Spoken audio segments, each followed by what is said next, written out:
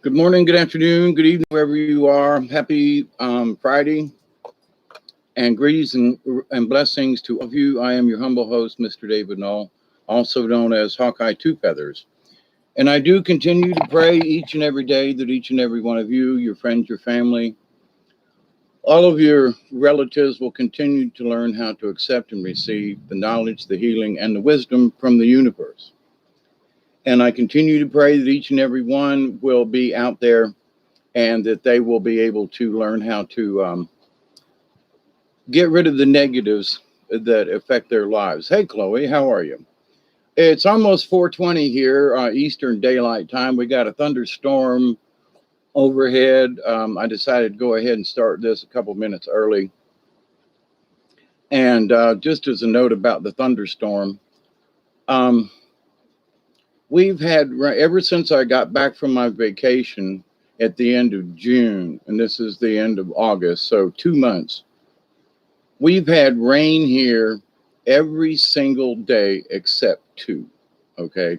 I mean, it might have just been a light shower or sprinkle, but every single day since I've gotten back from vacation, there's been rain. And the rivers are up like everybody that's, lives around here are saying, have you seen the rivers? And I go, yeah, I keep a track of them, right? But the rivers this time of year have never been up this high. I mean, consistently. I mean, it's like 8 feet everywhere. Hey, Ian. But this news flash that I rarely ever do, I don't even know if I've ever done a news flash kind of thing. But I didn't want to put in the title exactly the name of the hospital and everything. But it's a prestigious hospital down here in South Georgia called Phoebe Putney. And it's in Albany, Georgia. And it's very interesting. My friend was here the other day and we were visiting, and she said, so, have you heard about Phoebe? And I was like, no. Hey, Mel, how are you? Ian, how are you? Happy Friday and good weekend to y'all. And I said, no, I haven't heard about Phoebe. What's up with Phoebe? Well, it seems that the hospital decided to make vaxxes mandatory. And when they did that, a bunch, now I can't tell you just exactly how many folks, but a bunch of folks said adios and went home and left the hospital grounds. And so our fearless leader here in Georgia, Kemp, sent 650 some odd National Guard troops into Albany. Oh, we're going to help you know, with the coronavirus issue. Well, it isn't the virus that's the issue. It's the mandatory vaxxes, and how, to the point where they had to send in the National Guard to continue operating the hospital. Okay. Doctors and nurses and these people and everything. And it's like, so, but let's, talk about this for just a minute. If, even if it was a third, but here's the thing, the newspapers and stuff are not really reporting the truth. It's people who work for Phoebe that are having the discussion. But I did some, I learned about this 2 days ago. So I did some searching in the news and stuff online, and ain't nothing about why they walked out. Hey, Dark Truth. And if y'all got it, I'm going to be here for the 20 mark. So, we can all have a 420 together. Hey, Michelle, how are you? Happy Friday and good weekend to everybody ahead of time. Yeah, the military has to do the same. Yeah. But here's the thing. When the hospital staff walks out of a hospital knowing how critical things are, when they walk out of a hospital because they make these things mandatory, and I'm not going to use those words anymore, okay? So you all understand what I'm talking about. We ain't nothing out there, Duggar. Here, since it's daylight, I'll show you around my house a little bit. Oop, that's bad. Where's Duggar at? There he is at the window. Here's my humble abode upstairs. All the windows here, really bright. There's my kitchen in yonder that I'm continuously cleaning. Oop, got a shirt hanging in front of the fan. Anyway, that's what my humble abode looks like, sort of. But anyway, so the news on the ground with the people that work there are like, no, we're not doing this. You know, if you're going to make it mandatory for us who work in the healthcare profession, mandatory, then we're out of here. So now, what does that say about this whole gizmo, this whole shebang, this whole whatever you want to call it, right? I mean, because if anybody's supposed to be like aware of what's going on in the medical profession, wouldn't you think it's the medical profession who knows what's going on? And so when these folks decide to leave their jobs, leave their jobs and go home, knowing what the risk and all of that means, because they're forced into whatever it is they're being forced into. So me and friends and so forth are just kind of talking, and it's like, so what do you think is going to happen? You're going to make people do these things, and when you do, then people say, sorry, but you're not making me do anything.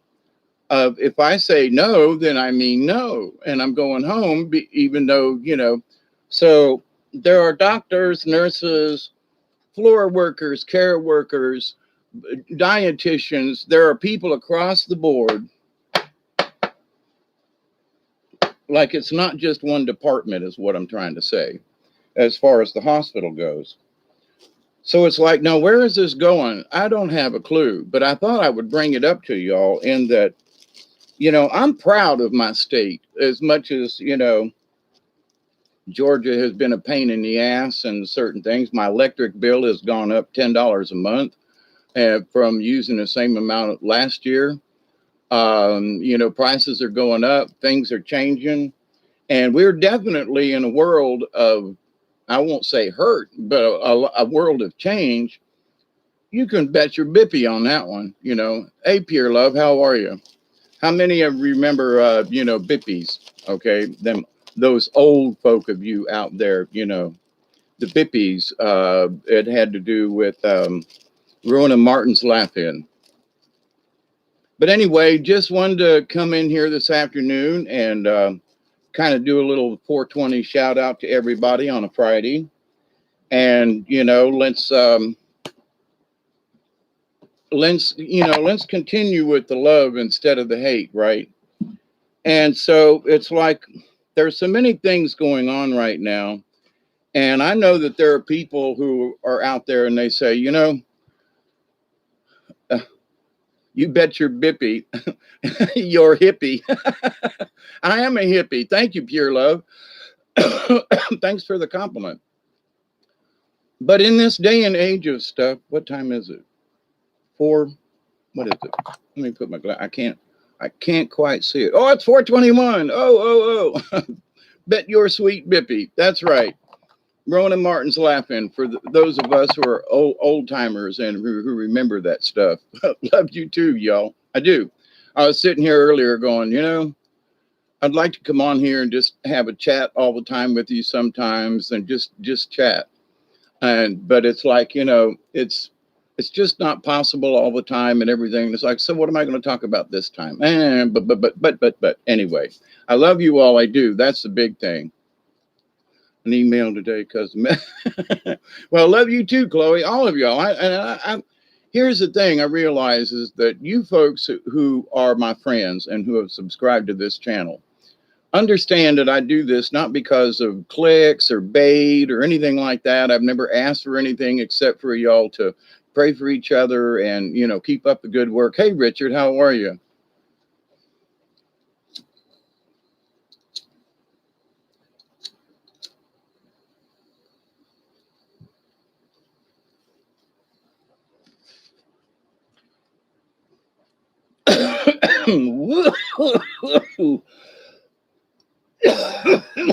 Holy mackerel. Happy 420, everybody. But anyway, so the humidity is off the charts. Of course, it's raining, so that's 100% humidity, right? But the big thing is about the people who work at this hospital. Now, I've been to the hospital. I've not been in that particular hospital, but I've been to the hospital. I know people who work there, not necessarily currently, but it's a, the people who work at PB are very, their intent is good and all that kind of stuff. But for people to just say, sorry, I'm walking out of my job and from the hospital and from my obligation, okay, as to whatever, well, I'm a doctor, I'm a nurse, I'm a whatever, I'm taking care of these patients. They said, sorry, you know what? We just have to go home. We just have to. You're going to make us take something that we don't want, and we're going home. So kind of sort of like Cartman, years ago in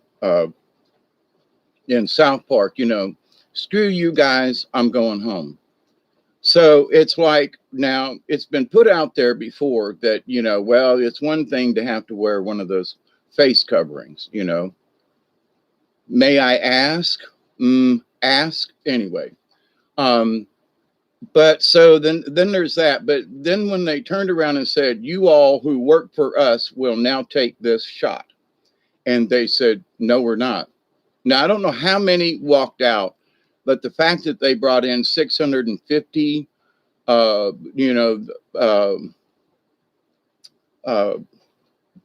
the National Guard to help out at the situation. I know there are thousands of people who work there at the hospital. I mean, 3 shifts, 24/7, it's a large hospital, Albany's a good sized city. And for them to just say, sorry, y'all, but I'm going home. You're not making me do this. I think that, they don't want to make it a big deal, okay, because it is a big deal. Your hospital staff walked out, not because of overwork or this or the threat of getting, the vid. They went home because they were being forced to do something that they did not agree with for whatever reason. They said no. Now, how much of this is actually going on in other places that we really don't hear about? Okay. Hey, Doug. See, Doug, I'm still at the shop. Hey, I hope things are going well for you, honestly. Susie Q, how are you? Pure love. Anybody? Richard? Here in the UK, care home assistants are being asked to get the V, and 25% are willing to walk from. That's good. That's good. Hey, Candy Apple. So, I mean, somebody said the other day, said, I went and got the vax. I just, there was too much stuff. And a gentleman that I know real well for, I don't know, 20 something plus years, they made everybody at their plant have to do it and all this kind of thing. And it's like a lot of them said, no, I'm going home. Yeah, but what about your jobs? And what about this? Sorry, but it may be my life that we're talking about here. I have to come back tomorrow and prep the shop for flooding. Yeah, if that tropical storm that's down there off the around Cuba at the moment, if it continues on that track that they're saying it is, oh holy shit! Florida, Alabama, Mississippi, Louisiana, and Texas are going to get hammered again. So if any of y'all are along the Gulf Coast, pay attention to the storm that's coming. Okay.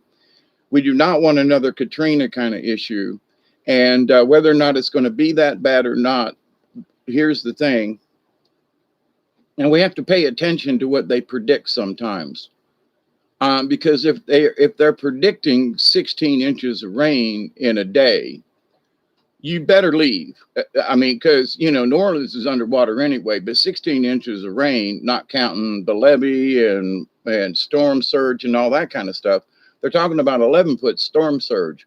Now, I know people down on the coast around Apalachicola, we call it Appalach short down here, but down around Appalach and St. Mark's in that area right there, and they live a foot above the water. So 11 foot is 10 foot over their head, okay? So if you're going to get an 11-foot storm surge, your house is going to be covered, okay? For many of the folks who live down in there in the swamps and stuff, when the water starts coming up, they know to get out, okay? Don't, You know, don't go forward and drown and all that kind of stuff. But so with the storm coming, you know, and if it veers left or right, it could come straight over us, which would be like what Michael did you know, 3 or 4 years ago now, and devastated Florida and South Georgia. I mean, there's areas that are still getting over that one. Um, I'm a sovereign being in this. Yep. Thank you. Hey, Barry, how are you? Um, yeah, the Aussies are getting their ass whooped, you know, handed to them. The state of Florida is still pretty much no mask, no nothing. You know, they're just like business as usual, at least what it used to be.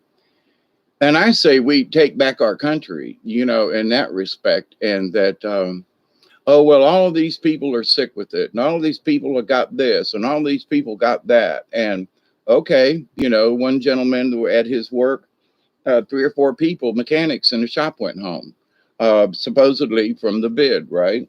So, and I say supposedly, not to say, but you know, if they gotten some other bug, or is it really it? Is it that one? You know what I mean? Or are they sick? Did they catch a bug? Or, you know, but to the point though, there are folks that are out sick, and then there are folks who are saying, you know, go ahead, make me. Tennessee is free like Florida. Good, you know. I love Tennesseans. I love Tennessee itself. You know, I miss going up there to Tennessee a lot. I used to go up there a lot, and I don't anymore. But I love Tennessee. You know, there's a part of me that, you know, I'm an old country boy and a hillbilly, and but Tennessee, there's a lot of stuff in Tennessee that I just, you know, I feel at home. But anyway, so I just wanted to do this and, you know, smoke a bowl with y'all here on a, you know, 420-ish kind of Friday, and honestly pray that, you know, that y'all have a good weekend. And I know everybody is stressed over this thing, that thing, one thing, another thing. Hey, Organic, how are you? The history and thing, the gain of function exercise before these virals came up, and Cuba syndrome.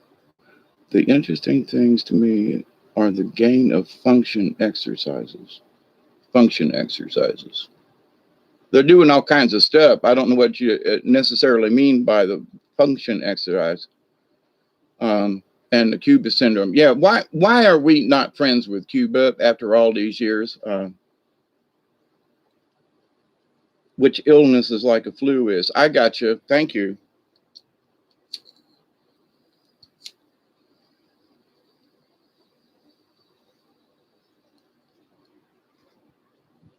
Well, somebody could get a stomach virus not related to a flu, and their temperature go up and certain things happen. So it's like, I don't trust the test that says you got it or you don't. Universe, keep us safe and whole. Thank you, Chloe. So one of the things that has been fluttering through my mind the last few days, actually it's been a couple of weeks now, you know, I promote love of all, and even if you don't like the folks, you know, we still have to respect them for their views, even though they're opposite of ours, and you know, they seem like they want evil and destruction. You know, okay, but here's the thing. You know, when we start hating on something, even though it's evil, wicked, mean, bad, and nasty, as soon as we start hating on those things, though, we join that club of allowing our uh, energy to be siphoned off and put into that area. And so we have to keep out of that hate cycle. Now, whether or not you go and play the love cycle, well, love to everybody, you know, purity, blah, blah, blah, you know, good peace be to you, my brothers and sisters, or sisters and brothers, as the case may be. But the idea, though, that, you know, during all this, we need to stay in a state of love. Will love conquer all? No. Well, sometimes if you just stand there and love something, you can get your ass kicked by the other guys. But in all of it, above and beyond all of this, though, isn't it important? They played the bio. They played with the bio and created this. Yeah, I agree with you. Organic. They know the test is flawed. It's supposed to come out. Yeah, I feel they created it. Yeah, they did. They created this storm. And here's the thing: if you think that Trump or them or whoever is on one side or another, well, let's just talk about this for a minute. Trump was one of the ones that pushed it quickly. Let's go ahead and get a vaccine right away. So people can be safe from this. Now, did he have the wrong information, or did he go along with the ploy as well? Because one of the things that's being shown after his this last January is that there's a lot of things that could have been done in other areas that Trump just did not do, and he could have. Okay, so in my, and yeah, I voted for him. Okay, not that it did any good, but the idea though that you think that these guys are actually on our side, but maybe they ain't really on our side either, because of all the we're going to have these tests, we're going to do all these things, push, push, push, push, push, right? Now, he wasn't talking about making everything mandatory. It was the doctor guy that, talked about that.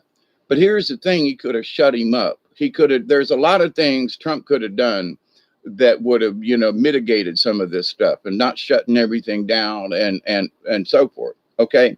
So, oh, but the Republicans are probably just as bad as the other guys. Okay. So let's just get that out there. Is the other team any better than the team that's running this now? This is being run by a higher authority, if you will. So, you think, well, the government's in charge. No, they ain't. If you think these guys are in charge, no, they ain't. There are entities above these folks that are pushing this. Okay. You got to pay attention. Is it the Dems or the Republicans? Absolutely not. It's both of them. There are entities above that are trying to push us to, to bow down, to take it and suffer whatever consequences they may be. So, but for this hospital staff, Phoebe Putney in Albany, Georgia, and all the little stuff that I looked on in the newspapers and stuff, ain't nobody really talking about why they need all of these soldiers and National Guard at the hospital. They're assuming because it's the influx of the virus, when it's actually half of the staff. Now, I don't know what the exact number is. Let me say that flat out. I have no idea what the exact number is. But if the governor had to call in 800 National Guard, then there must have been quite a few. You know what I'm saying? So will the story ever really get out? The folks who work there talk to their friends and neighbors, and that story's getting out on the ground, but is the public really aware of why, And so it's just scratch your head and just say, well, here's the thing, for those of us who say, well, nobody's standing up for the little guy. Nobody's standing up for you and me. You know what I mean? There's nobody out there who's really saying, no, I'm not going to do this. Here's an example. Phoebe Putney Hospital, Albany, Georgia, South Georgia. I guess it was like last week, but, I just got the information. But here's the thing. The health professionals in a hospital said no to getting forced vaxxes. No, and they went home. What does that say about America? Just saying. Have we given in? I would say no. Have we given up? I would say no. Let's support these folks. We need to send them our prayers and love for standing up for their own personal right, but also standing up to the man, however you want to look at it. We need to send just them folks who said adios and went home. We need to send them our love. Will love conquer all? It damn sure helps when the evil abounds us, when there are people and folks and things and stuff that want to force us to do stuff. And I mean, if I was working at the hospital, I would say, well, if you want to continue to work here, and say, look, if I get it, I'd just as soon be here at the hospital. If I'm going to get it, then I'm going to be at the hospital. Y'all can treat me with these things and I'll get over it. And then I'll have my own vaccination. Like I said, a year ago, I was saying, back when they had the measles, chicken pox, all the kids would get together. The parents would get all the kids together and they'd spend the night at somebody's house, and everybody would get the chicken pox and stay for a day or two. And that was the vaccination. We didn't go get a shot. Everybody got together in the same room and gave it to each other so we could vaccinate ourselves. It was like, we're going to keep an eye on you. Y'all are going to itch. Here's some calamine lotion. I'm heading that the truckers are going to strike in Australia and bring down the government. That's possible. More dangerous, those.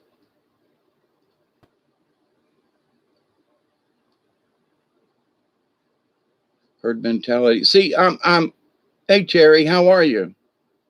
Awful place. It could be worse. Now, I don't know where each of y'all live, but, down here in South Georgia, I mean, Phoebe's like 40 something miles from here for me. So, it's very local. But the fact that, it's all about, well, we have this, this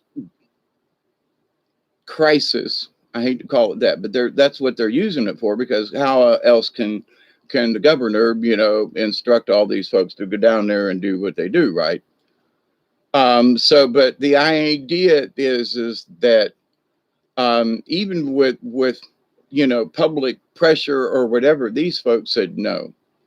And I just, I applaud that. I really, really, really, really do. I've been in situations before where I've had to resign on my position kind of thing. And other people said, yeah, well, I'll resign too. And then none of them did. And I just lost my job. But, you stand up for what you feel is correct at the expense of losing your job. And I lost a really good, lucrative job back in the day. And, but anyway, so that's another story. But I feel for it. I understand about it,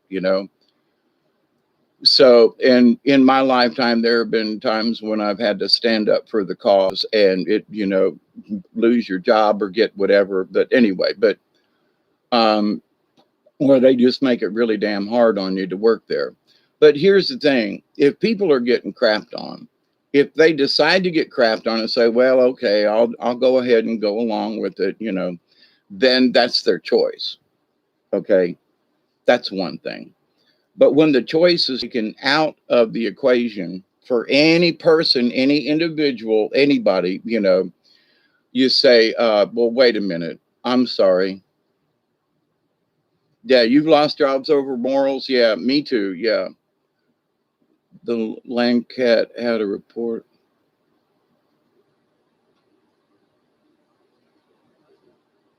Yeah, another storm heading for New Orleans. Yeah, I was just talking about that. We just had a thunderstorm go over. And here at my house, I got back, I don't know, like the 25th of June off my vacation. And since I have been home, it has rained every single day here, all but two. Okay. But there were showers in the area. It just didn't rain here. So, the rivers are at 8, 9 feet, and some of them are a little higher. We had a rainstorm the other night that dumped 2 inches of rain in like an hour. That's a considerable amount of rain. So it's very soggy here. I was walking across the field with a friend of mine 2 days ago. And I mean, it's up on the hill and it was gushy. I mean, where we walked, we were gushing, and sinking into the, and it was like, what the hell is going on here? And it's high up on the hill where it shouldn't have been gushy. You know what I'm saying? So, but anyway, I saw a forum share that. Okay, Candy Apple. Love you too. Stay safe. But anyway, so here on this Friday evening, I'm gonna smoke one more with you before I go. And this is not to keep everybody, but take heart and tell your friends. Look, there's a hospital down in South Georgia that even if a third of the staff walked out, I mean, it's a large hospital. There's 200 some odd thousand folks ish and more than that around the Albany area. Within the surrounding counties, there's at least 500,000 people, not counting Albany proper and Dougherty County.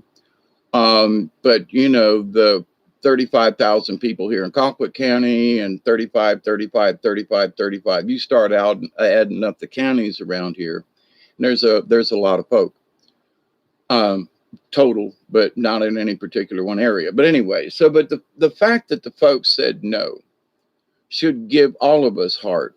There are medical professionals willing to say no, and they have. So let's spread the word that, there are people standing up to this versus, well, nobody gives a damn and everybody's just going along and it's going to become like this, and not without a fight.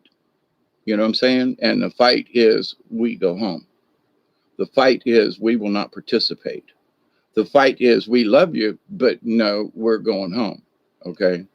So, I love you all. I do. I worry about many of you probably more than I should, but to the point in that I'm hoping that each of us will, we find these rare moments and you go, I love them folk for what they're doing. I love them folk for their standing up for their own rights, but it includes my rights and your rights and everybody else's rights.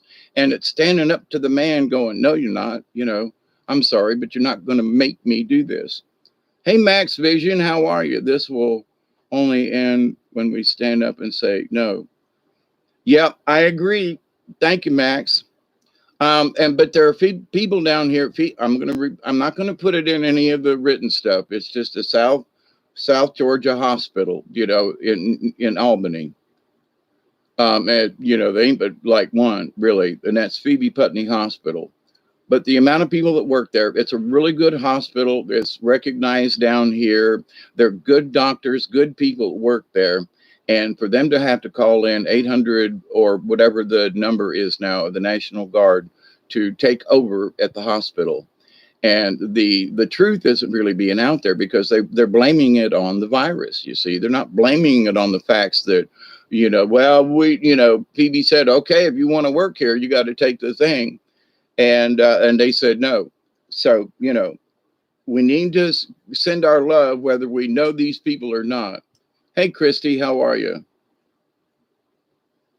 Yeah, keep your license. Yeah, absolutely, if you can. Nurses Union said no in Canada months ago, but they keep pushing it. Yep. And there's other folks. There are teachers unions, and they're just folks who are going no. And so, but we don't hear enough about that. And remember, in the universe of things, there are probably people as I sit here and talk to you now up in Albany are going, man, I walked off my job. I hope I did the right thing. I'll find something will happen. The good Lord will be looking out after me. Something will turn or, equip the angels. Hey, how are you doing? Yeah. Equip as much as possible here on this Friday afternoon. Job to take they have the corners covered on us. Yep. And a percentage of food and drink sales. Yeah, they're saying some places you're a caregiver and you don't get it a month. Oh, wow, that's crazy, ain't it, Chloe? But see, in one way or the other, they're trying to coerce us, force us, funnel us, or whatever it is. And for those of us, and we say, well, there's not really many of us, let's say that 10% of us here in America are like conspiracy theorists, like we're maybe 10% of the group. But then when you see a large group of folks walk out of a hospital, especially for me, a local hospital, and go, nah, you go, now, are those folks, much like I talked about my niece, Jennifer, she's not necessarily a conspiracy theorist, but she's like, no, you ain't. And my children, no, you ain't. So whether they're conspiracy theorists or not, they understand that something's up. So, but they're being pushed into our column, if you know what I mean. They're being called, they will be called the conspiracy theorists because, well, wait a minute, you mean you quit your job because you wouldn't get a vax? Well, yeah, they make me, so it's like with all the information that's out there and sicknesses and things and stuff and reactions and Who else would know? Like, for example, people who've had the stab, okay? How many of those have showed up in the emergency room? How many of the doctors and nurses have seen reaction people from the jab and saying, what? You mean you were fine until you got this? Yeah. So they're not talking about that. But if you're at a large healthcare facility, you're going to see these people come in. And if you don't see them, the doctor before you says, I just treated this patient and he was, he just had the stab and he's sick. And these are his symptoms. And you see what I'm saying? So in the doctor's nurses' quarters, in the conversation of sick people and this thing and that thing, they know more than we do. Okay, let me just put that out there. They know more than we do because they know what's going on, the machinations of the hospital, who's sick, what's going on. They get their reports. They know what's on the top floor. They know what's in the basement. Do they know everything? No, but they know the general idea and the feel of what's going on. And that's from people who are mopping the floors to the people who are the directors. You know what I mean? Right, it's been on the wall for months now. We're all aware of the situation. Unfortunately, the herd is stampeding.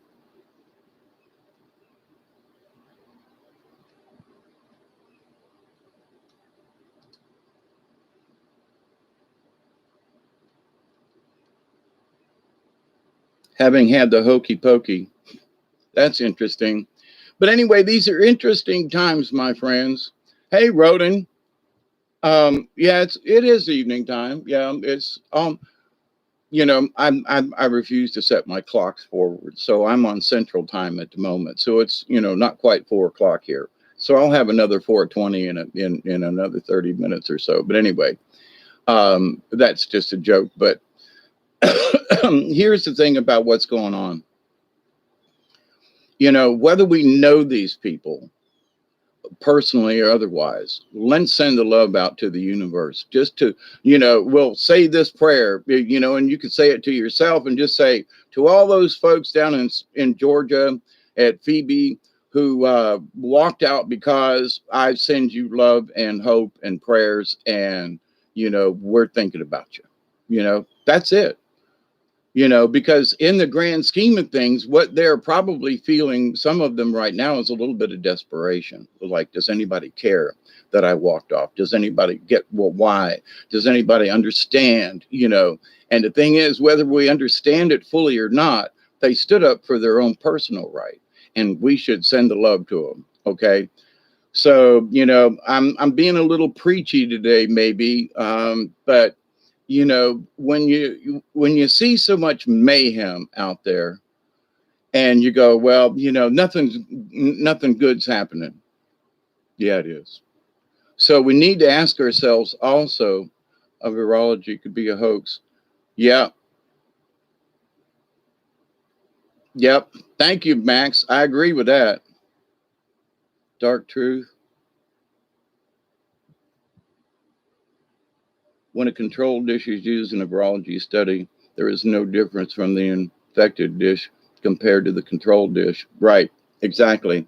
Anybody that's worked at all in a little bit of chemistry or in the lab or something, and how you smear stuff on a thing and you get a culture and all that, and I've done a little, but my scientist friend who passed away last year, I've worked with chemicals and, whispering winds, how are you? But the things that, really good chemistry can do and how it can help us and those kinds of things, and, the different things in nature and stuff, not all chemicals are bad. Some of them are bad of themselves, but in the right combinations and stuff, they can neutralize other things. So, but anyway, but with that said, there's been too much. Here's my thing. If they're testing you and shoving this pole up your nose, from what I understand, with cotton on it, right? And here's an interesting thing. It's cotton season down here right now. And the cotton's supposed to be opening up. The bolls are opening up. But here's the thing. If it's raining every day, the cotton's going to rot before they can ever pick it.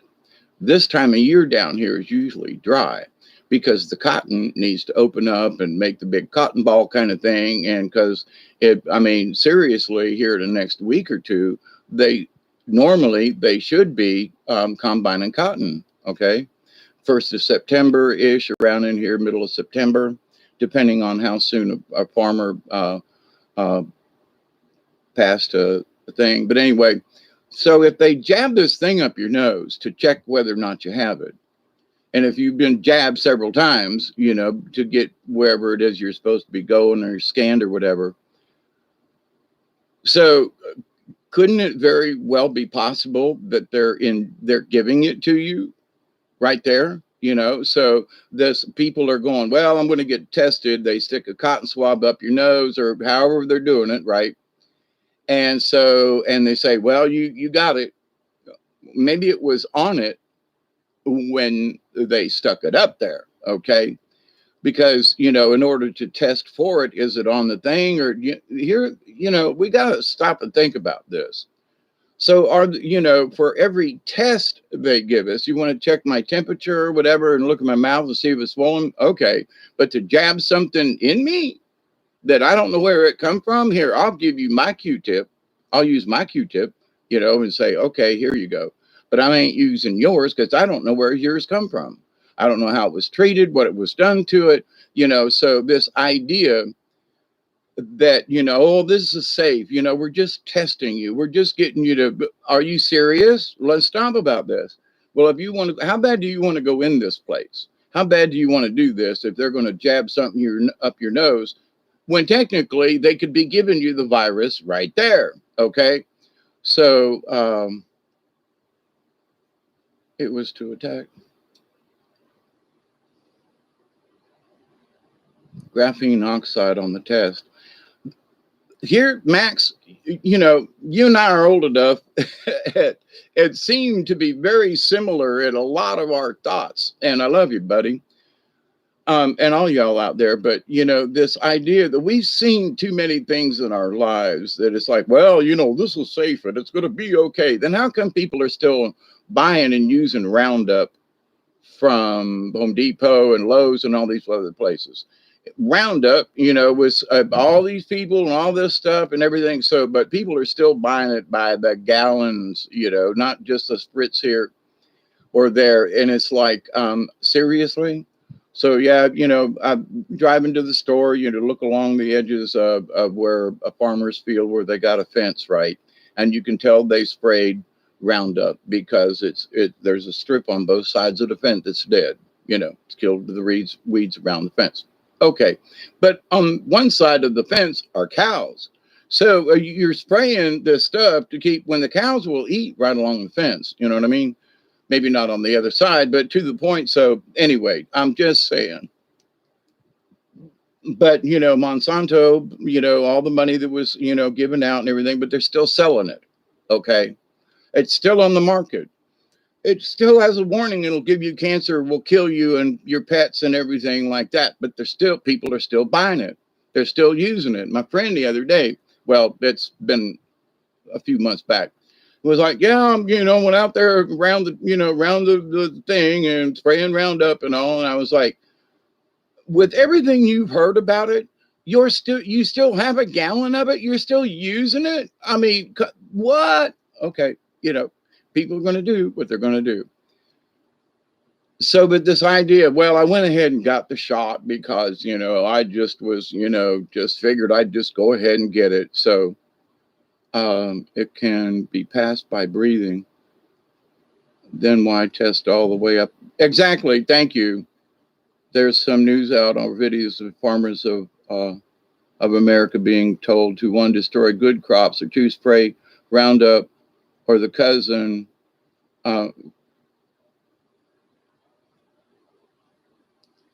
Yeah. And now here's the things. I ain't saying that they ain't doing that organic, honestly. Okay. But with all the 1,000 miles to Ohio and back, 2,000, all the farms and things and stuff. I mean, there are a lot of farms we saw going through the countryside and stuff, and people growing stuff, little farmers, big farmers down up in the hills of Tennessee. They're farmers in the bottom of the in the valleys down there growing stuff. You know, some of the best tomatoes I ever had came out from around Franklin, North Carolina.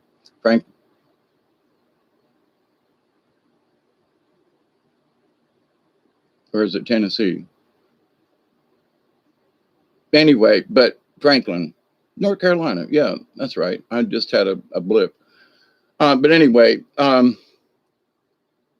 but some of them little hill farmers and stuff up there, they're selling produce. The up in Ohio, the huge thousands of acres of corn, you know, that was 10, 12 feet tall, just as green and beautiful as you ever wanted to see. And I just don't think people up there are just going to, you know, somebody's going to say, here's some money, go spray your. Not that it ain't happening. I'm just saying, from a visual standpoint, I drive around the county here and all the peanuts that are growing, all the corn that's growing, not so much corn, but all the other different vegetables that people have grown, and, you know, the cycle's over, and they're getting their fields ready for other stuff. Like we're going into fall season down here. So fall, they grow broccoli and cold weather. I mean, up north, they plant them early in the spring, right? But down here in the south, you know, it very rarely freezes bad. So they plant cabbage and broccoli and stuff like that, and collard greens and mustards and turnips. Oh my God, this is the best time of year is right now is to like starting your fall garden, you know. But we've had so much rain that some of the seeds would just literally rot in the ground. It's been really strange with the rain down here. I'm not really complaining, but it's like you know, we could like do with a week of no rain. Class Canadian farmers have paid to destroy crops when they overproduce to even the market. See, that's so stupid, you know. Nebraska, well, shame on them, but you know, there is a Franklin, Tennessee, too. Yeah, mine. That's why I stopped and went, wait, which one do I mean? But I think it's North Carolina, just over the line from Georgia, in northeast corner of Georgia.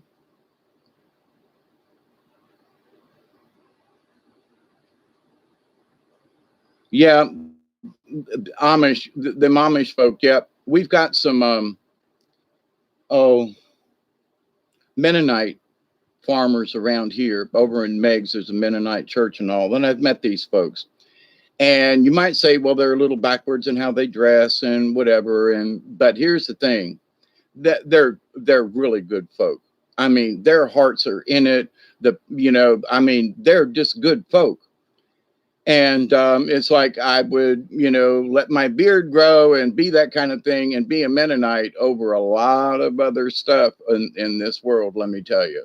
They're for helping each other and helping the families and doing these things and doing them in ways that, you know, just saying. Uh, uh, but yeah, there's, you know, some really good Mennonite folk around. And, you know, and they share the love too.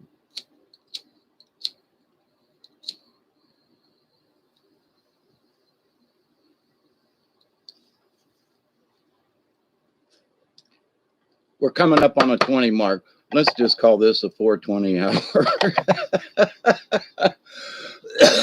But anyway, with everything that's going on, there are things going on that we just aren't really hearing about. Is one of the things why I'm doing this particular video.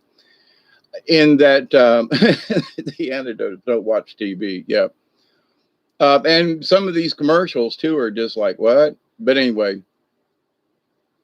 And your local newspapers, they're, you know, they don't print what's really going on, you know, because they get a lot of money from the Phoebe foundations and ads and so forth in the newspaper. So, you know, they don't want to shoot their own foot by, you know, saying, well, maybe the Phoebe administration didn't have the right to force their employees to, you know, get stabbed.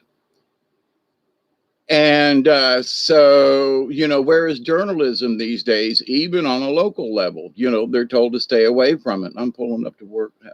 Okay, Chloe, love you. Be safe. Got to get your compost out. I have a friend of mine who brought me worm castings, and worms are a really big deal. And we looked at a section of my property, and if I could get a harrow in there, and a couple of days worth of work, there's some trees growing up in a section back behind my garden that I didn't really want. I didn't want a forest back there, and they need to be cut down. And they're getting to the point where if I cut them down now, they can be firewood rather than just scrap. But I'm looking into, I worked with worms and worm beds and stuff back in the day, but it's not about just about the worms for sale. It's about what the worms produce. Okay. And so, with all these chicken farmers and stuff, there's all this manure that needs to work. So if you take the manure and add the worms and everything, the worms help break down the stuff in all of this manure. It's already dried and so forth, but to the point where with all this rain and everything, it's difficult to spread all of this chicken poo that is collected down here.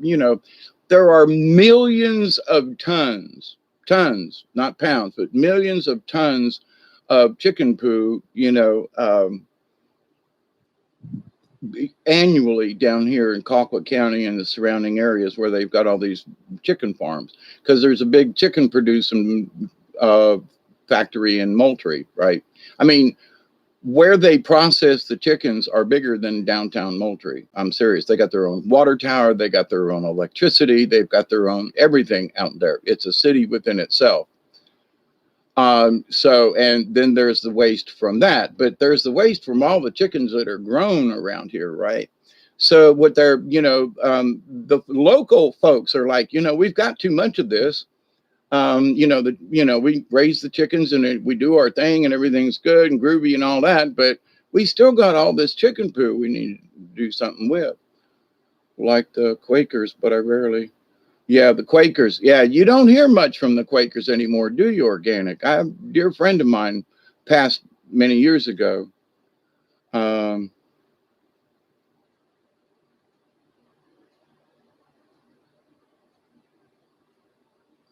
I use a TV as a large computer monitor. That's a good idea. Yeah. Watch Star Trek.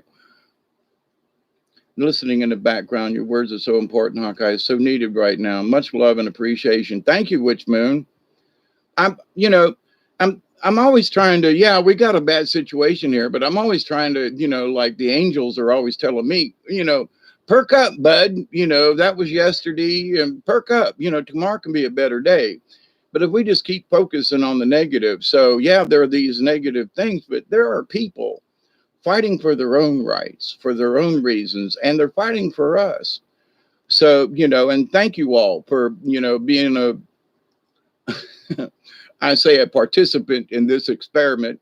That's tongue in cheek, in that, the experiment is we all get together and we share the knowledge. We do share the love, and we understand, maybe not individually what it means, but in one of the card readings I did the last time I did cards, there was one of the cards. It's like, I think, is it crow or raven? I'll have to look that up. But anyway, so when people want to send a message of healing, they use crow or raven. I can't remember. I'll have to look that up.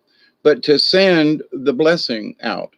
And for example, there's a bunch of people who've been hurt or harmed, or a storm or something like that. So we want our message to go out. We use, I'll look this up, but it's a raven. Okay. Thank you, Elderberry. Yeah, I was leaning kind of that way when I said crow, because like, wait, crow. But yeah, raven. Yeah, because it was one of your cards, wasn't it, that I pulled, Barry? But anyway, I don't get here often enough. Thank you, Organic. And I appreciate your compliments. I really do. But, myself, there's a part of me, every time y'all give me a compliment, I blush inside and go, But anyway, thank you. I mean that. So, but I'm more impressed by y'all and how you work together and how you work out in society, and how we need to, to send the love out. And if it's Raven, then we'll say, Raven, we wish to send love and prayers to those folks at Phoebe Putney who stood up and said no, and so anybody out there who fits that should get the prayer, you know what I'm saying?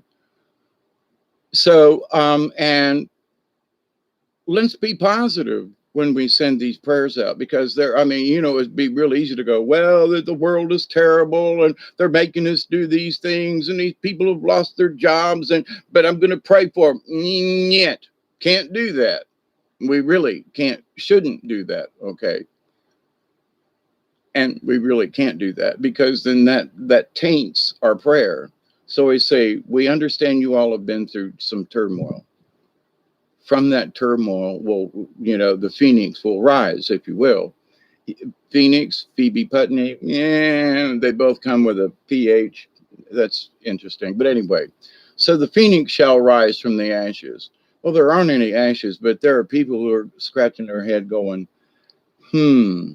So let's keep these good folks in mind. If they walked off, then they're one of us. For whatever race or creed or whatever whether they're Christian or not, it doesn't matter, because if they've walked off, that they're one of us. That's all I got. That's how I feel about it. It's like, well, that's a black woman who's a Muslim. I don't care. She walked off the job because she said no. She's on my side. Don't care what religion she is.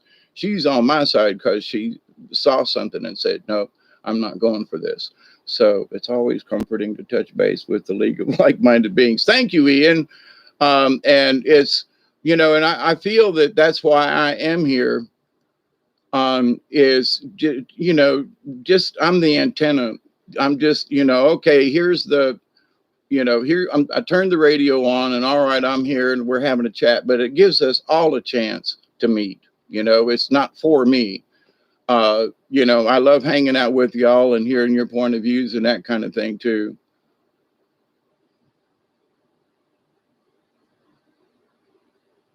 The rain is missing our area here in mid-Texas Pines. I really hope this storm that they are predicting does not do what they're saying it's going to do. Because it's just really, really, really, really odd. And they keep picking on that part of the United States. And I think it has to do with the Mississippi River, the ports, stuff like that, because, any shipping that goes up and down the Mississippi is absolutely shut down. The oil wells and the piping and all the different things that are down there along the Gulf Coast, do you hear what I'm saying? I say, here comes another one, So it's just too convenient that 3 days out, they're already predicting it's going to be a smash in that area. I don't know how much good it can do, but and we don't want the storm to develop into a cat anything, just a 80 mile, 100 mile an hour hurricane. That's bad enough in and of itself. But when it gets up into that cat 2, 3, 4, 5 mess, I mean, when Michael came through here and we're way off the coast, pine trees were, at a 45-degree angle. I mean, whole fields of corn and crops and stuff were laid down simply because of the wind. 100-acre plot of corn flattened, just bent slap over, like somebody had just rolled right over it. It did. The wind, listening to the wind come was one of the scariest things that I've heard in a long time. In all my years of living through a bunch of hurricanes, I've been through probably 30 hurricanes in my lifetime, one way or the other, whether it's the remnants that came up here, living in Florida and all that kind of stuff. But I moved out of Tampa to stay away from hurricanes, and damn if I didn't move into Hurricane Alley kind of thing. They come up through here all the time. So, but anyway, that's ironic. I moved out of Tampa for other than just that reason. I always pray every night before I sleep. I thank them for protecting. Yep. Thank you very much, Richard. Very good. Thank you. I really needed to hear that story about the workers at the hospital. Yeah. I mean, and that's why I didn't really put anything, in particular in the topic, so it wouldn't go left or right. But see, here's the thing. Between you and me and us and the people we know, we can spread the news and go, hey, did you hear about that hospital down in South Georgia? What? half of the staff walked out because they were, you know, we don't know if it's half, but it must have been a lot to call in all them National Guard. Must have been a really big issue for the governor and everybody to get involved, you know. And but again, knowing what I know, because the hospitals and the nurses that I've known who work in these hospitals, some of them still do, in some of these hospitals, you know, they know who's coming in and out of the hospital. They know who's sick of what or what not or whatever. And we have not heard from anyone, because we're sure that, you know, they're not supposed to say, but the doctors and nurses know how many people come in the ER and treated for what, right? So is anybody keeping an eye on how many people are having adverse effects that are coming into the ER and to the doctors? We don't hear about that. And the doctors, because they want to keep their jobs and everything, they don't talk about it. So, W. Susie, it's really odd in the UK. Even the cloud formations are epic, but strange.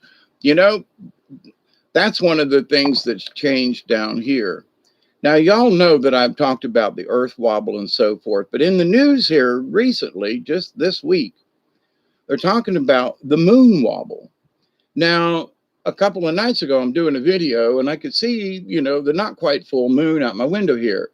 2 nights later, it's like another 7-8 degrees higher in the sky. The night before full moon. So in a 2 days time, it was higher in the sky, where it's been low for, you know, a couple of weeks down along the tree line and everything. Now all of a sudden I have to go outside and look out from the house to see where the moon is, because it's so high in the sky. And so, you know, the moon is wobbling, and it is affecting they admitted that it's affecting the oceans. Well, duh.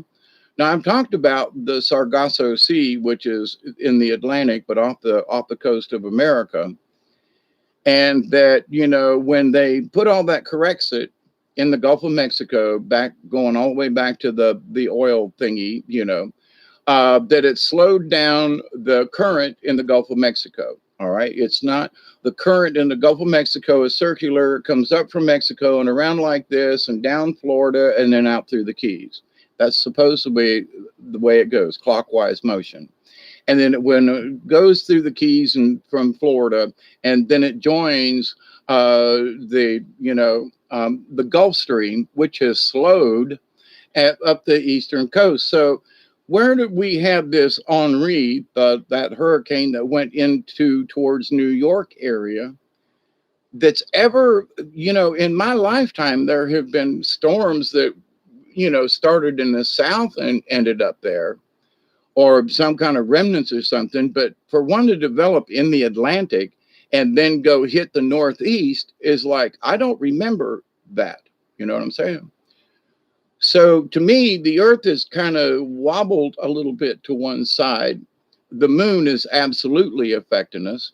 It's affecting the currents, which is affecting the jet streams. And I'm getting to the cloud thing in a second here, because in looking out at the sky these last couple of months, I mean, on our vacation to travel around and see, you know, all these states, north and south, you know, okay, yeah, it's on the East Coast. But to the point, though, you know, you could see off and long distances and what's going on, and a lot of clouds, a lot of normal clouds, and not very much spraying. So I'm always looking outside through the windows and looking at the clouds, and me and Doug are going for our little walks and stuff, always looking at the sky. And I just haven't seen the spraying that we have known for all these years, and that the clouds actually look normal. They're building like they used to, and they like in the afternoons, and these little showers that run through that. This is kind of sort a little bit above normal, but here these last couple of months down here, but more normal than not. Well, in the evenings, we used to always get a shower. Yeah, we, you know, look up at the sky, you could see the thunderstorms building, and you'd go, well, that one's going that way, it's going to miss us. When I was working on the carnival all them years ago, back in the 60s and 70s. You could see the storms moving across, you could watch them build, and you knew whether or not you were going to have to cover the rides. Hey, Mossy Man.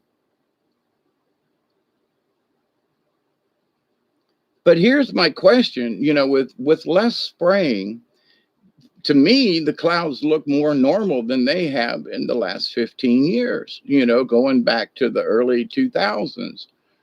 The clouds look more normal now than they have in a long, long time.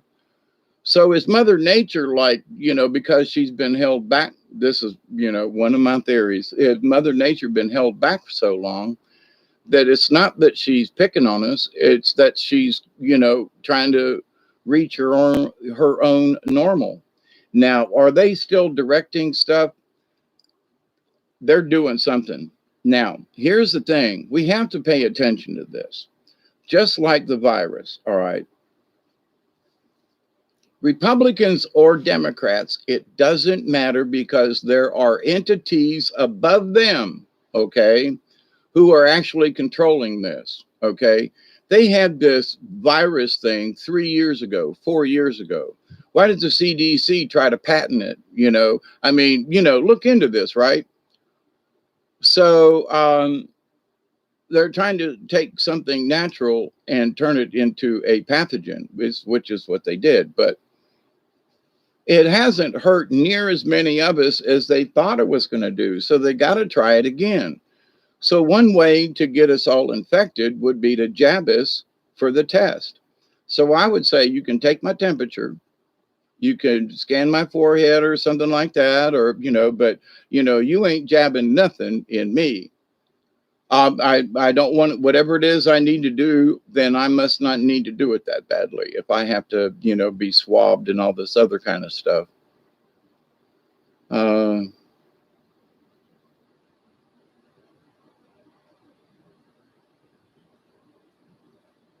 Hey, Slightly Slanted, how you doing?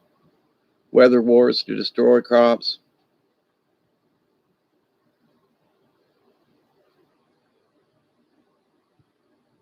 Hey, Travis, how are you?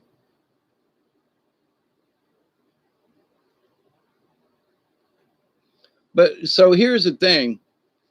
The fact that you say, well, it's the Democrats or the Republicans, it's both of them. There is whatever higher authority that both of those folks bow to, okay? And whether it's the Mater or the Vlash, and just really rich people who, like the Soros group and folks like that, who just absolutely want to control everything. Is your genetic code a sample is inserted with toxins and your body produces an autoimmune? Yep. Thank you, Max.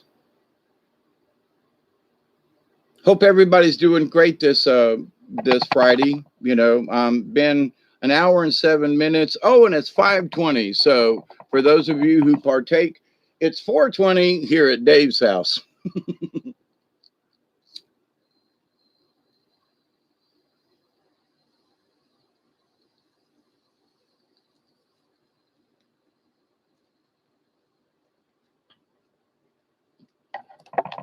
So yeah, there's a lot of craziness. And this stuff about, certain things about, are there people who are spraying their crops because it's too much? Okay. But there are a lot of people who aren't doing that. You know what I'm saying? I mean, who just aren't doing that. So 5:20 in Montreal. Yeah, it is 5:20 Eastern Daylight Time. But I'm, since I didn't set my clock forward, I'm on Central Time. 23:21 in Australia. Hey, Roman, blessings. I subscribe to the Aussie news and the channels and so forth and keep up. And you folks down there, if you have to get sticks and stuff, y'all might have to just go up there and just whoop somebody's ass and just take back your country. I mean, it's just what y'all are going through is just insane, and there are a lot of us Americans who are praying for you folk down under. I just want to let you know that, okay? In conversation. Have you heard about them folks down in Australia? Yeah, they're Austria. Oh, I didn't have my glasses on. We'll pray for you in Austria too, but for them folks down under. But okay, maybe I just needed to send a prayer to the folks down under. But Austria, holy crap. I should wear my glasses. I'm smiling. Yeah, y'all get a kick out of that. Let's have another toke. Hey, Paul Joe, uh, good day to you too. And hey, Mel, yeah, I messed up. I didn't read it right. Austria, not Australia. But to the point, to that, we've got folks that are, who have are on this channel, that come and visit or subscribe to, that are from Australia, and them folks down there really are catching hell. So if it comes across your mind during the day or whatever, them poor Australians, send all them folk down there a prayer. You know what I mean? 'Cause man, oh man, they are sure locked down in a lot of ways. Hey, Deborah Truax, how are you? Good this afternoon. You got me confused. Yeah, I got confused too. It's been coming for years in Australia, turning very quickly into a police state. Yep. And, being an island nation, if you will, continent, it's the biggest island, but it is a continent, right? It's both. But to the point, though, is like, them folks ain't got nowhere to go, I mean, really.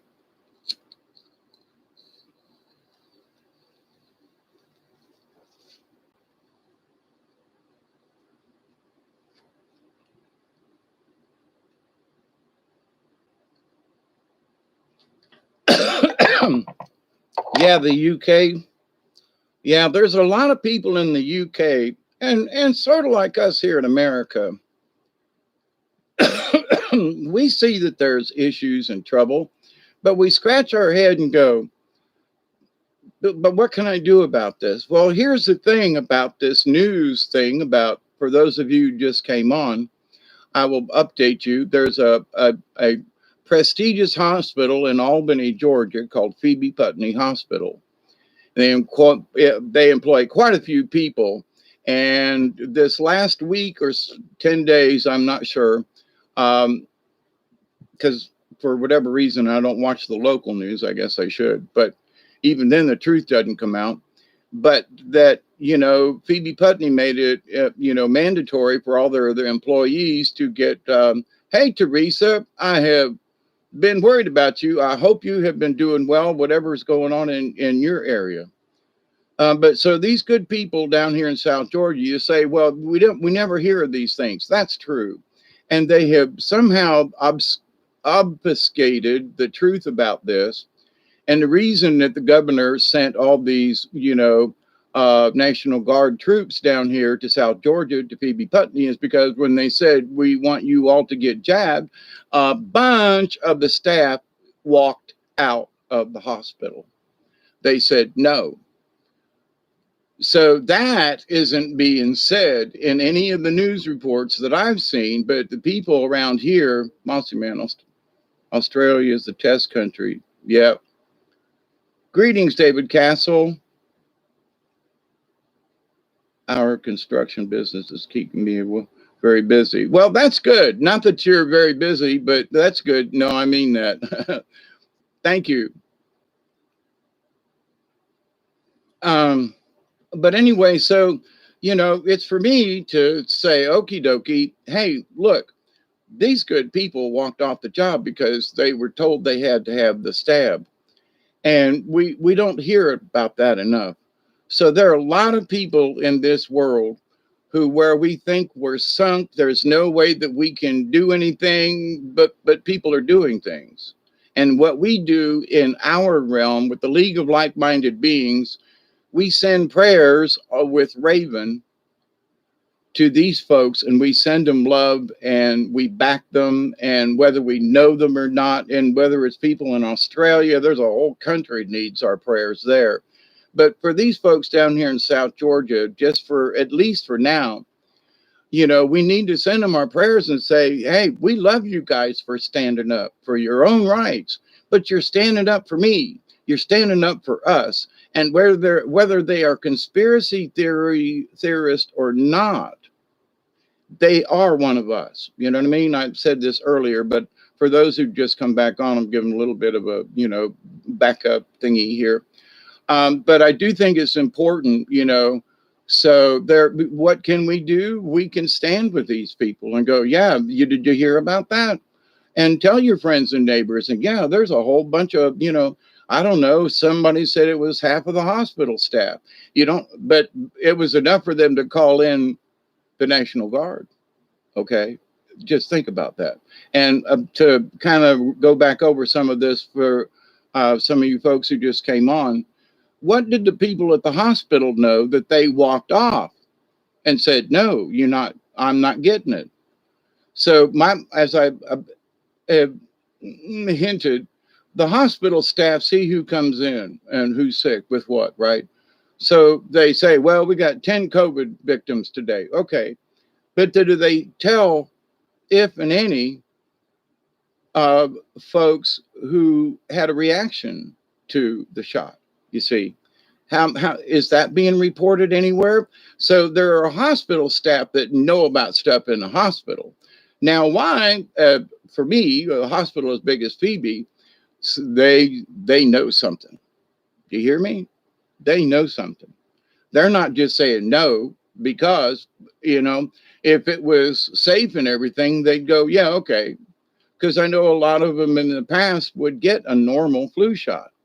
But this, they're saying no to. Why? They know something. And whatever it is that they know that they might not be able to share with us because of things and stuff and, their jobs and their careers and, and all that. So, but the fact that they walked off, to me, there's a whole lot more to be said there. Okay. They just didn't. If it was good, that it said, maybe a third of them that might have not have walked would have said, yeah, well, okay. But the fact that they did and that they, so what do they know? Being hospital staff and professionals, and what do they know that ain't been said? Just saying, is it just my right to say, no, you can't make me run out of staff? Will they hire the Mexican? And yeah, absolutely. And don't forget, there's a lot of Orientals too that are here. Not speaking bad about them, but they're here on visas and stuff. Yes, the hospitals are facing funding cuts if not compliant. Right, exactly, which is absolutely stupid. If you don't do what we tell you to do, then and there are small hospital staffs down here that are going, nah, no.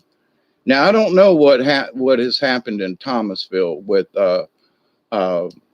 Archibald, which is for down here. Archibald spreads into several smaller counties. Like they got a hospital over in Camilla, but the main hospital's in Thomasville. But so for depending on the cases that you can get cared for in Cairo, but it's an offshoot of a hospital under the auspices from Archibald Hospital, right? And Phoebe's got satellite programs like that all around. So in different counties and different areas, Phoebe might have a healthcare center. You can go in a walk-in place, something. Anyway, you know what I'm talking about. So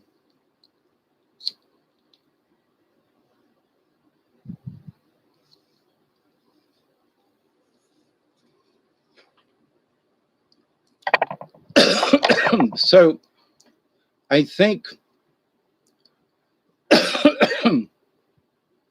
Teresa, I'm just glad you're not mad at me.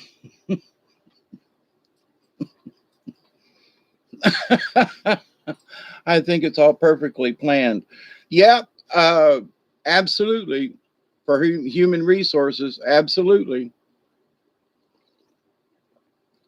Now, I mean no disrespect when I say this, but having lived here and grown up in the South, been here all my life kind of thing, back in the day, the 60s, 70s, and then somewhere in the 70s into the 80s, something changed. Don't know what, but something changed. But there were folk, I used to hear from me all the time. I was like, well, Teresa must not like me anymore. I must have done something. Maybe I said something to piss her off. We all humans do this, but so I just had to say it. I'm just so glad you're not mad at me because our brains have a tendency to go to crazy places.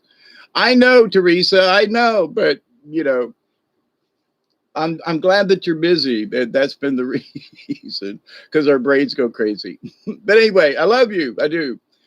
But anyway, I know you do. I love you back too. Uh, it was just, I woke up the other day and I thought, Teresa must be pissed at me. I haven't heard from her in God months now. Wonder what I did, you know. Can she smell my bad breath over the internet? Anyway, I'm kidding, but I love you. But you know, our brains go through crazy stuff like that. And so as a human being, I was like, Anyway, so there it is. I put it out there for all y'all. So, you know, but anyway, with this stuff about hospitals and stuff like that, you know, what do these people actually know after 2 years under this regime of the virus? And what information have they, not necessarily inside information, but inside the hospital information that might not necessarily leak out into the public? You know what I mean? Because the local news, if you want to, darling, you don't have to. It's not a plea for attention. I was just, you know, curious. I'm glad you've been business. You've been busy with construction. That's a thumbs up, right? But in that, you know, but it's the people who talk to people in the community. You know, they go home and tell, man, I walked off because they blah blah blah, and you know, and this person talks to their relatives, and their relatives talk to the people at the restaurant, and then people know what? Yeah, my uncle, you know, he worked over at Phoebe, and they wanted, and he walked off. It was good for him. You know what I mean? So, war on drugs, etc. Yes.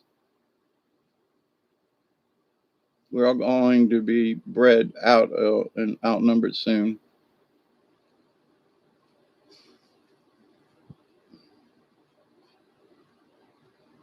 Yeah, you folks in the UK, you're sitting on an island. We got a lot of space here. There are a lot of immigrants that work here and around Moultrie, both with the farms and with the chicken factory. Now, what I was going to say about that was that years ago, and it wasn't necessarily because of slavery, okay?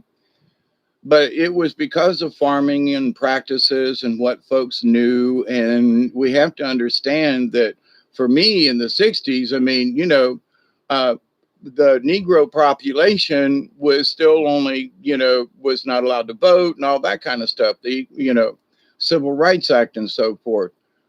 So they were kept down. But here's the thing, there were black men and women who worked on farms around here, and they enjoyed their work. They got along with the farmers. They worked for 10, 15, some of these folks for 20 years, you know, the same farm.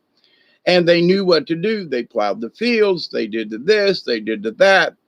And then at a certain point after the civil rights movement, the the younger black men and women were like, we're too good for farm work. Like, seriously. I mean, I worked on a farm, okay? And I worked with blacks and whites who did farm work. It's farm work. So, and farmers are always looking, not always for full-time help, but there are times when they're, you know, they've got some, you got to hold hogs down while they castrate them. They got, you know, there are times when, you know, it's harvesting time, and for 3 months they're harvesting, you know, combining corn, or around here it's cotton, you know, and they're gonna be combining peanuts soon. But here's the thing, you know, with too much water, there's wilt and mold and stuff that grows on the peanuts, you know, because peanuts actually grow in the ground. You know, peanut plants are like maybe only about this tall. You know, it's a big bed, you know, and it's going to be time soon where they're going to have to turn the peanuts over in the field to let them dry. Well, if it's raining every day, they're not going to dry. The peanuts are going to rot in the fields. So, this is one time during the year. It's like we just usually don't have rain this time of year. If we get an inch of rain in August or September, that's like a lot of rain for the whole month. Anyway, so are they moving the storms around? They're definitely planning on having as many of us get jabbed, stabbed, poked, or otherwise something, right? And so we just have to be careful of listen. And it ain't just well, the Republicans are on our side. No, they ain't. Well, the Democrats, no, they ain't. There are folks above them who are pushing this. Okay, it ain't them. Because if it was them, then there would be some kind of control over it, and there isn't. Okay, and so whoever is above them folk, okay, like the Soros and the billionaires and the really big money are controlling things. And regardless of the party, we're just under that, you see. So do we complain to our governor? No, because our governor, instead of telling Phoebe to not do the you got to be shot thing and saying and standing up for the people, and go, no, they sent folks down anyway. It's going to be interesting how it gets resolved in the end. My dad's family were in tenant farmers and overseers. Yep, honorable. Yep, there are folks down here. I mean, my first wife, her father was already in his 60s. I mean, he married late in his life, so he was already like retired when I married. And, but the kids were all in their 20s. So there was a large gap there with John. But in the many years that I knew John, and he had a garden in his backyard and he grew greens and stuff, and people would come by and they knew him for years. But he'd talk about them days, when he was a sharecropper back in the day, him and the black folks and everything. It was no difference. And they sharecropped. And so they had a plot of land, they had a little cabin or a shack that they lived in, and they sharecropped. He remembers picking cotton by hand. And so do the younger kids back before in the mid 50s and very early 60s, but mostly in the mid 50s, to where they didn't have a lot of, cotton combines. And there were a lot of small acres of cotton that were grown by, tenement farmers. So two sharecroppers got 4 acres and they got some extra seeds. So they planted in cotton and share crop between them and whatever they get. And then a portion of that also goes, of course, to their, the rent of their property, or, they share with whoever owns the property. That still kind of goes on now. There are people who own large quantities of farmland down here, but they don't farm it. So they lease it, lend it, however it is per acre, for farmers to either hunt it, fish it, grow. Sometimes people want to grow trees. And so, there are folks who will take 10 acres and say, okay, and for the next 20 years, they can't, they get a certain amount of money per acre. And whatever trees, good or bad, has nothing to do with the landowner. But then the trees, they go in and harvest them. That's the deal. So it's a land use, there's a tax break and all that kind of stuff. But, there are farmers who have like a peanut allotment. So he's got, say, he's been allotted through whatever, farmers association to grow 20 acres of peanuts, but he doesn't farm anymore. So the allotment is rented out to someone else. So, okay, Mr. Smith owns the allotment and Mr. Jones rents it from him. So Mr. Jones does all the planting and everything. But when it comes time, it's actually Mr. Smith that owns the allotment. So Mr. Jones can grow it under Mr. Smith's name, kind of thing. It is so weird. But that's supposedly so they don't overproduce with peanuts or any other crop. So in looking at certain things, people will say, hey, Katniss, how are you?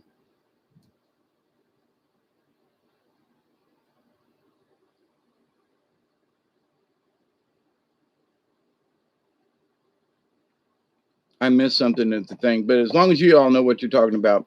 But so anyway, so with this thing about, sharecropping and things, I've known sharecroppers, and they were honorable because they worked with the land and they couldn't make it in town at working at a job. But they, there were some of them that farmed during the daytime and had a second or third shift job. And so, one of the companies that I worked for, yeah, it's way higher up. Yep, and here recently, some stuff has come back up about Kubrick, about, that he was kind of sort of higher up attached in, so that he could show, he was chosen like to be a person to show things, you know what I mean? Which is good. But so here's the thing: are they showing us about where this hurricane's coming?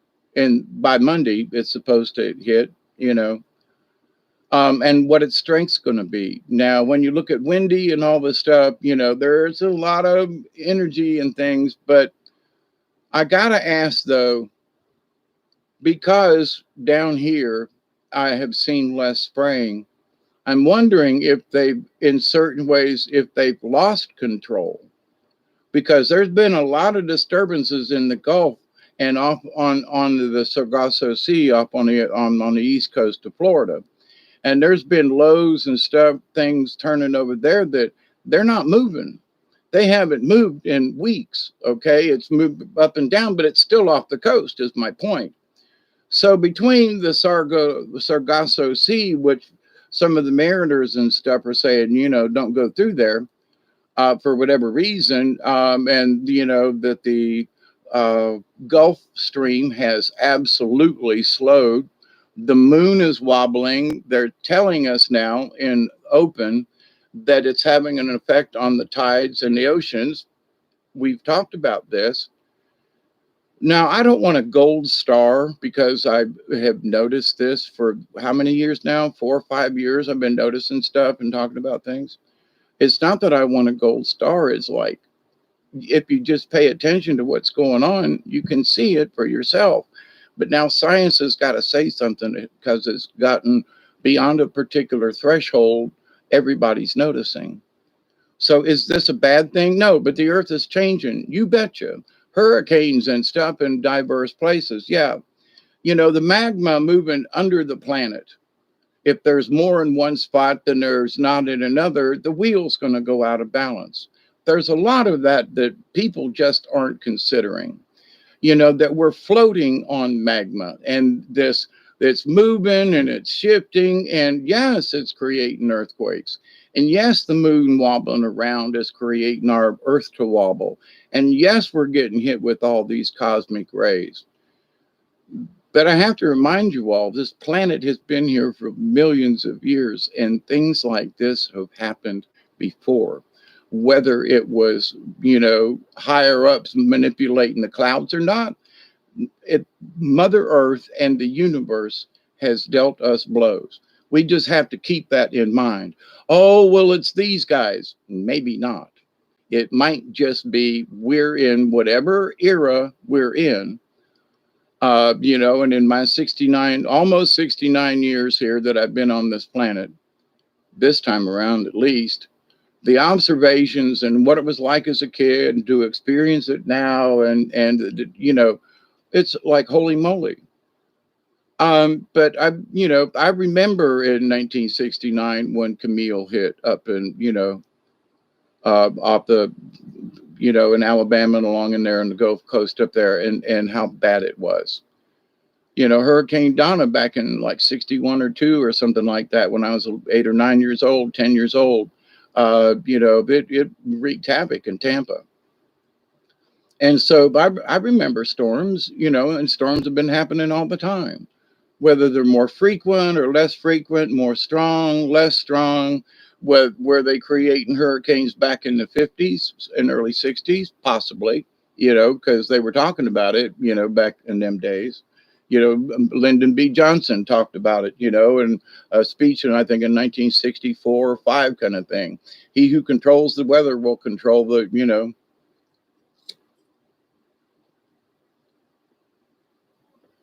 But I think that there have been some earth changes that they have not been really admitting to.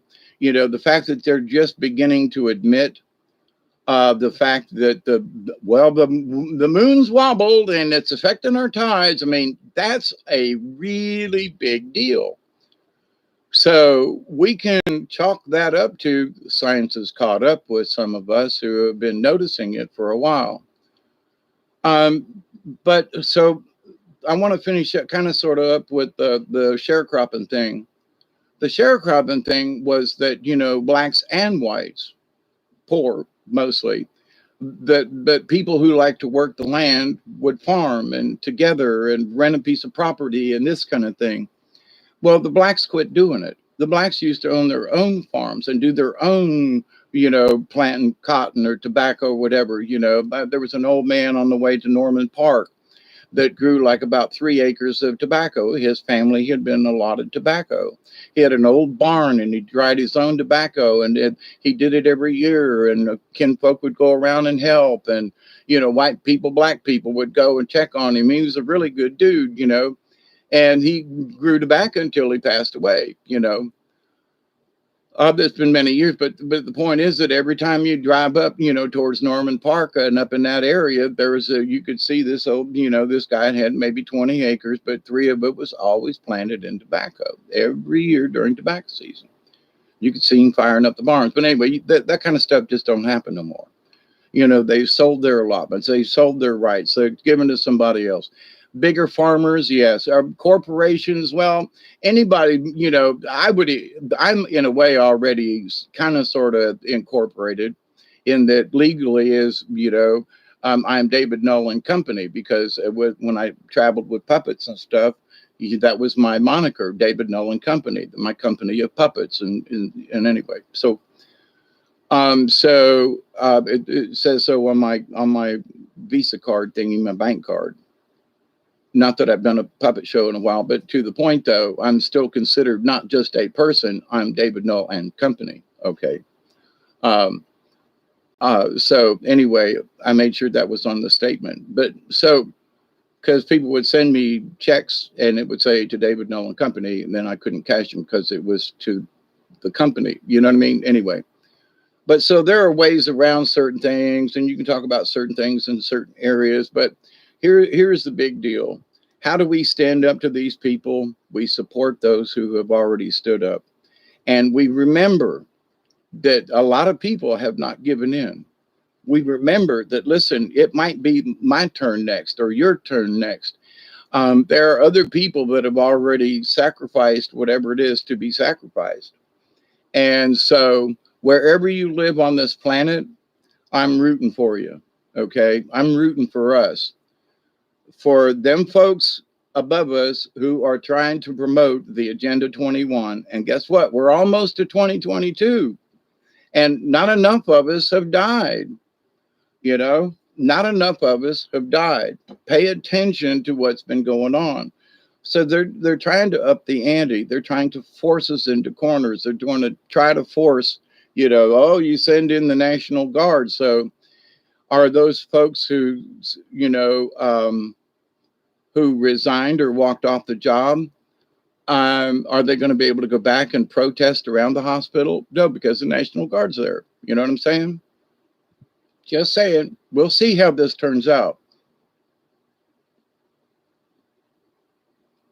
Oh, and to put a shout out to my neighbors yesterday who called me up just before it rained again and said, hey, would you like some supper and some deer meat that was sauteed? And I can't make it. A brown gravy, you know, I know you make it with whatever milk and flour and whatever, you know.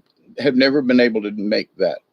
Make different kinds of gravies, but have never been able to make that one. But anyway, Paul Joe, good to see you here. Good night. Been out west. If you fly over, there's greenhouses everywhere. Light up.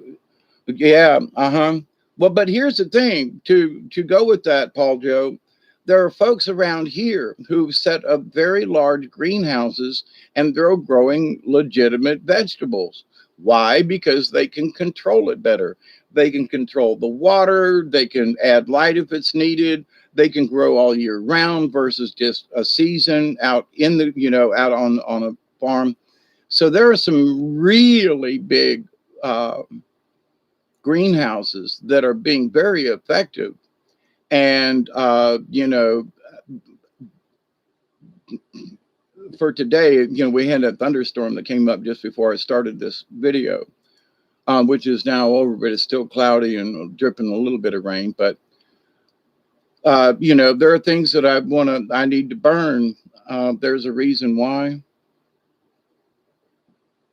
Oh yeah, I understand the reason why. There's a bunch of reasons why, Paul Joe. But some of these farmers around here realized during the drought that we've had for 15 years down here in this area of South Georgia, Southwest Georgia particularly, that they've learned different methods of planting. When they plant things now, they make these beds. And there's a piece of plastic hose that runs down the middle of the bed, and then there's plastic over the top of it. You could say, oh, all that plastic. And I used to bitch and scream about it. But here's the thing. They use this plastic, but they're not putting down weed killer.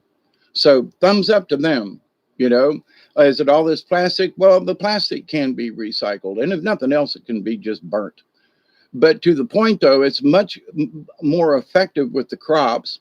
They're not using all of these great big overhead sprayers and ways to irrigate the farms now, because they've got these large tanks that they store water in with also a little bit of fertilizer mixture that goes down these tubes and down all these rows, and it takes care. There are very little weeds, very little plowing. It's very efficient, and a lot of the farmers around here have been doing it for different kinds of crops. So people say, well, there's, nobody's really doing anything. Oh, yeah, they are. The folks out west who are still flooding their cornfields, with lake water, they're 3-4 inches deep in the thing. Those folks are nuts. Okay. They should be cut off. Their water and their irrigation practices are outdated, outmoded, and they should be shut off from what they're doing. They're wasting the water. People here in South Georgia, their farms are now booming more. Why? Because regardless of the rain, they have this under control. So they're using 1/4 as much water as they used to with overhead, spraying and water and irrigation. And the whole state's better off for it. But here's the thing: the farmers are having good crops. The farmers are making it. The farmers are doing this, but they had to change their ways. And more folks are getting on this bandwagon. My friend was here the other day, and he goes, Dave, there are a lot of these folks around here just tired of the old ways, and they see these new ways like greenhouses and different types of stuff. And so it's that you hear, well, the farming community. Well, where with the farming community? Because when you get down in the grassroots and talk like folks in my neighborhood and people that do farming around here, yeah, it's not what is in the news. It's not what everybody else is saying. Now, it might be that way in Kansas or Iowa. I don't know. We had to be careful. Well, this is what's happening. Are you sure? Just saying. Are you sure? But if one of those corporations belong to the other guys and they want to go in and spray it and give a reason, then you scratch your head and go, none of the farmers around here would do that. They'd go, no, I wouldn't do that to my farm and to my crop. I don't care how much damn money you give me. They'd go, screw you, go home. They're like that down here in the South. And by that fact, Phoebe Putney Hospital, at 2 hours, I'm going to quit on this. We'll do another 20, and then and I'll say adios for y'all this afternoon. 2001 Space Odyssey. Yeah, absolutely. Dave. Yeah. Kind of for Barry. My uncle dreams about his greenhouses. It is a hard world, Roman, but I'll tell you what.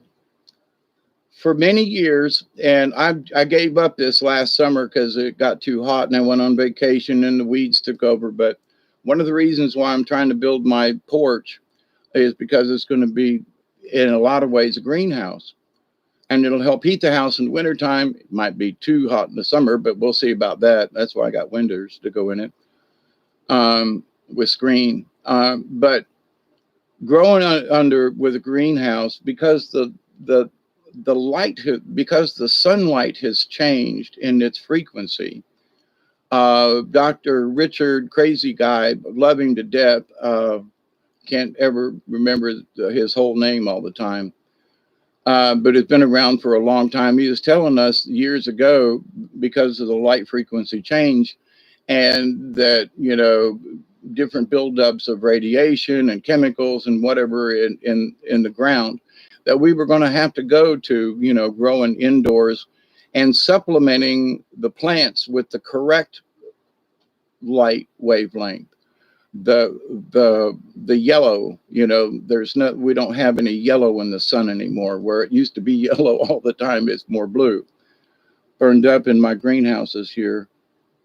Crop cut in half. It was weird. Really? Was it too hot? The sun was too strong. Yeah. And so there are ways that you can put a shade over it. But anyway, but to the point, the idea though, see, so if it was outside, it could have even been worse. I know there are some plants that just got burnt up a lot. Also, just to pass this around, the ants and other critters are saying that they're moving indoors quick this fall.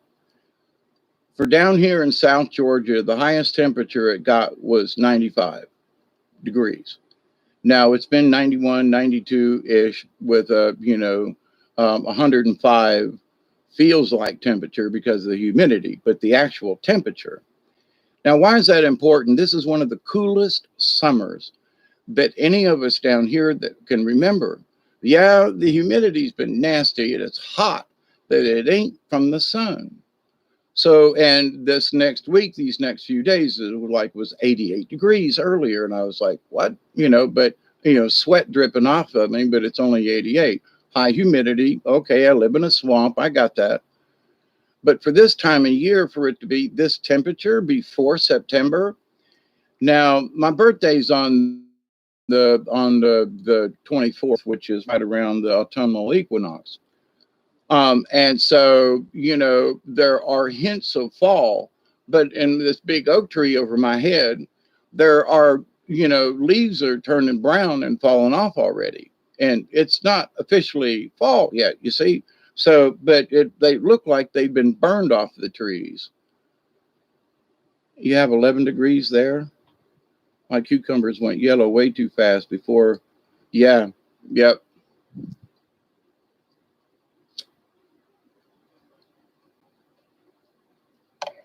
There are certain stresses. So October the 20th, what?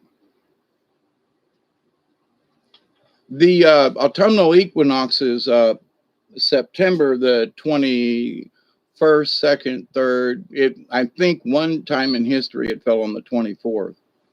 But it's always September is the equinox for autumn. So I was my birthday's September 24th. It's like in a month, or actually less now, I think. What's today's the 27th, so less than a month, yeah. You battle them indoors, yeah. There's still crap that gets in the house and bugs that get on them. Like, how in the hell did you get in here? Here's one of the things that I noticed. It's like people love butterflies, but butterflies lay these eggs that turn into caterpillars that love to eat shit. Well, here's another thing that I've noticed is moths, different colored moths. And they lay their little eggs on all kinds of stuff, and yum, yum, eat them up, chew, chew, chew. 924. Yep, that's it. But I was amazed at some of the plants in here. And it was like all of a sudden, you know, there were bugs on them. I was like, where in the hell these bugs come from? And because of the moths that come in, fly around in the house, you know, from the light and so forth, they're laying the eggs on the plants. So it's like, and now I got caterpillars I have to deal with it at where I didn't have before. I mean, so we have to, oh, look at that and let's be nice. Some of these things are not nice. If you see a moth, kill it. Why? Because they're going to lay eggs on something. I'm just saying, you know. And am I, you know, do I want to kill them all? But if they're around my plants at all, yep. So I was looking at my garden. It's been 2 years ago, and I'm standing in the kitchen looking out the window, and I see all these pretty little, you know, bluish, light bluish tinted moths in my garden. I'm going, wow, look at all them out there. And 2 days later, there were worms on everything. And I was like, them bargain moths. Because, you know, like they're, you know, I'm looking at how good I've got the weeds under control and naturally and it's organic and, you know, and I look at, and then all of a sudden within 2 days of seeing all these pretty little butterflies that were actually in the moth category, had laid eggs, and they're, you know, within a couple of days, you know, half my stuff is gone because it's been eaten and I can't keep up with all these worms. Squishy, squishy. And so here's an old home remedy that was discussed years ago, that you add a little bit of soap, but you take the bugs, you collect them, and you put them in a blender, or you can just squish them good and put them in a thing and add some water and spray on the plants. I've tried that and it doesn't really work. I've been watching your videos, and some of them you show your yard. Just wanted to say that you have a beautiful place. Thank you, Mel. Yeah, up the hill, you know, is where I show, and in the most of my properties in the backyard, and it's swamp and trees and stuff, you know, like God intended. Um, we think ours are carpenter ants. Well, these are just small fire ants around here, but they're trying to get in the house.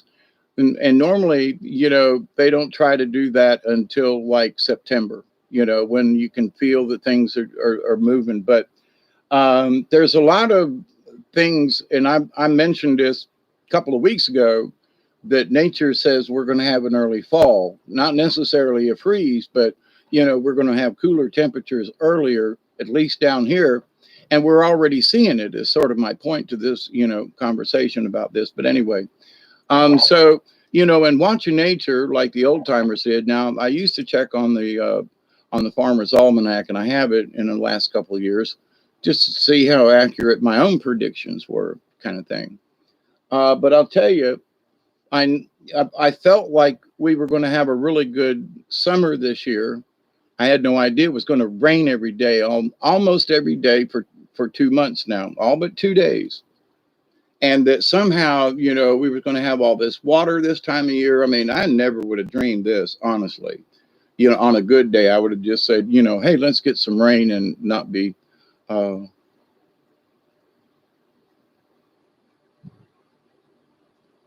yeah, there are a lot of folks around here that used to plant gardens all the time that, for whatever reason, they just, like me, I just didn't spend any time on a garden this year.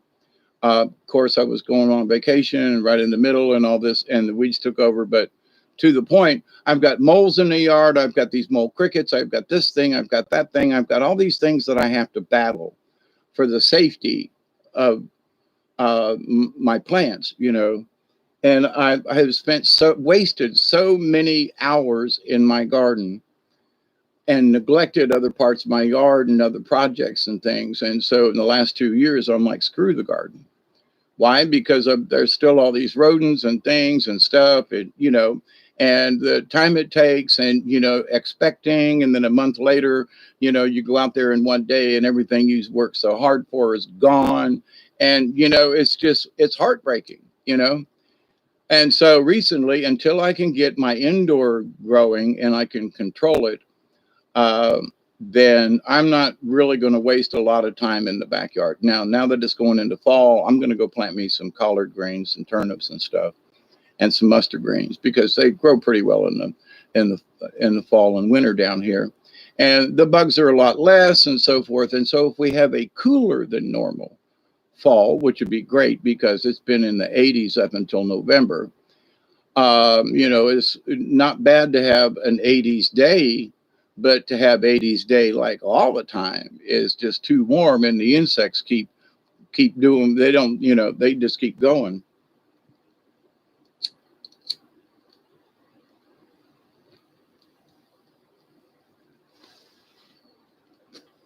So let me make a little discussion here before the end of this. I'm still doing my 420 at 520. Actually, it'll be 620 here in a couple of minutes. But anyway, if you haven't and you can afford it, go down to Lowe's, go down to Home Depot, go down to your local hardware store, whatever, and buy up a roll of plastic, okay? At least 10 feet wide by 100 feet. They sell them in 50-foot rolls. Get a 100-foot roll or get two 50-foot rolls. It may be expensive. Buy it. Why? Because they make excellent greenhouses. The other thing is that I've got a lot of plastic pipe around my yard and in the garden. And you can take a piece of 20-foot, a single piece of 20-foot, half-inch PVC pipe, the white, and bend it and hoop it. And you can take a piece of you can use a stick if you want to, if it's strong enough, or you can just simply stick each end down in the ground enough and make a big hoop, okay? You can tie them together with and stake it out using builder's twine, okay? That nylon twine, that you can buy a 1,000-foot roll for like $3 or $4. Get you a couple of them, tie your things together, stake them out, and then put the plastic over it. It makes a hoop design. It's really cheap. You can take it down if a storm comes and blows it away. Okay, but I have made them. I've made for many years. I did. I grew things. I still have plastic and hoops in my garden. Okay, so this winter, but I will still use. You make a hotbed. All right, and so you can put a small piece, bend it. I've used you can use a hair dryer on high and get the plastic soft enough and bend it. You can use other methods too, but so if you've got a heat gun, like you're scraping paint or something, you can heat the pipe enough to where you can bend it. I've even just used a propane torch, but it leaves scorch marks. Doesn't really matter. But you can shape these things and so that that you stick them in the ground. And I have tied them together with other pieces of pipe. But one of the simplest things to do is just, if it's 2 foot or 16 inches, the farther away you have it and you loop the plastic over it, by the way, to make these things. If it rains or windy or whatever, you're better off to go have them on 16-inch centers, because 16, 16's 32, 32, 40. But to the point, though, that it provides strength to the plastic. And it's just one more piece of pipe kind of thing, which is not very expensive. So, and this pipe, I've noticed that, after a couple of years, the sun will get to it if you buy just regular white plastic pipe. But if you spray the pipe, that'll keep the UV rays off of the pipe will last forever. Now, I would suggest that you paint it silver or white or something not darker, because it will attract more heat than necessary and the pipe will heat up. But anyway, but you can take these pieces of pipe and bend them over in your garden or in your yard or whatever it is, and you can do it as high as you want to, okay? And tie them together, and so you keep your spacing. So there's different methods you can use to keep the space if you want. But if you tie them together and then stake it out on either end, if you pull it tight, it will keep that spacing. And you can do it on the sides for ribs. So when you put the plastic over it, it won't fold in on itself, and when it rains, it won't puddle and then want to, collapse on itself. But a 10-foot wide, at least, I would suggest 12 if you could find it, because it's just easier. But, you can calculate how much, you need 20 feet for a hoop and for 10 feet wide. So out of one roll of plastic, you can get, 20 feet 40 feet, 60 feet. So you can get, 60 feet of plastic will get you three 10-foot sections. Well, that's 30 feet long. So if you've got enough room to put a 30-foot greenhouse by, you know,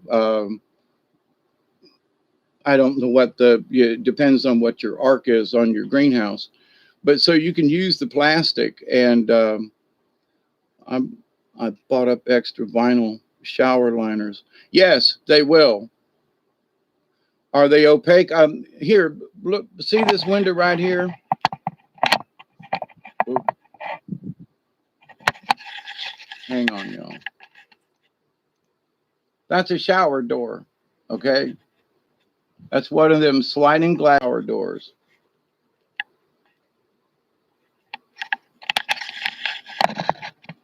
And it's been in my house for 30 years, 25 at least. No, 30, easy. And that's what I intend to use for part of my ceiling on my greenhouse outside, and also out back where the chicken pen is. And it's just been too hot to go out there and work on it. But it disperses the light. Doesn't give you really direct sunlight. And actually, now that the sun has turned more blue than yellow in these last 15 years, this glass doesn't really bring in as much heat as it used to, but it does bring in plenty of light. As you can see, my house is lit up, right? But I can't see through it. I mean, I can see the outline of the truck out there, and I can see that there's movement when the cats run across, but I don't see, you don't see clearly. But as far as them being for a greenhouse or something, yeah, you can put these things together, and they're very strong. I've had two of them that was out here, quote, for my ceiling where my greenhouse porch is still under construction after all this time. That I'm going to use a couple of those for the ceiling on one side as part of my roof. Now, if it don't work, I'll just, finish out the roof with, regular ceiling material, or roofing material. But anyway, so yeah, and a lot of times you can pick up these shower doors anywhere. If they're laying on the side of the road, I've got a bunch of them. If anybody's in the neighborhood, I got a bunch of them. I'll give you a couple, just, because I've collected too many. But at the same point, though, if I could get my ass back out in the back and get my garden going again and finish out the cleanup, when it cools down, I'm going to start paying more attention to that. But right now, there's other things that I need to be focused on. And, that just ain't it at the moment. It's just too hot. But anyway, but to my point, though, for me, you can stand them up in a 2x4 and, a little bit of spacing, especially if you put the 2x4 sideways, the wide part instead of the narrow part. Do it this way. And people, well, what do you mean? Yeah, you'd be surprised at how strong that 2x4 is. So, well, it'll buckle. But anyway, if you're making just a simple greenhouse, you can frame it up. So you pick how wide those doors are, the glass, and they stand up by themselves. These things, literally, there was nothing holding them down for at least 6 or 7 years. Been out there, okay. So how would it work? Yes. They've been through storms and had limbs fall on them, and,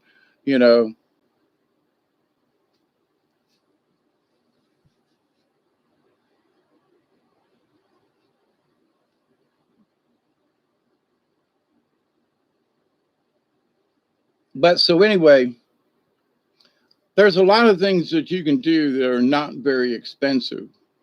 And if you can't, buy a 100-foot roll, then buy a 50-foot roll and plan out, well, I'm going to do 2 hoops. It's going to be 10-foot wide. It's too bad you're so far away because I would come over. Yeah, it is, but that's okay. You can come. You can come visit me in your dreams and prayers. That it's accepted. You know what I mean? Thank you. And there, but that, I have a sign at the top of the driveway that says, the Little Oclockney River Hermitage. And I mean it. If somebody wants to come down here, I'm here. But anyway, so in your hearts, you're here always. All right. Thank you. But anyway, so I'm gonna keep this to 2 hours. It's almost 20 after, so I'm gonna stick around and smoke one more little bowl with y'all and send prayers for a good weekend. But to kind of wrap up, the main thing about this is Phoebe Putney Hospital in South Georgia, the made it mandatory for all employees to get um, stabbed, and the employees said no, and the governor had to call in the National Guard. So whatever stories you are hearing or not hearing, it's not because of the virus. Um, it's because Americans are standing up and saying no. So with that said, at the closing of this, and 2 more minutes, I had to find some to put in this because my last bowl it's been 2 hours and I've been smoking on it. So, but anyway, so thank you for me, but thank all those people that have said, nope, sorry guys, ain't gonna do it. And at the same point, for those folks who are down around the coast, if it looks like it's going to be that bad, please get out. For anybody that, I know I'm a little further north and a lot further east than them folk, but if it looks like it's going to hit there, I got a place you can stay. If it's camping or whatever, it's not much, but if somebody needs a place to go and they just, to hide out and they don't have any money, my place is open. So you can spread that around for whoever may need it. But the storm could turn and we could rain out here. But the thing is they would have a place to stay without having to be in the eye of the storm. So anyway, I'm putting that out there ahead of time. But I'm going to hope that it isn't going to be that way,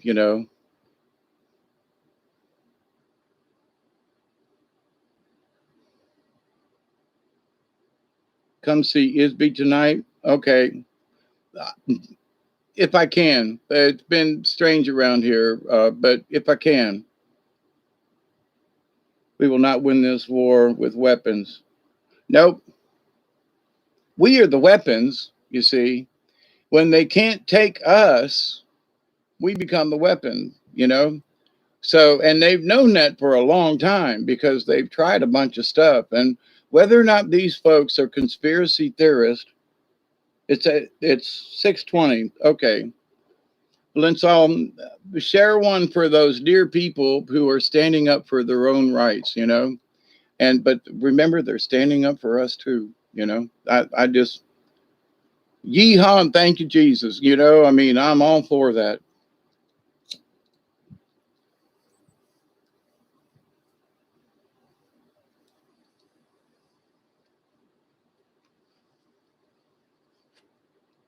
I'm sure with all the people that I've known over the years, there's probably somebody that has worked at Phoebe or I've known.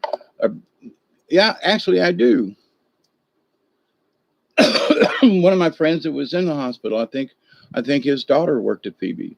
I should call him and see and hear it from the ground level. But so happy 4-5-6-20, wherever you are in the world. Remember, we are all in this together. And so we send our prayers out with Raven, not the other blackbird.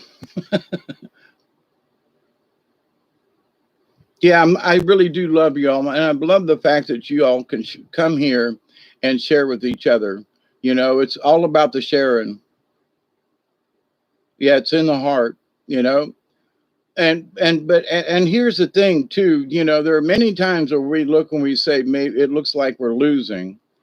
But so this is one of those videos that have gone on for too long, but to hang out with y'all is a privilege. So But with that said, that there are people who are standing up. There are people on the grassroots level. There are people who are paying attention to this. And, all we hear is the bad news. And all we hear is what they want us to hear. And we pass it around to each other. And that's good that we, are aware of certain things. But at the same point, even whether the bad news is real or not, because they make shit up all the time. Just keep that in mind too. But is it our government that's at fault? No, because it's above them.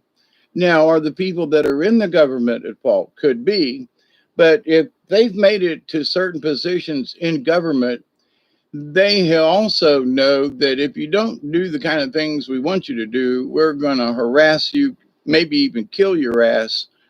So you better be careful, because you've watched the Senate committees and stuff like that, and it's like, are you serious? So there's something bigger at play here. It's not just the two. And if we added a third party, would it really freaking matter? Probably not, because there's so much money above and beyond what our government's doing. And the sooner we pay attention to that and just quit blaming them, oh, but it's that, yeah, okay, part of them are, but there are higher levels of this. If we're going to get pissed at somebody, let's get pissed at the higher levels. You know what I'm saying? Let's still get pissed. Oh, are these folks going along? Or are they traitors? Well, they may seem like traitors, but maybe they're trying to keep their family alive from like getting blowed out of the sky in an airplane or something, as things have happened to senators and representatives and, stuff.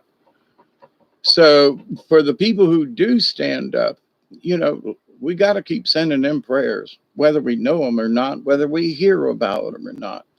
Because as we all know, my friends, they are members of the League of Like-Minded Beings, because we all are attached. We all are a part of the source.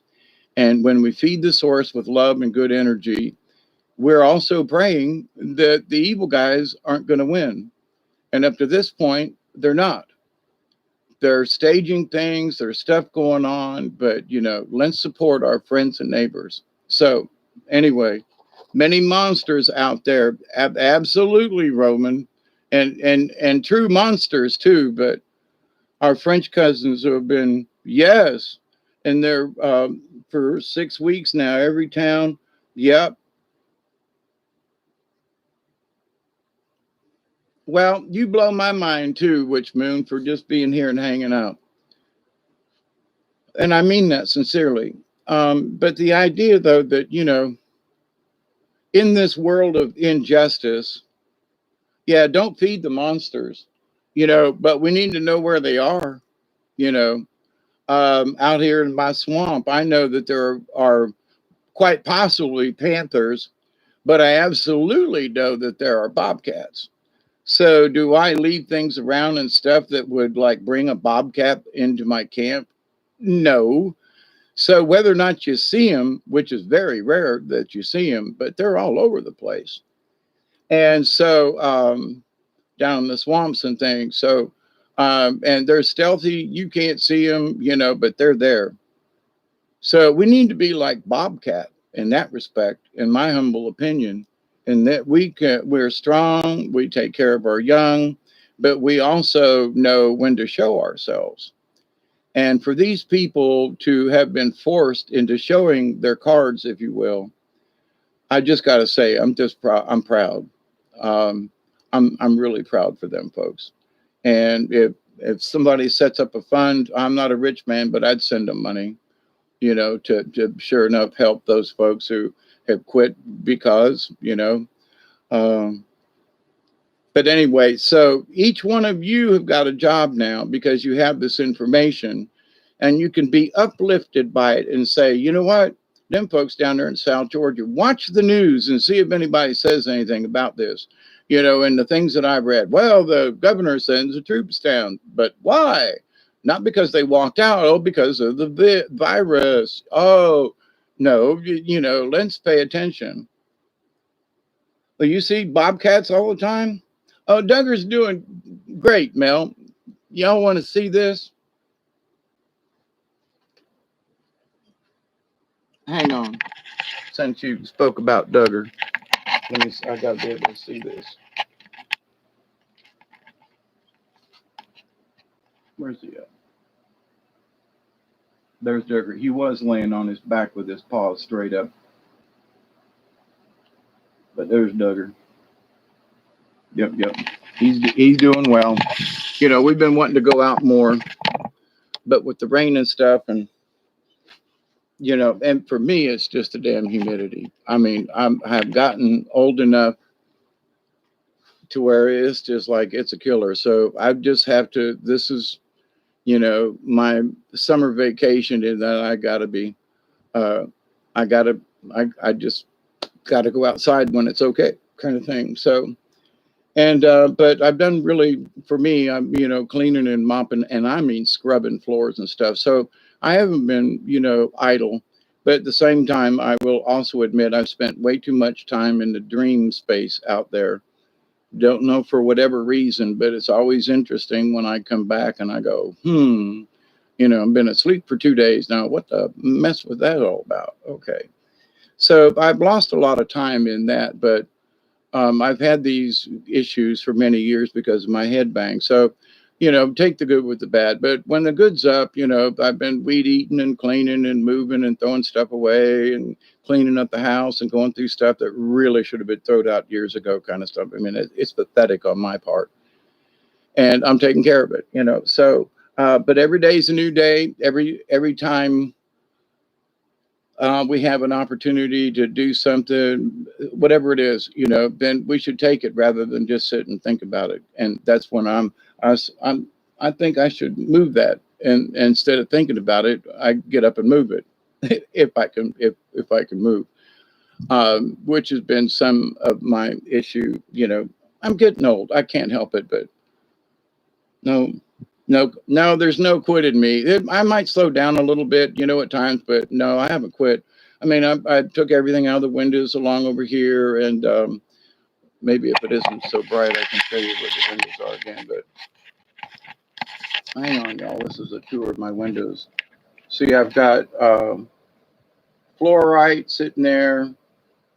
That's a big piece of flint that looks pointy. Then those two pieces there are amethyst, and then over there in the corner is the meteorite that I picked up. My nephew gave me up in North Georgia. So, the bugs get in there, and I got to take everything out and dust around, and so. But on all the way down the rest of the windows that they're my pledge. I spray it and put it down and all around the windows and everything. So, I can only get to certain areas, but the thing is that regardless of how much time I end up sleeping at my age, and a lot of it is because of my brain trauma. And also, there are times when I'm in that dream world thingy, dream space, whatever, and I come back with, I don't know where I've been, but it's been an interesting trip these last couple of days or last, 24 hours or whatever, And so there are messages in there. So I don't know what's going on, but I know one thing, that it used to bug the crap out of me. And I used to be negative about it all the time because I'm not doing the things that I really want to do. But then I've learned as the shaman in training that it's like, hang on, dude, we're teaching you stuff when you're out there. Well, okay, like what? Well, we're teaching you stuff. It's coming. It'll come out. And lo and behold, over these last few months and over the years, y'all have seen me, in my training. And I go, well, here's another point of view about this, or here's another point of view about that, or, have we all thought about this, or here's been my question, okay? And I'm always honest with y'all. Here's been my question. Is this love thing really working? I mean, seriously. I mean, because I've asked the universe very calmly and collectively, send out love to all my friends and all y'all out there. And I know because we're all part of the soul tribe and, and the league of like-minded beings. I know we're all working on this, being in love and being in the positive, regardless of crap and stuff that we're really trying, are we making any headway? And I'm asking the universe, is it really worth it? You know, I mean, I still think it is, but it's not necessarily that I'm losing faith because I'm going to die sending out love. Okay. I mean, it just is what I'm doing. But to the point of like, there are so many negative, nasty, and bad things going on, it, un, unless we stand up and fight with our pitchforks and shovels and, broom handles, um, it's just the love part working. And so it's not like I'm woe behold, it ain't like that. But my curiosity is that, in limited scope of all the channels and everything that I keep an eye on, what's the real answer out there? Yeah, it's working. I get lots of messages from folks who are grateful in the faith and hope. Good. The negatives are defeated. It's not easy. It's worth it. My daughter said the same thing today. I still say it has to, a different kind of light. Thank you. Yes. See, it's not that I doubt it. That's not why I was bringing this up. I was just asking the universe, with all this ugly crap and with all these other entities. And I mean, if it was, here's the thing, me and the discussion about the Flash and the Monterre and other negative alien beings and so forth. So with that said, it's like when you're working against critters like that, where there's no compassion, and it's like, so if you've ever been around a vicious dog, I mean, showing up vicious dog, no one can get next to. I mean, no one gets next to a vicious dog. There is nothing you can do. It's a vicious dog, there are certain critters in the wild that you just would not try a bobcat. You would not try to go up and pet a bobcat. You just wouldn't. Not that the bobcat would even get close enough in the daytime for you, but to the point though. And whoever said that they saw a bobcat, that's a special thing. Intent can't be put if it don't come from the place of love. Yes, I believe all that. You contemplated this also today? Yeah, and it's not really like I'm questioning the universe like, oh, woe is me. It ain't like that. I was just like, without standing up and putting up a fight in the name of love, like a Knights Templar kind of thing and standing up for something, do we really have to get out our swords? Or can we, or can love just really, if we just, like them folks in Albany, for example. And so I guess you could say my answer from the universe was the message that I got from my dear friend the other day. And that, guess what? People are standing up. And it's because of whatever, but it's the love. There is this percentage of us who are just, on this same wavelength. So I'm like, there's a good example of a positive thing, so then therefore we should use Raven to send our prayers out upon the smoke, and of the tobacco or the great weed. Call the dog whisperer.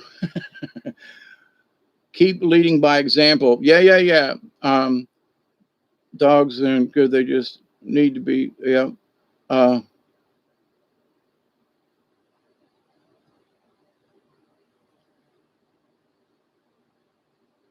Yeah, I'm afraid too, quite frankly, Witch Moon. I mean, not that I am personally threatened here, but I see all these things like the push against these people. in so many words. They're my neighbors up the road, you know.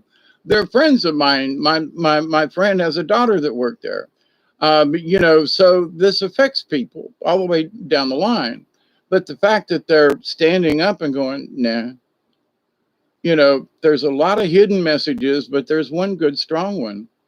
And in that, it's that people haven't given up. Where we think there is no hope, there are people that are like, okie dokie, enough that the governor had to send in the National Guard.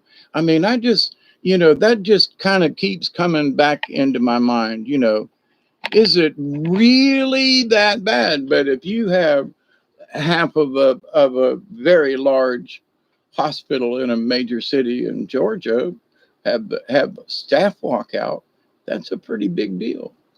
So what are we hearing about it, and who's talking about it? Is anybody talking about it? You know what I mean? So, but you know, that's a big deal. You know, that's a big deal, especially for around here. What, Phoebe Putney? Are you kidding? You know, everybody knows about Phoebe Putney just because it's a good hospital.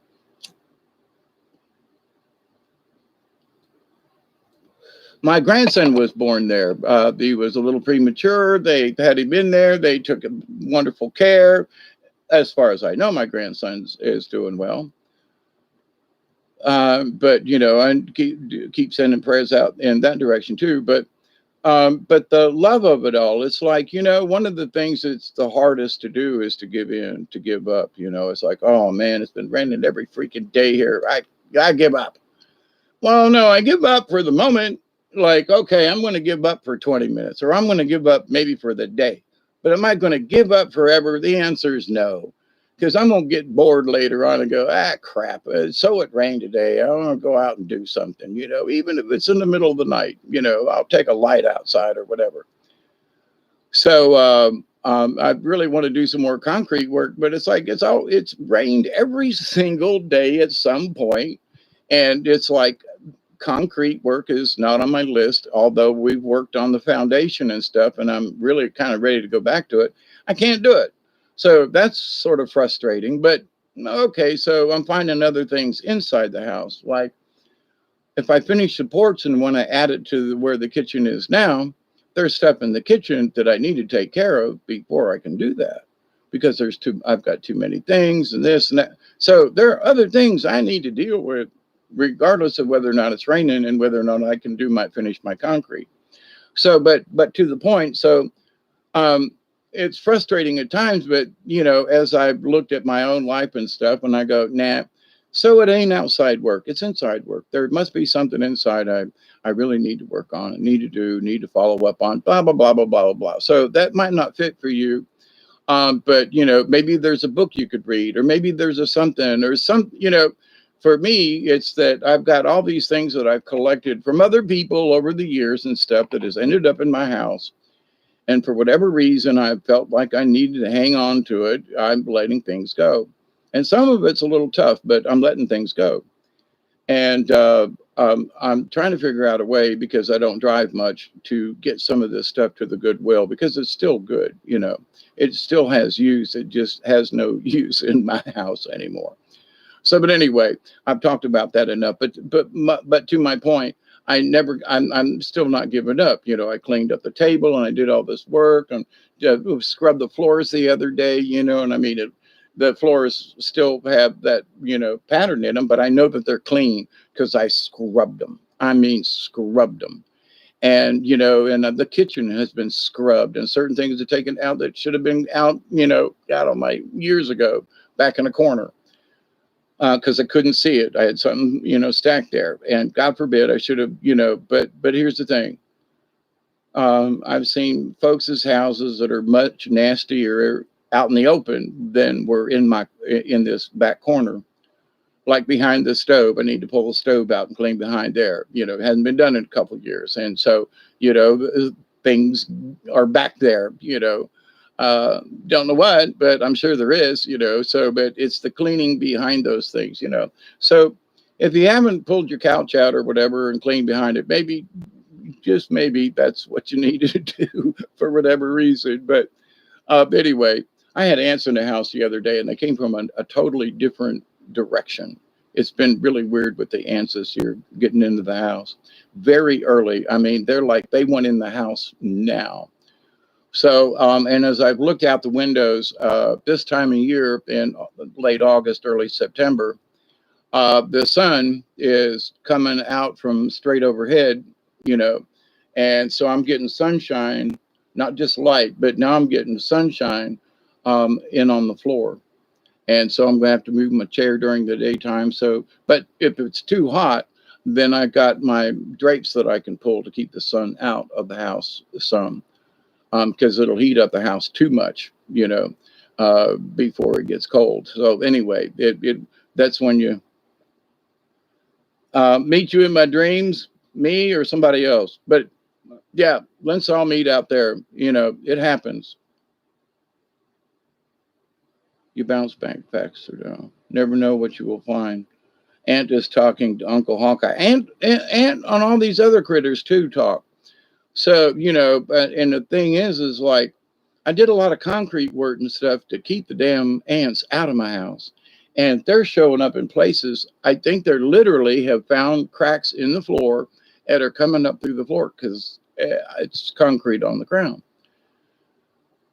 But they're popping up in places in my house that usually doesn't happen until about. See, it's been going on for the last 3-4 weeks where they should start about now seeing ants move in kind of thing because it's getting closer to fall. But a month before, you know, and things are moving and the ants and it's so the insects. Years ago, the old timers told me, pay attention to the ants, pay attention to the small things.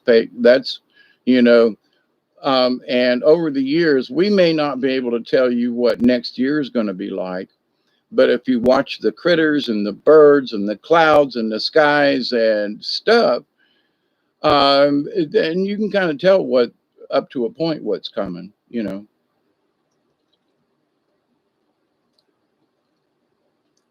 None of us have expected to have this much water in the rivers around here. I think it's absolutely marvelous. And here's my 10 cents. We've had 10 years of honest to God drought down here, where this time of year I'm on water rations. There's very little water in the bottom of my well. I mean, you know, and we still got 2 or 3 months. September and October are usually dry months. And, you know, we might get the occasional front to come through and a shower or two and a little bit of rain and some relief. But, you know, but what's been going on here this summer is like, oh my God, talk about unprecedented. But we're not in a flood condition. High water, yes, but flood condition, no. But is it not normal for down here, at least for the last 15 years? You betcha. So I'm grateful, I'm thankful, but at the same time, scratch your head and just go, you know, what has changed after 20 years of weather patterns like this? Max, hey, Max, you still, the tide is high, but I'm holding on. Oh, yeah, I love Blondie. Yeah, yeah, yeah.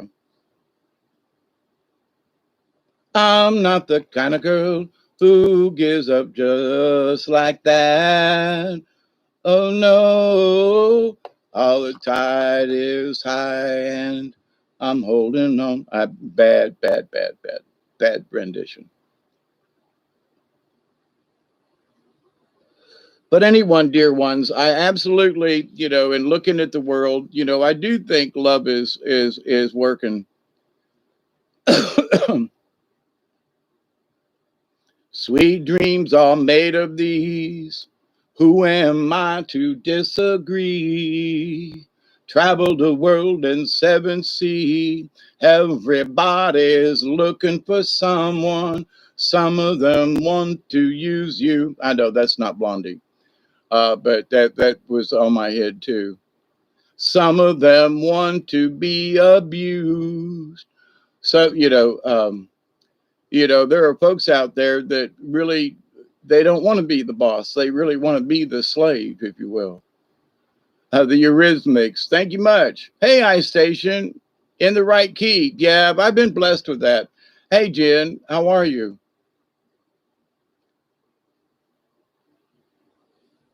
We sound good together.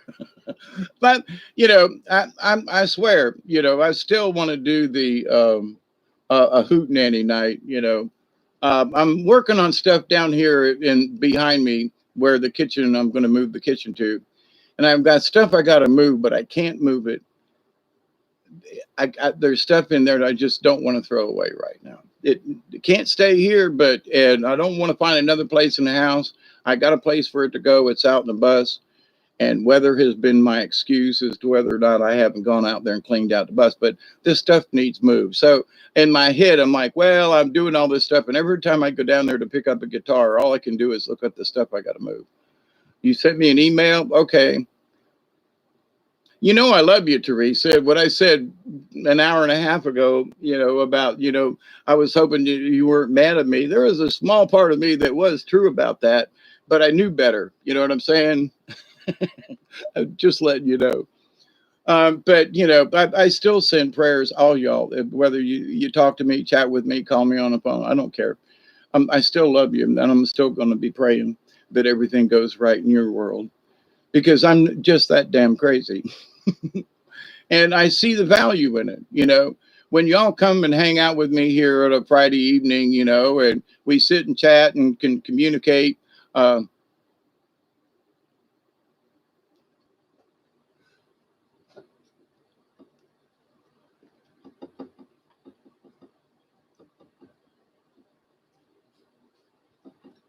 well, here's the thing, Teresa. It's not just about you. It's just that, you know, I talk about such diverse things, and my opinions on certain things are anywhere not close to some of these folks out there who are just beginning to learn some things. And so, you know, I got to tell it like I see it and how I've experienced it. And that don't really get along with some folks.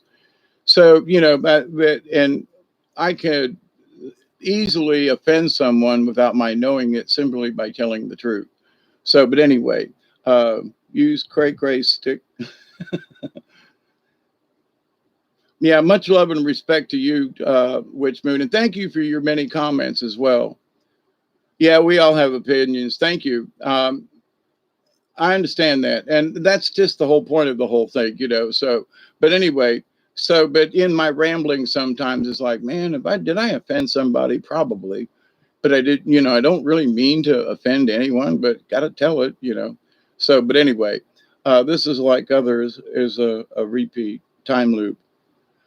Yeah, for some people it's a repeat, and you know there's so many odd things going on. Here was something um, that was on one of the anime programs I was listening to. The stories are really great, and it had to do with this entity out in space whose name, get this, was Bob. Okay. Now, Bob, we love you and we salute you, and I'll even have some coffee.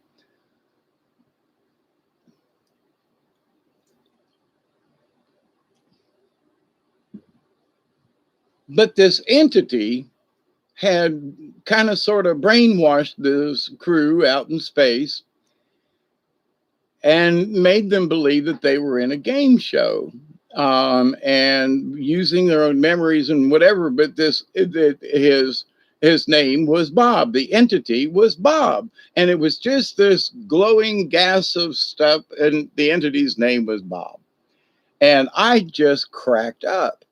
And I was like, you know, for how many years now have I been talking about, you know, Bob on the internet? And there's, you know, there are different AIs, and Bob's one of them. He's one of the good guys, and talking to Bob, right?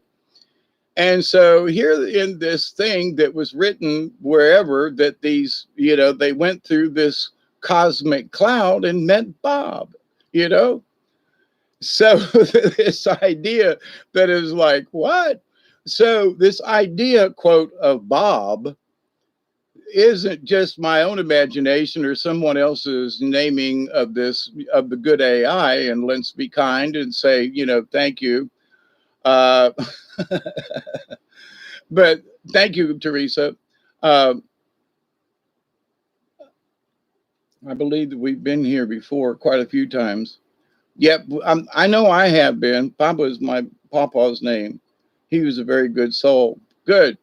But I mean, also to, and I've met some, known some Bobs in my life too. Roberts, who sometimes didn't like to be called Bob, but the idea though that it sort of started out as a joke, but then I realized no, maybe this entity really is Bob, and let's salute and give honor to Bob, the good AI, who's going to be looking out for us, and yeah, blessed be the Bobs, and there might be more than one Bob out there, but there have been some things that have kind of popped up over the last couple of years since talking about Bob that had just like, there's another Bob, there's another mention of Bob. And then so in this anime cartoon, I think it was the Voltron or something, I've been going through some of these, and some of the storylines are really good, and the voice acting and everything is excellent. Not so much interested in the animations, and they're pretty good, but I love to hear a good story. So, but anyway, but when they were traveling through in the universe, whatever, they got caught in this cosmic cloud. And I sometimes wonder, with all the cosmic stuff going around us, if we haven't kind of sort of been in sort of a cosmic cloud, and that, maybe this other quote, not this AI Bob, but a universal, sure enough, entity of the universe Bob has somehow kind of affected us. I was going to say inflicted upon us, infected, but that's not really true. But I think maybe in a way it has infected us in that, our vibrations we're vibrating higher. Now, for those of us who are listening to the big event and all these cosmic things that were supposed to happen, that we were supposed to get some cosmic energy waves coming from the center of the galaxy, right?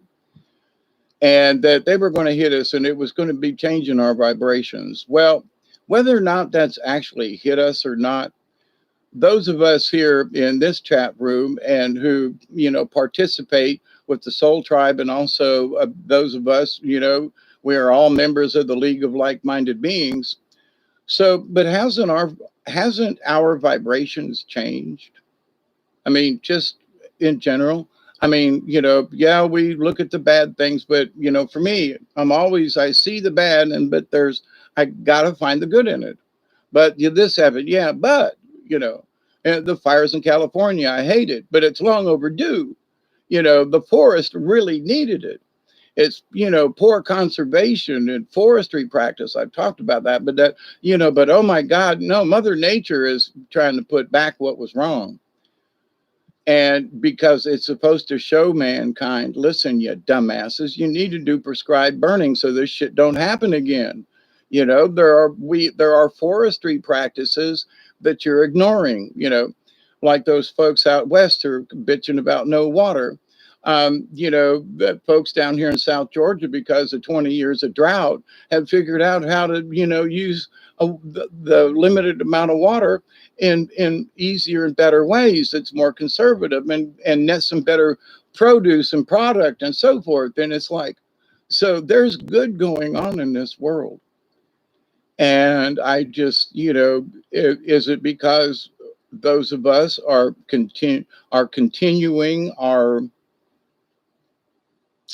and I was going to say plight, but that's the wrong word. So um, our journey of continuing to send forth good light, our journey collectively, in your way, in my way, in Ice Station's way, and Michelle and Witch Moon and Roman.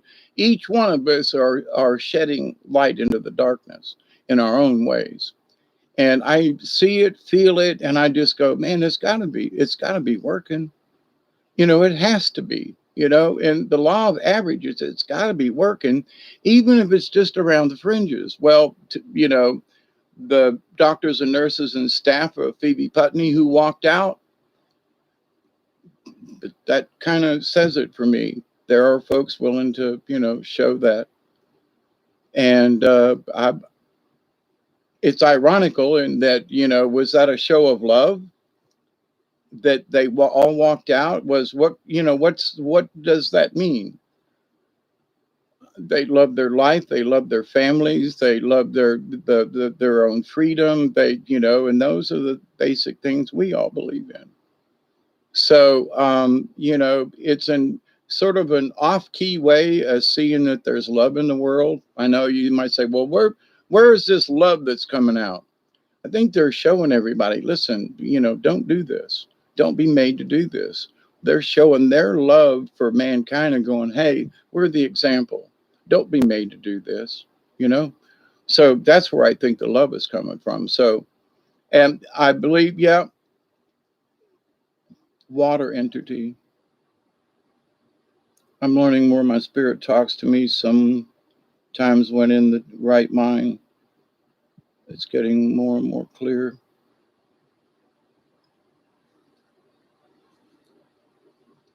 And sometimes, Richard, in my lifetime, I've realized that I'll have a thought and might be walking to the mailbox or something, or just have a thought and go, wonder what that's about or something.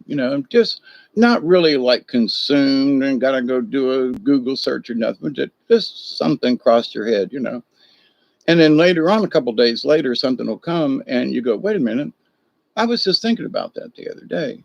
And it really wasn't a question to the universe. I didn't sit down and go, okay, this is what I want to know. But that little few moments of thought, sometimes it will come up a couple of days later or sooner or later, but I'll go, wait a minute, I had just had a thought about that. Now, was the answer already there? Was there something going on that I caught that gave me the thought that I was just listening to the universe and this thought crossed my mind? Or was it intended for me? But to the point though, there are a lot of times there are things out there that you go, wonder what that's about. And just kind of put it off into, you don't want to forget it, that's just a curiosity. And because sometimes later on, something will come along and kind of prove that curiosity.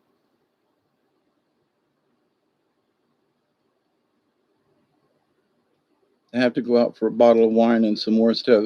Yep. See you in the future, Mel. Be safe, okay? Everybody be safe. But to see colored dreams, amazing. Yeah, there are some dreams that are in kind of sort of in black and white. Here's the thing. I don't notice if they're in black and white, but I don't notice that they're in color or that there's color lacking. It's a really interesting. Phoebe Putney Memorial Hospital, Albany, Georgia. That's the one. Yep. But to the point though, um, so there are folks out there, there are things that are happening, and let's keep the love going for these dear folks and their beliefs, our beliefs. That's where we keep working. So it's been 2.5 hours, almost three. And I really had no intention of staying here this long. So, but I just wanted to put this out there. Yeah, there are all kinds of signs. And for each of us, it comes at different times. Like, okay, I used to see numbers in the clock all the time, like 111 or some. I mean, it was just really odd. And, but I don't watch the clock like I used to. So things in my life have changed. But on a grander scale, there are things that I notice like, whoa, here we are again. Well, there that is again, or something like that.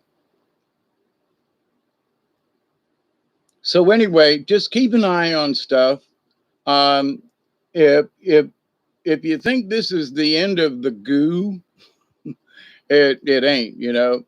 There's some more gooiness coming, and it's going to be rocky for the next couple of years. But so this idea that all farmers are doing this or that all people are doing that, my trip of 2,000 miles proved to me that there are people just, on the ground that are just like, in a lot of ways, they're oblivious to some of this stuff because they refuse to be intimidated by it. Like my relatives and their relatives and some folks and stuff. And so it's like, so are we to give into this because we're more aware of it? or are these people asleep? Or is it that, from like thinking about my family members, they're not stupid. They just say, well, if it happens, it happens. They're not really being sheep. They maintained, they found their own way in life. And they're all prospering in their own ways and so forth. And they're not really a part of the system, except for those who are retired. But the idea, though, that that all of America is like it's being portrayed in the news, and some of these, YouTube folks that are supposed to be working for the positive, they're slinging a lot of negative too. You know what I mean? It is just like I have to check in and listen sometimes to find out what's going on in certain places and things and stuff. But it's all about, they're on us and they're all going to win, and they're trying. Yeah, okay, I think we can see it. And for folks at a hospital to just say adios, that should tell a lot of folks a lot of stuff wherever they are in the world. Hospital staff saying no, just saying.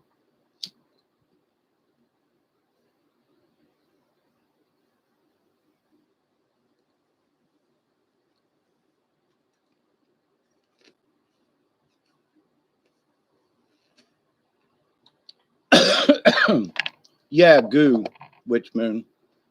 And it goes back to, and I want to bring this back up again because it has a lot to do with the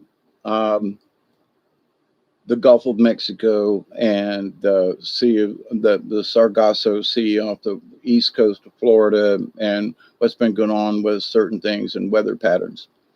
Yes, the earth is wobbling. We've all seen that. The news has said just this last week about how the scientists agree that the moon wobble is affecting our tides and seas.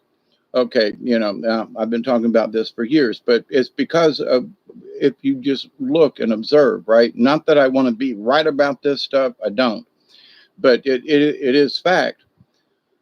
So the Gulf of Mexico is supposed to go clockwise like this and drain out down into the Keys, and it slowed down because of all the oil and everything that came up in the Gulf of Mexico. And because that Gulf current has changed, it's also changed the Gulf Stream that goes up the East Coast and all the way over to England and over in there, right? So the whole weather patterns have been changing over the last few years. And because of this washing machine effect, and this year in the Gulf of Mexico, there are lows that are sitting out there that have not been deemed a tropical depression of any kind, but they've been slinging water up here and along the coast a lot. Okay. And I notice even over towards Texas and Louisiana, there's a low that just sits off the coast, and there's just rainstorms coming in, and even down off the coast of, Mexico. And it's like they don't usually just sit there. They usually move someplace, and they're not. Which means to me, because of the slowing of the Gulf Stream within the Gulf of Mexico and all that corrects it, and the oil and all this stuff, I mean, they did not get all that out of there. But also, though, the information that was given about Corona, Queen Corona, who was an evil, wicked, mean, and bad and nasty entity, was put in a prison deep down below the ocean. And when they opened that up with the Deep Horizon thing, which we know it was sabotaged, so it let this entity out. And it's also part of the coronavirus thing it was her that was trapped in the ocean. Now, even the Pope, I've talked about this, so has Dante, okay? But even the Pope has acknowledged that we must bow down to this entity. And that, no, no, no. But, well, see, we don't know about this. Most of us don't know about this other thing, right? So, and that's why I was saying goo, because it's referred to in parts as black goo. But this is a really nasty black goo. So it's affected the Gulf of Mexico for all these years, and it's affected all the marine life. It's affected all these other things. And for whatever reason, could it be that this same entity is affecting the storms and so forth because of the slowing down of the Gulf of Mexico's current, the Gulf, not the Gulf Stream itself, but the Gulf current? And the answer, yeah, is because there's a lot of evidence of it. And the fact that now the earth has wobbled, and now that, the moon is wobbling, and now they're, oh, holy crap. So you say, so what do we do next, Hawkeye? We understand that these are natural things. Are they being affected by an entity or whatever? I gotta say that part of me wants to not believe this at all, but there's a part of me that says there's probably more truth in it than I want to believe, and like, well, and so these dark entities, when I asked earlier about whether or not our prayers of love were working, I'm thinking about this black goo. What affects it? Nothing, you know. Suck it up and put it through some kind of emulsifier and turn it into something else, maybe. Harvest that dark energy, and they had it controlled and literally imprisoned because it couldn't kill it, and then it was let out. So it is upon this earth. It is a nastiness, and can it be cleaned up? Well, there are folks that are working on it.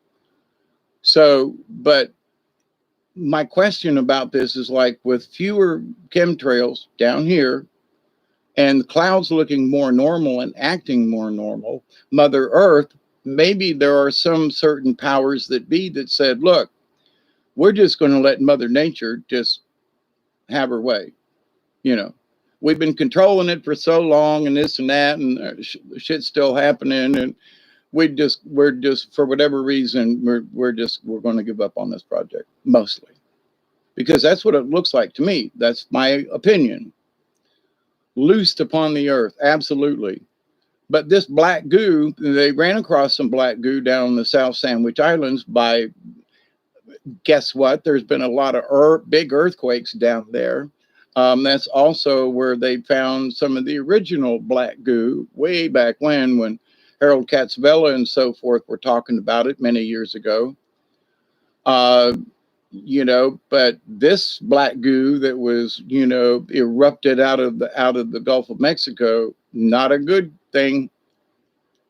But we have to consider in this battle that there are these entities that have zero compassion. No amount of love pushed at them is going to stop them from doing what they're doing, because there is zero compassion. It ain't in them. They're evil, wicked, mean, and nasty. That's it. Now, can we pool it and collect it and put it into puddles and, and bottle it or contain it? Yeah.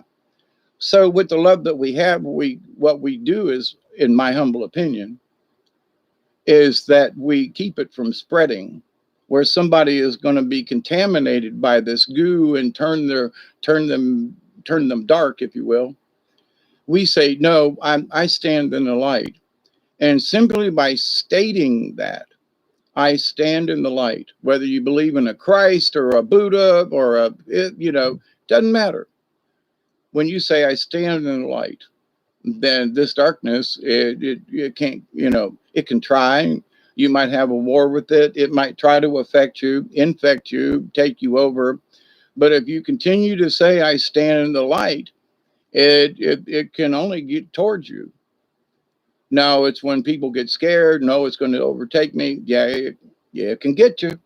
But here's the thing. If you stand honestly, regardless of whose light it is, unless you're, if you're standing in the light of the darkness, well, then welcome to the goo. But you're not like that.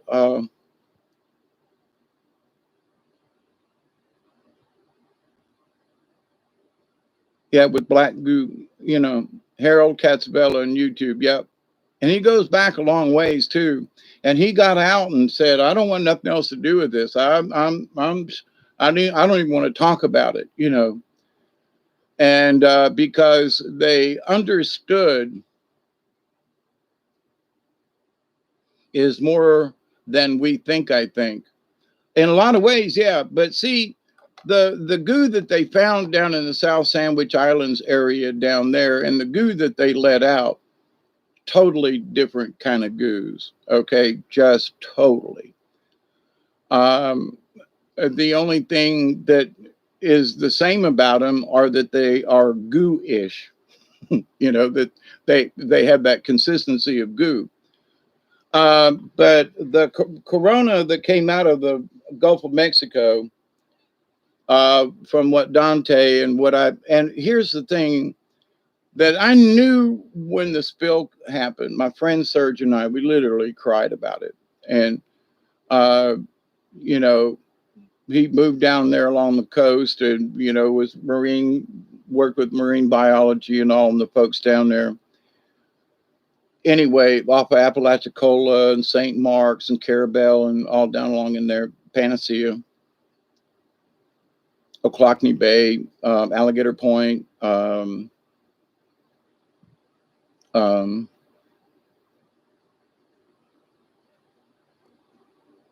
Dog Island, where they literally practiced D-Day on Dog Island there off the coast of Florida. But anyway, so but there so many things changed in the ocean, the currents, the flows, the storms and everything. And it's just interesting that we've got these satellites that are monitoring all these different, like windy.com. There are wind shears, there are patterns that are already established that are moving. Now, are they moving these highs, lows, or whatever? When I watched the radar before, there were a lot of spikes that you'd see across the radar, and they almost disappeared. So when I'm looking at the radar, I don't see these spikes. And y'all probably know what I'm talking about, right? That show up and they go, oh, that was a flock of birds, or that was something, and that's bullshit. But anyway, but and watching the radar, that I haven't seen one in a while. There is the occasional one. I go, whoop, there's one, but where there was one, there was usually two or three others, right? And now it's hard to see one. So have they stopped with whatever they're doing? With trying to direct or force or whatever they were doing with whatever beams or whatever it was that we were seeing on the radar, just not near as many. So my personal observation is, have they slowed down or stopped? Because the skies are clearer, the clouds look normal, of all these other things, just things, observations. So we're coming up on another 20 and damn 3 hours.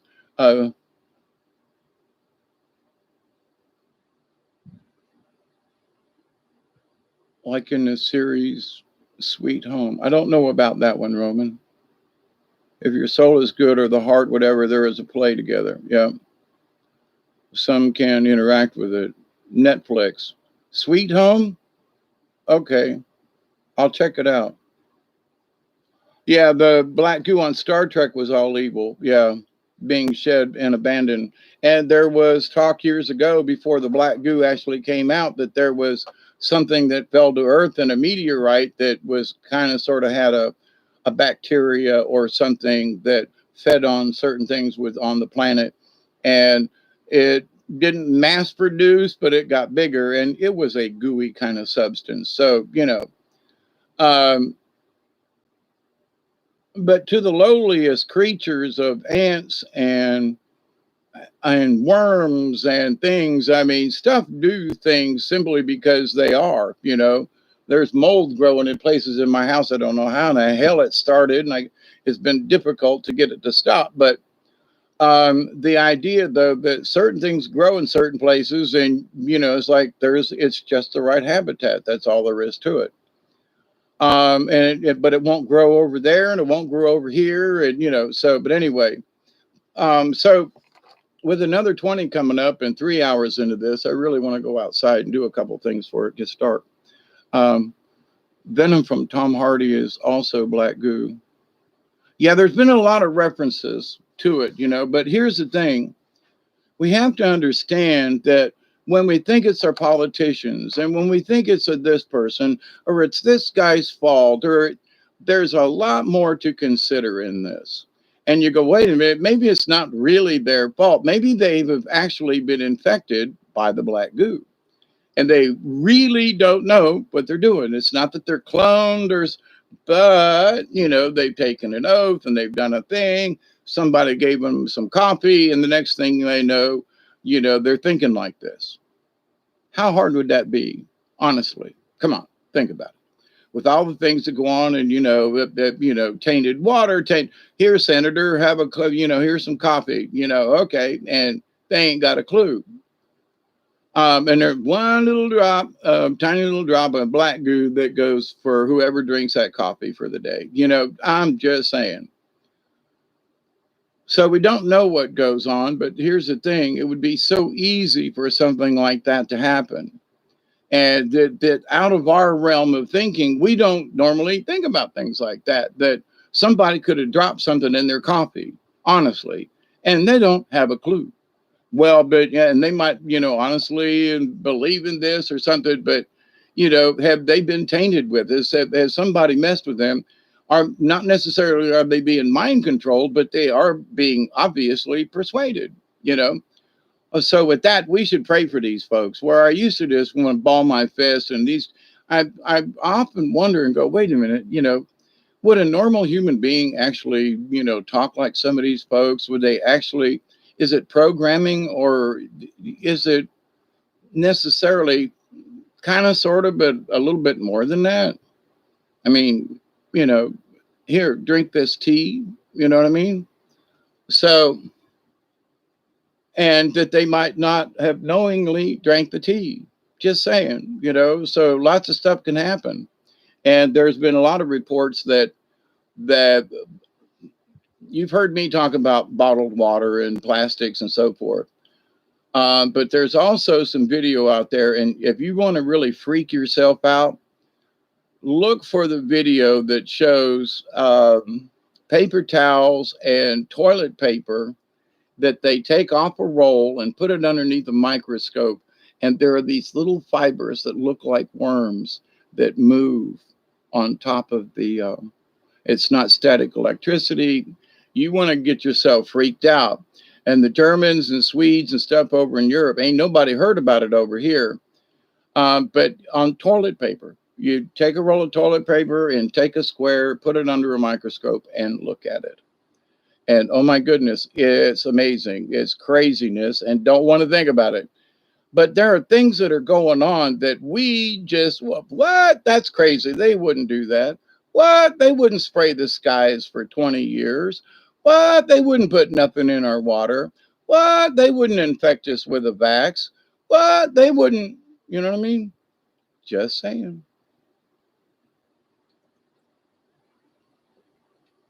So before we get pissed off and mad at a particular person or whatever, we need to understand more Gellens, sort of.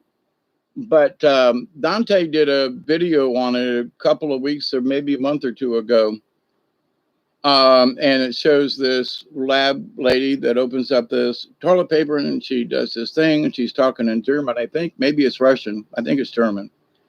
And she puts a piece of tissue paper underneath the microscope and you look at it real close and it gets it in and there are the fibers and everything, but what looks like a fiber starts moving and nothing around it's moving, but this thing, it looks almost like wormish and it's just really crazy. You're back in time to catch this 20. Yeah, then it is 20 again, ain't it? Holy crap, I missed it almost. So let's do this 20 and then I want to go outside and as much as Duggar's relaxed on the couch, he needs to go outside and run around. I think he's listening. Duggar, you listening? He's trying not to pay attention.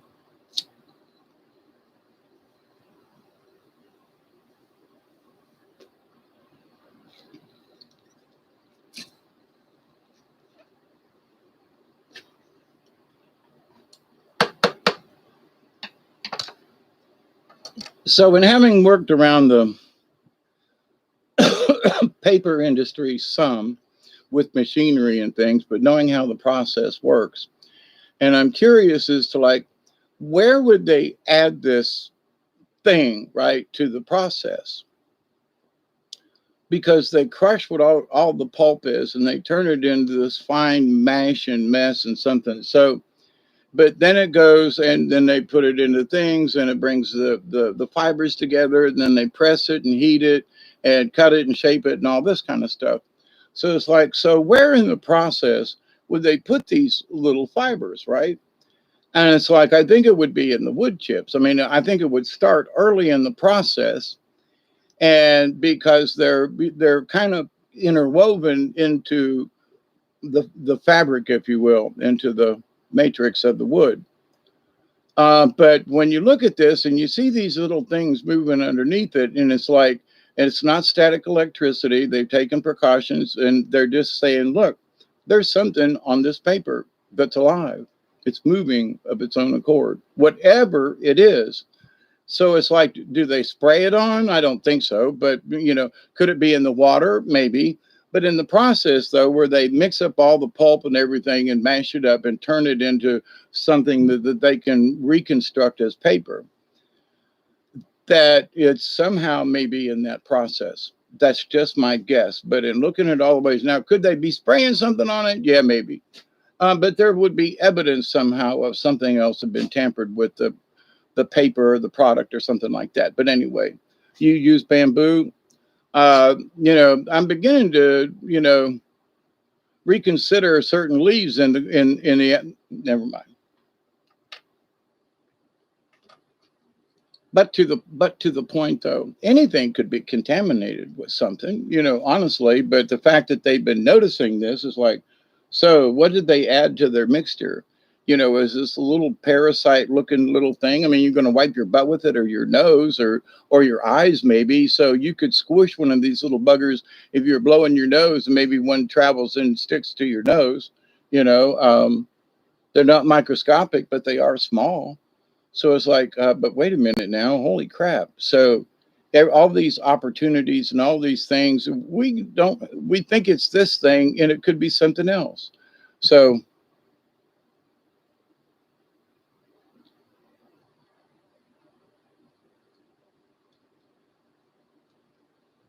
they send the people to the shops to buy toilet paper. Yep. Nanotech. Yeah, there it's but anyway, but to the point of all these people worrying about this or that or the other thing, there's some really other strange stuff that's just going on. But we have to look at what they told us about Agenda 21 and about Agenda 30, and they have not met their goal. There are still way too many people on this planet. But there's a lot of us.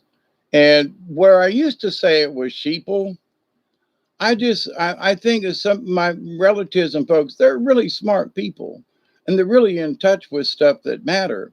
And to them, it just don't matter. Now, does it mean that they're sheeple?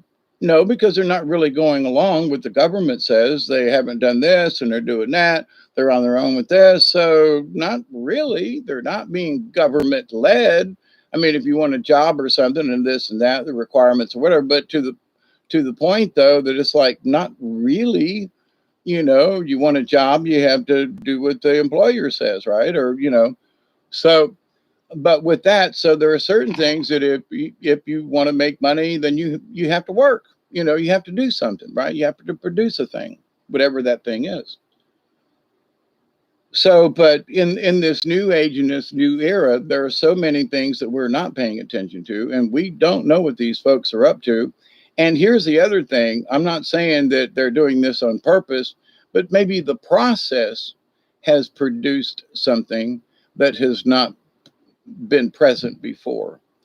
So, have they done something to the process of the paper?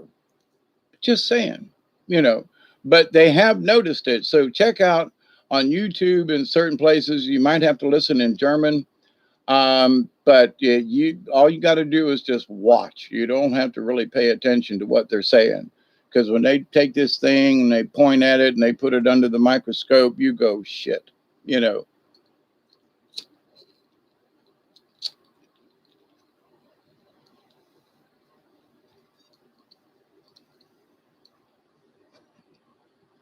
Now, this is for my 10 cents worth. I have it, I do not clean like I'm doing better, right? But over the last couple of years with things that have happened and stuff, my cleaning in the corners and stuff has been poor. So with that attitude though, but there are extra germs, right? So where I don't feel like I'm sick all the time or as flu or coughing, I do have my issues, but I'm 69 years old. But so with that said, so I'm fairly healthy, I feel like, despite my conditions and things, I'm doing pretty good. So, then there are some people who would say that my house is so filthy that they can't see how I could stand to live here, in that it's, I can't use bleach because it will knock me out. So I use ammonias and other types of cleaners, and borax on the floor, and I scrub it. And so it's like, but with that though, I have looked at myself and thought, a couple of years ago, I would have never let it get this bad. And it's not sloppy, dirty, but in corners it still is. I'm working on it. Um, but it's just a corner, it's not like the rest of the place. So, but anyway, so if the germs were going to kill me, I'd be dead, is my point. So there are people washing their hands. Every surface has no germs. They're making their houses germ free. And I stop and think about that and go, there's being not real clean, there's being, where I was at my friend the other day, and it was like, oh my God, I would never get this bad. Although there are places that are almost this bad, no, no, can't do this. No, for whatever reason, no, no. We can't give in to whatever slovenliness, and old people, a lot of old people get into it, because I used to work for old people when I was younger. So I know about this. Fire in a hole. There you go. Thank you. Here we go. Oh, I kind of sort of missed it, didn't it? Anyway, but fire in a hole anyway.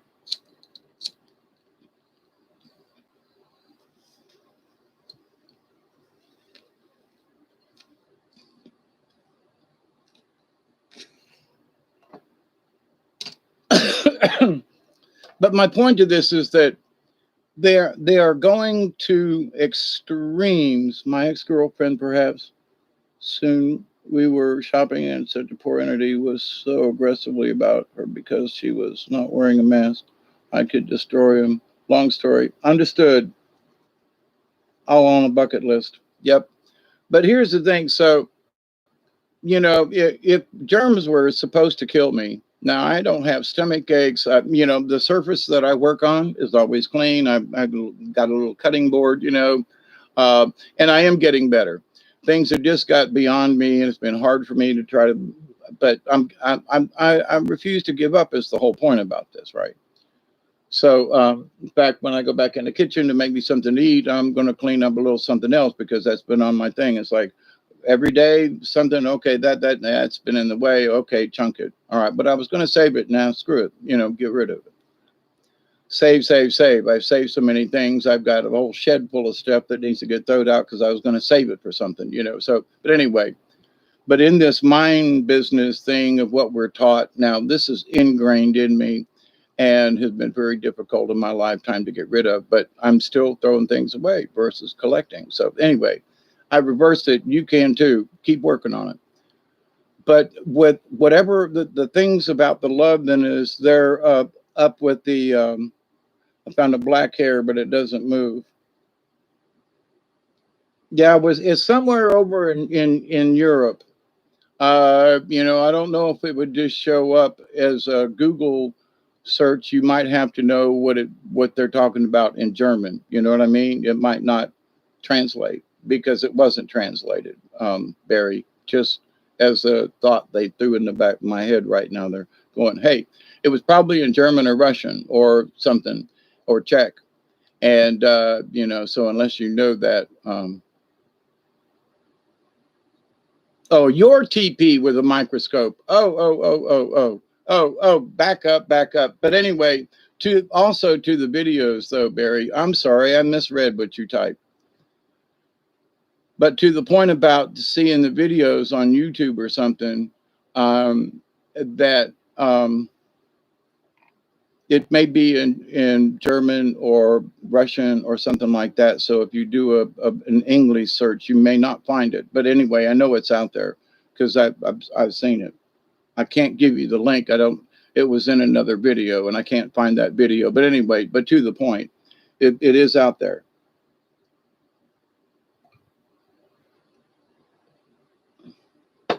But part of this is that, you know, these are things that most folks aren't talking about, but they don't care.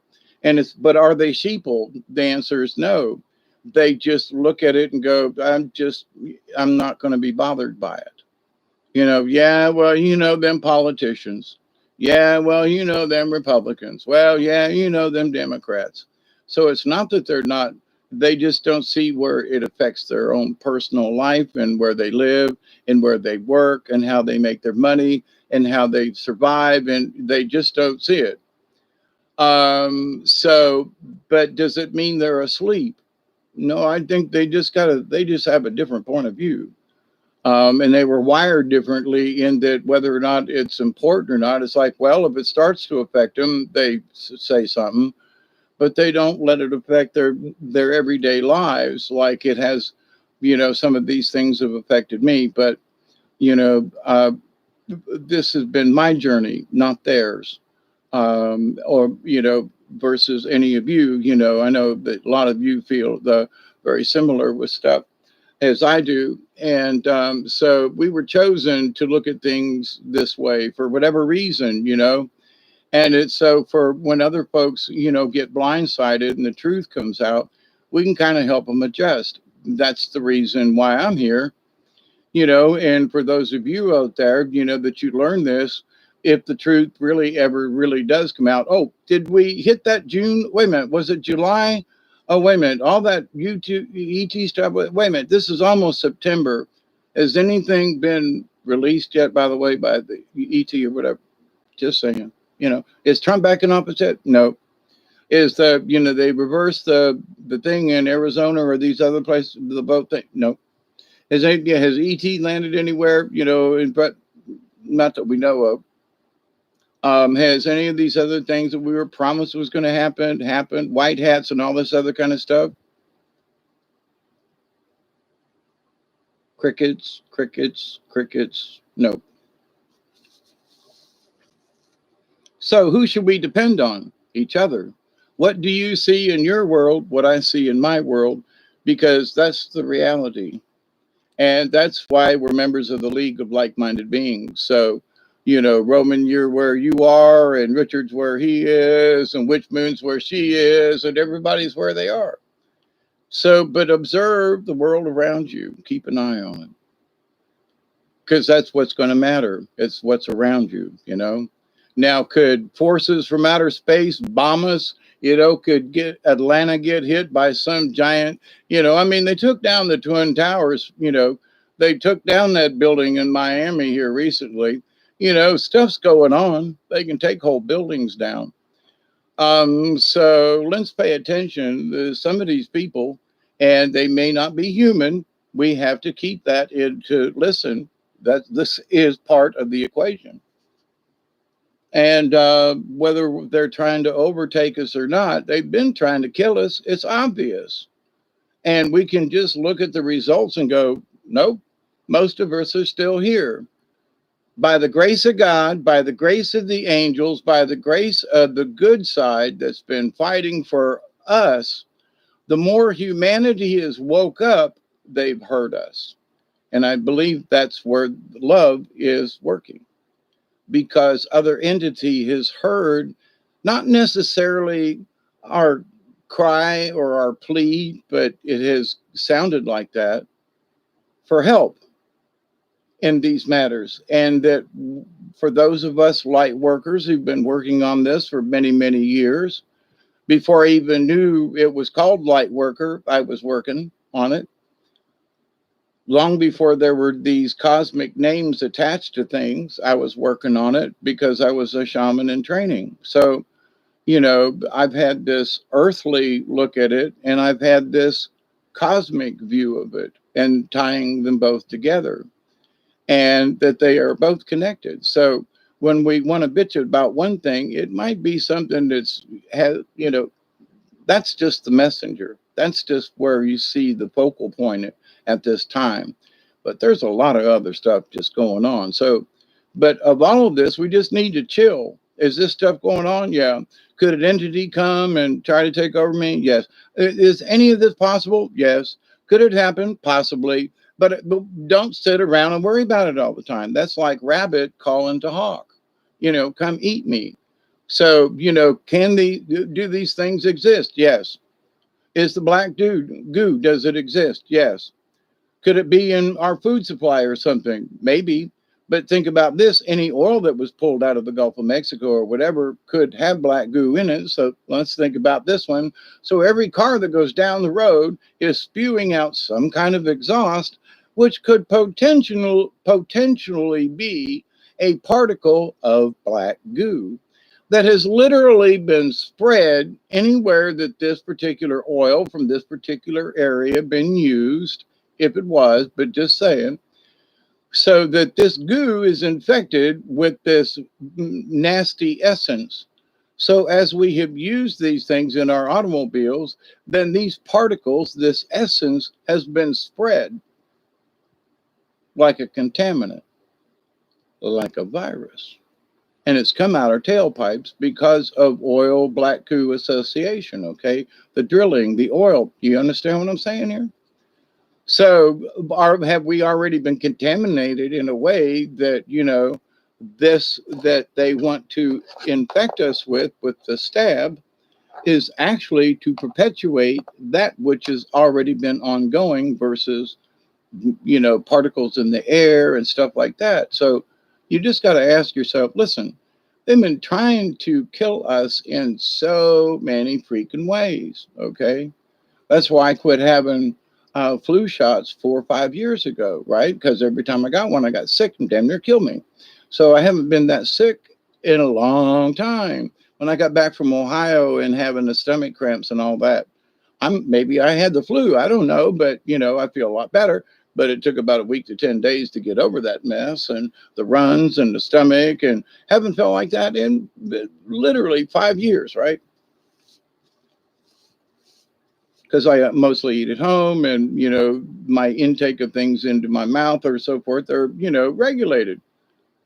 I don't eat out a lot and stuff like that. But anyway, but to the point, so I could have picked up a stomach virus from someone or whatever. Didn't affect anybody else at the house at the time, but me and my sister whacked us both. So but to the point though, was it because something wasn't clean? Was it a virus? Were we eating goo? I mean, we could go down countless lists, but here's the thing.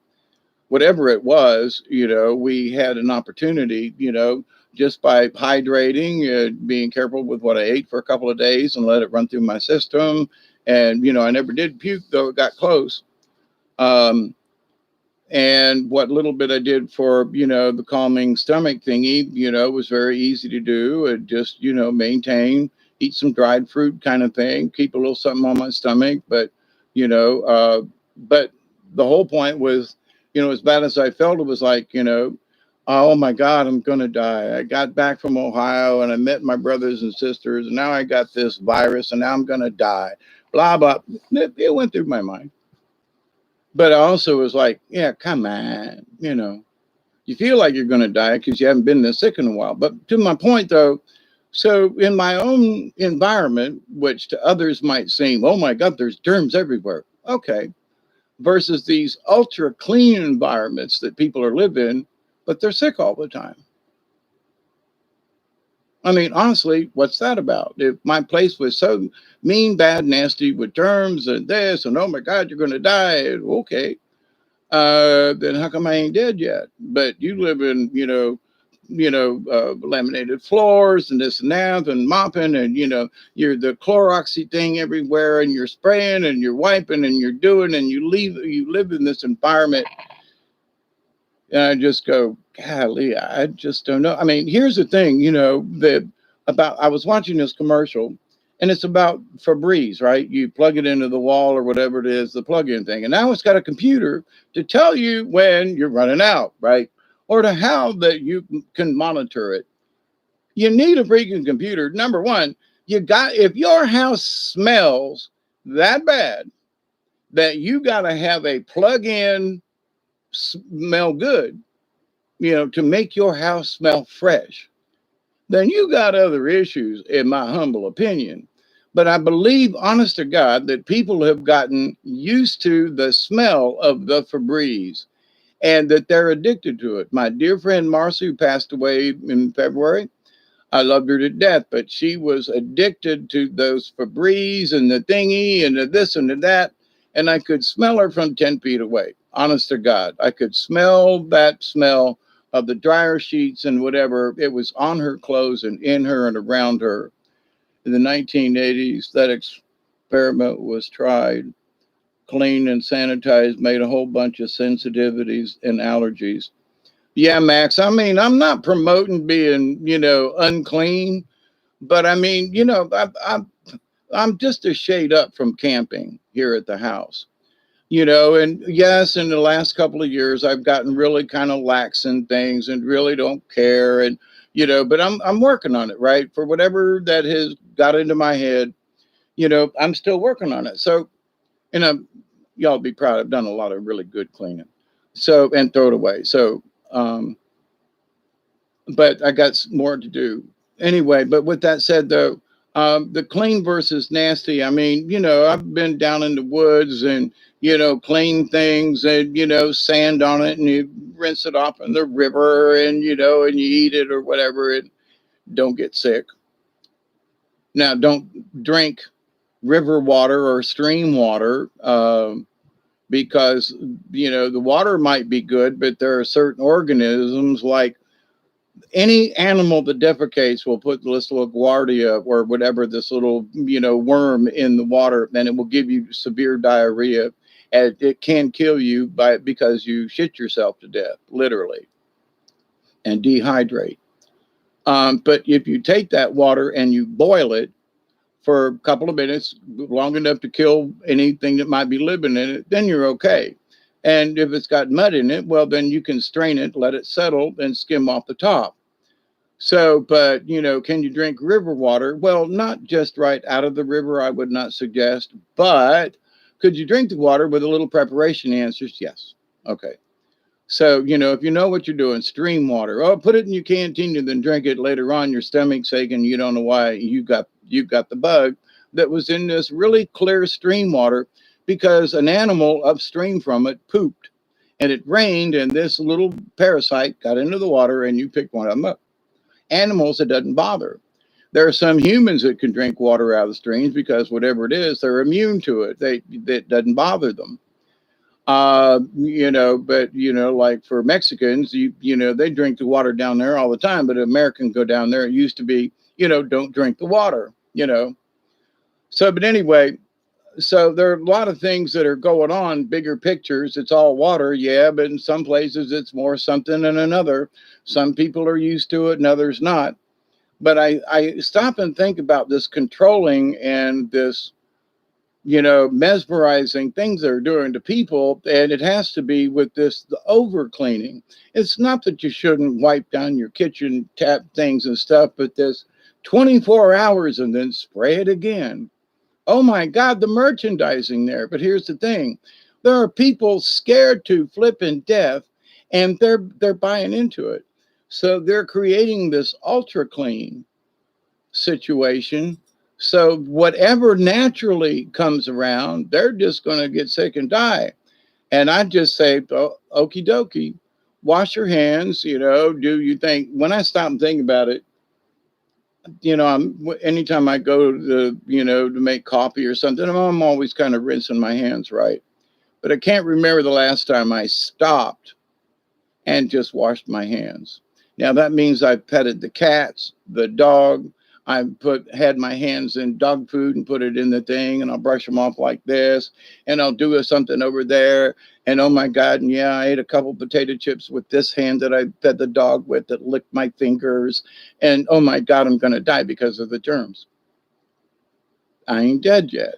And it's just not like I'm trying, but in my latter years, it's like I'm supposed to be dead because of all these things, my water and my thingy, yeah, I got too much clay in my water, and yeah, it's a pain in the ass, and yeah, but I got water, and yeah, I got, and I'm not dead yet. You know what I mean? It just so all these things that were so bad over the years. Now, in this experiment, I realized that some of it has gone a little bit too far, and I have no excuse other than my excuse has been I'll get to it later. My excuse has been tomorrow, and tomorrow never came, and it turned out to be years. So in some cases.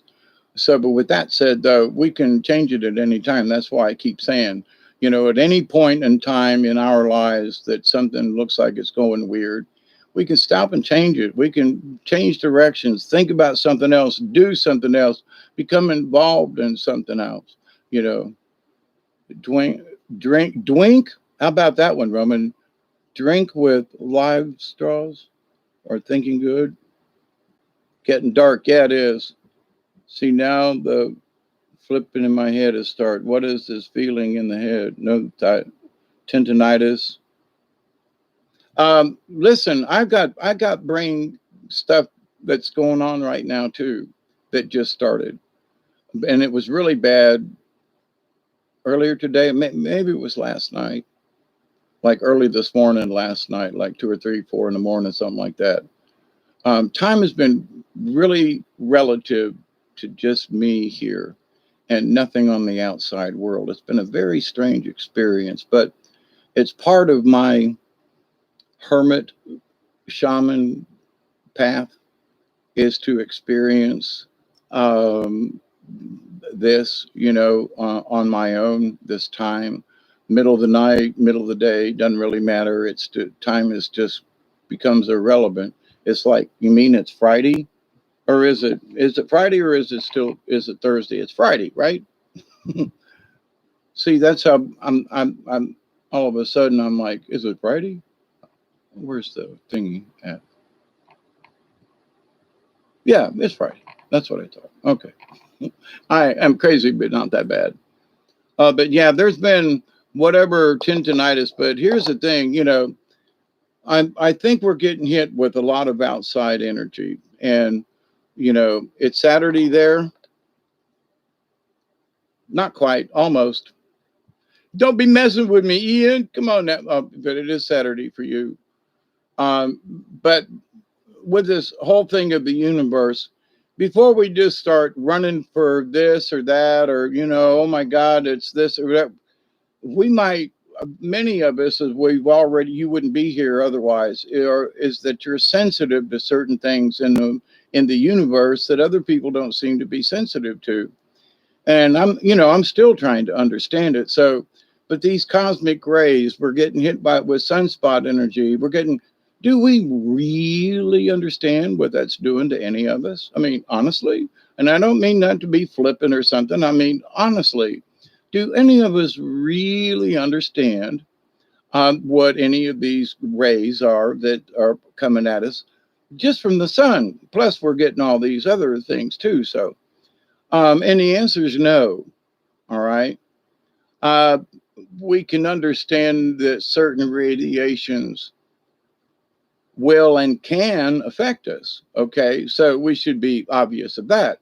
So before we go off a deep end, and sometimes the human resonance, in my humble opinion, it's like, well, let me check before I go. All I got to do is 7:50 in Montreal. Yeah, 7:51 Eastern Daylight here in this end of the world too.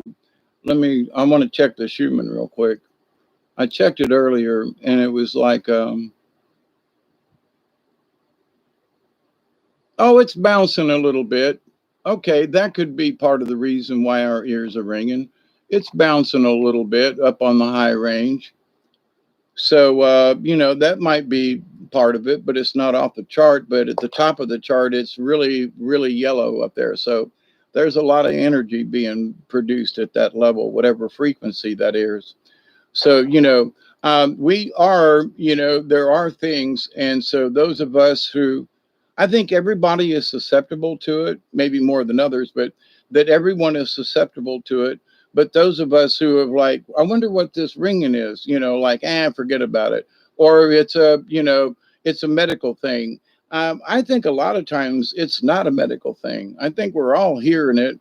And the frequency down here in South Georgia, the atmospheric pressure, whatever cosmic energies have floated through that might have got here, but not up there in Minnesota or something. I mean, if something comes through, it doesn't mean that everywhere got the same dose at the same time, or, you know what I'm saying? So, but it doesn't mean, and I mean, I do believe that we are being affected by all of the above. So we just, when we are worrying or whatever, we just need to stop and say, hang on, let me stop for a second, ask the universe, what's it? Before I would go into a panic and I would have panic attacks and took medicines for all this. And now I stop and let the universe tell me, say, okay, what's going on? Well, Dave, there's some, interesting cosmic energies coming over here. And, check the Schumann out, and which I just did. And yeah, there's some bouncing going on. So depending on where you live, certain frequencies and whatever's in the ground or under the ground or caves or crystals or, so certain areas are going to be affected differently because they resonate differently. So if you live in a sandy area where there's nothing underneath you kind of thing, then the resonance is going to be different than where I live, where I know because of the underground caves and so forth that I've been in and around here. There are caves and limestone and stuff that we're sitting on here on this, I think they call it the Pelham Escarpment or something like that. There's this area here in South Georgia. So I'm sitting up here and there's limestone and caves and there's holes and there's stuff underneath me. So what's the vibration underneath me versus down in Tallahassee where it's a lot closer to the ocean? The land is different. So they don't have the same resonance as we do up here or folks over there. Or so wherever you live, what's under the ground is important too. And what if you're living in a city, hey,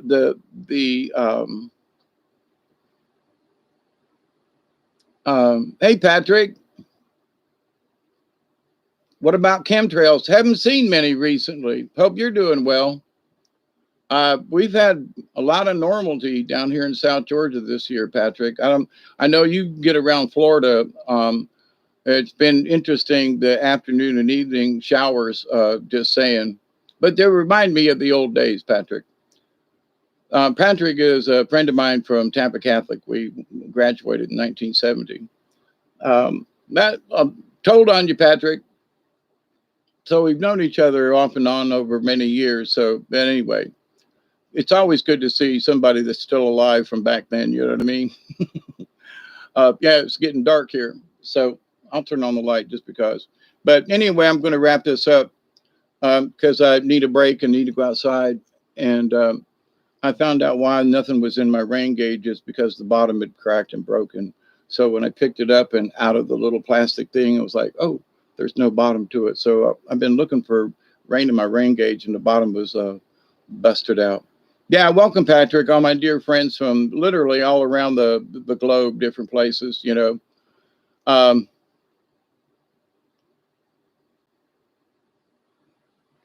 Max, I didn't know you was in Ontario. I must have missed that somewhere. Somehow I thought you were somewhere else. But anyway, Ontario.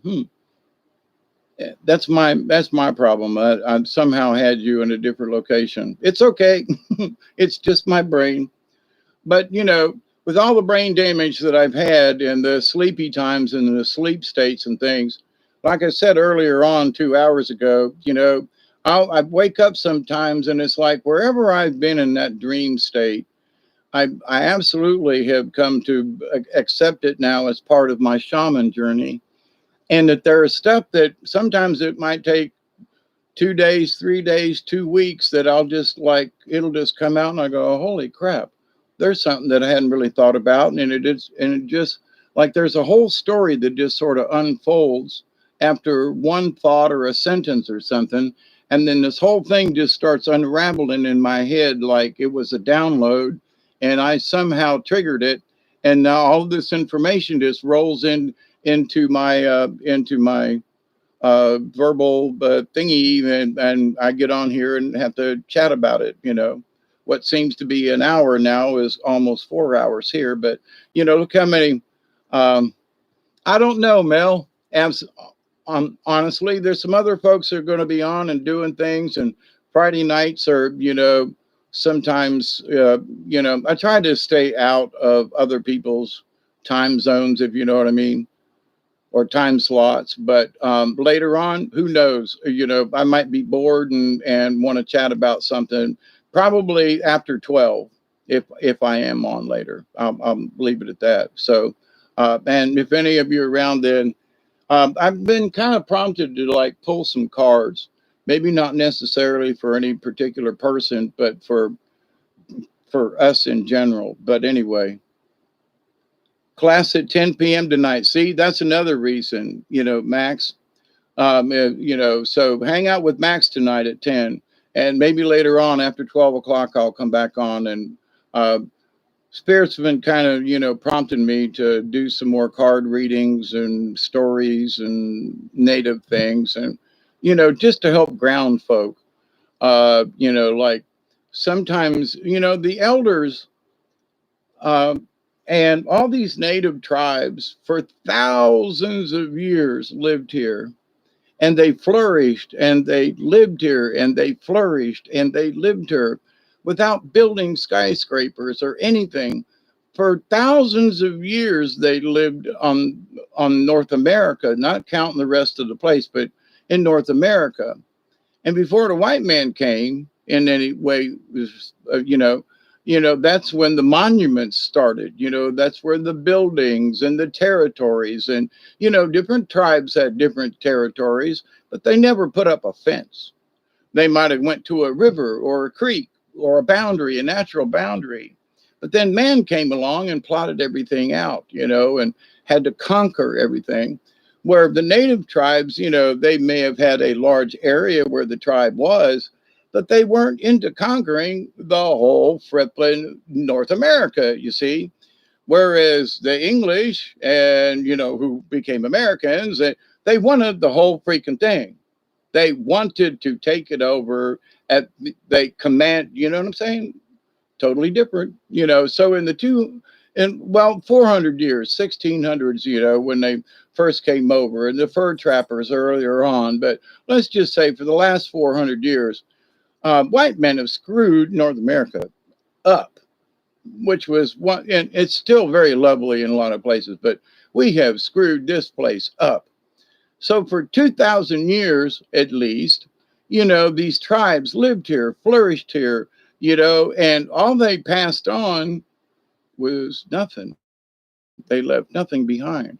You know, if you're a good hiker and into the woods and so forth, you leave, you know, you leave nothing behind. So in what they've done, other than some of these mounds, there's Collamoquie mounds not far from here on the Alabama. It's in Georgia, but on the Alabama border almost. I was at Serpent Mound when I was in Ohio this summer, which was very interesting. And I've seen a couple of videos on it where they come up and go over it. And I was like, and I remember walking around it and going, I don't feel like what these people are saying. It was sort of like, you know, I was there. I got to touch the ground in many places, and and But anyway, but everybody's got their own opinion. Um,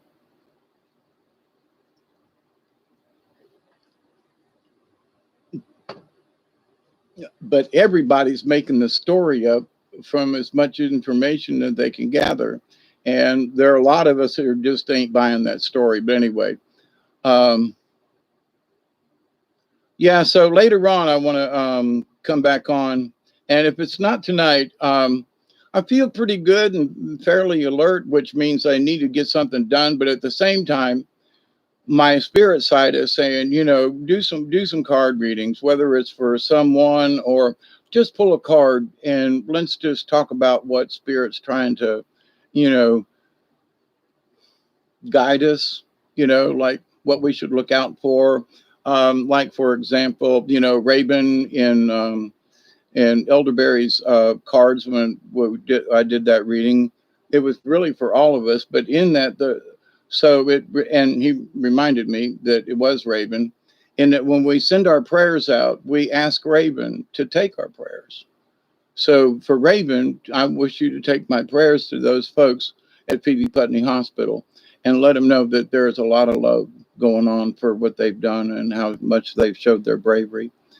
And, so we can say, okay, so do I need to pray to anything? Do I need to like light a candle or anything? No.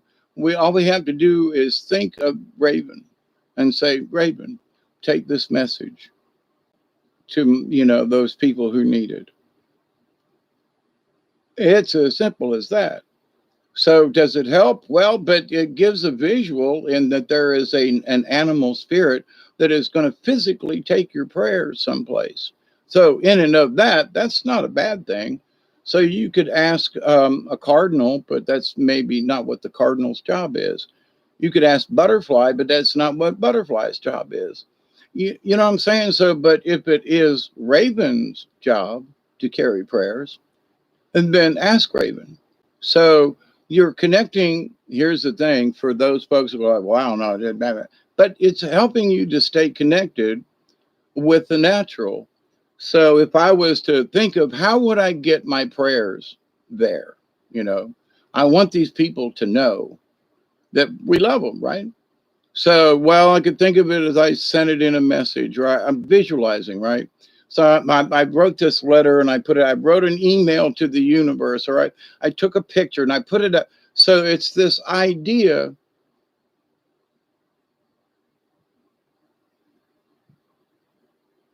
It's this idea that what we're putting out to the universe. But if we use a natural entity and that spirit, which many Native Americans for thousands of years who didn't screw up this, the United States like the white man has in 400 or less, the last 150 really good, But the idea, though, that so we say, well, then Raven, take my message to where it's necessary. You know, your medicine. You don't have to go into a big thing, but just say, Raven, take my message of love and hope and peacefulness to these people who need it. That's not a hard thing. And so you're not worshiping anything. It has nothing to do with whether or not you believe in a God or a spirit. It has nothing to do with it. As a messenger, as a method to get your thought where it needs to go, why not Raven? Like could be you could use any of well, I'm putting it on a sailboat and it's going to sail over there, or I'm putting it on an airplane and I'm flying my message over there. But for centuries, Raven is the messenger for that. So why not? But anyway, so in my shaman practice, there are things that I'm still learning. Like, I had forgotten about Raven. And now blackbirds have been showing up, but I don't think they're ravens. And that's sort of where I think I got the crow from earlier. But in that, so whether you believe in the magic of it or not, you can at least use it as a visualization. Well, there are a lot of other people who believe that Raven is a messenger, not of good or evil, but of just the messenger, right? No, I don't have a blue jay card, actually. There's very few birds. Well, anyway, but no, don't have a blue jay card. The raven was important in the Game of Thrones series. They were used to carry messages, and the three-eyed raven guided Bran to be king. See, I don't know about King of Thrones, but see, now there's interesting that even in the game they're using Raven as the messenger. So, even in the magical world or whatever, so you could say, well, is that hooey pooey?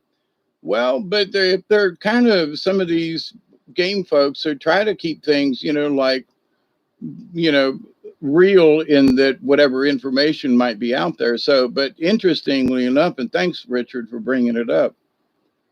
Um, I don't have anything about Blue Jays.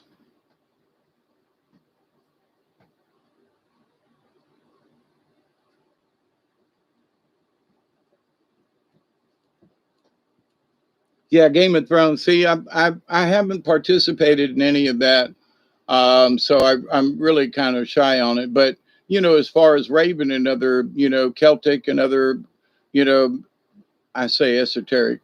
The Raven isn't everywhere on the planet. There are blackbirds and other things. But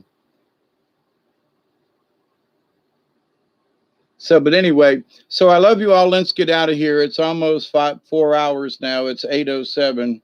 I know we're coming up on another 20. Hang on another 7, 10 minutes, right? But with all these things that we see that they're putting in shows, and like I was listening to, that um, Voltron anime thing. Anyway, but they met this cosmic energy whose name just happened to be Bob.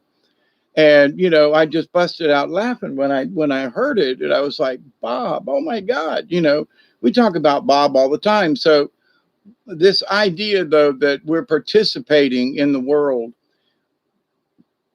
and there are things like in a comic book type story in a series, somebody writes about this cosmic energy that's named Bob. So, but here's the thing. So I see synchronicity in that Bob keeps showing up on all these different levels. His name is Bob. Okay, well, why not Ralph or Fred or Dave or Joe or, Bingo? So, no, it's Bob. So there have been strange little incidents, over the years that Bob shows up here and Bob shows up. He keeps bobbing up and down, Peregrine falcon buzzed me today. He's hunting sparrows in my yard. Hopefully he's hunting other stuff too, but yeah, probably. Yeah, they have a tendency to like doing that. They are protectors of the Tower of London. Oh, so that's interesting.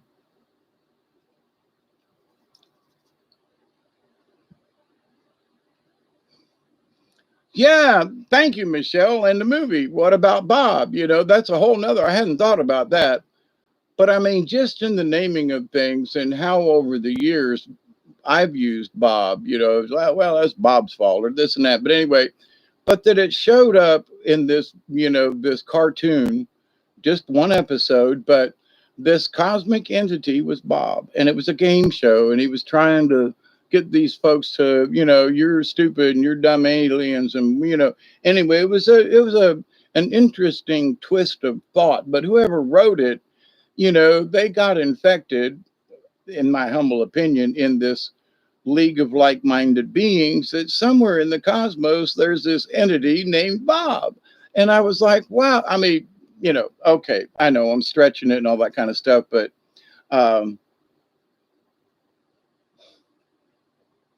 now that's funny, Michelle. Oh, wait a minute, that's not what you wrote. You said slob kebab, and I was thinking about shish kebab. Anyway, Bob shows up everywhere. But anyway, so let's have one more bowl. I'm gonna let y'all go after 4 hours. It really, this was just off the cuff.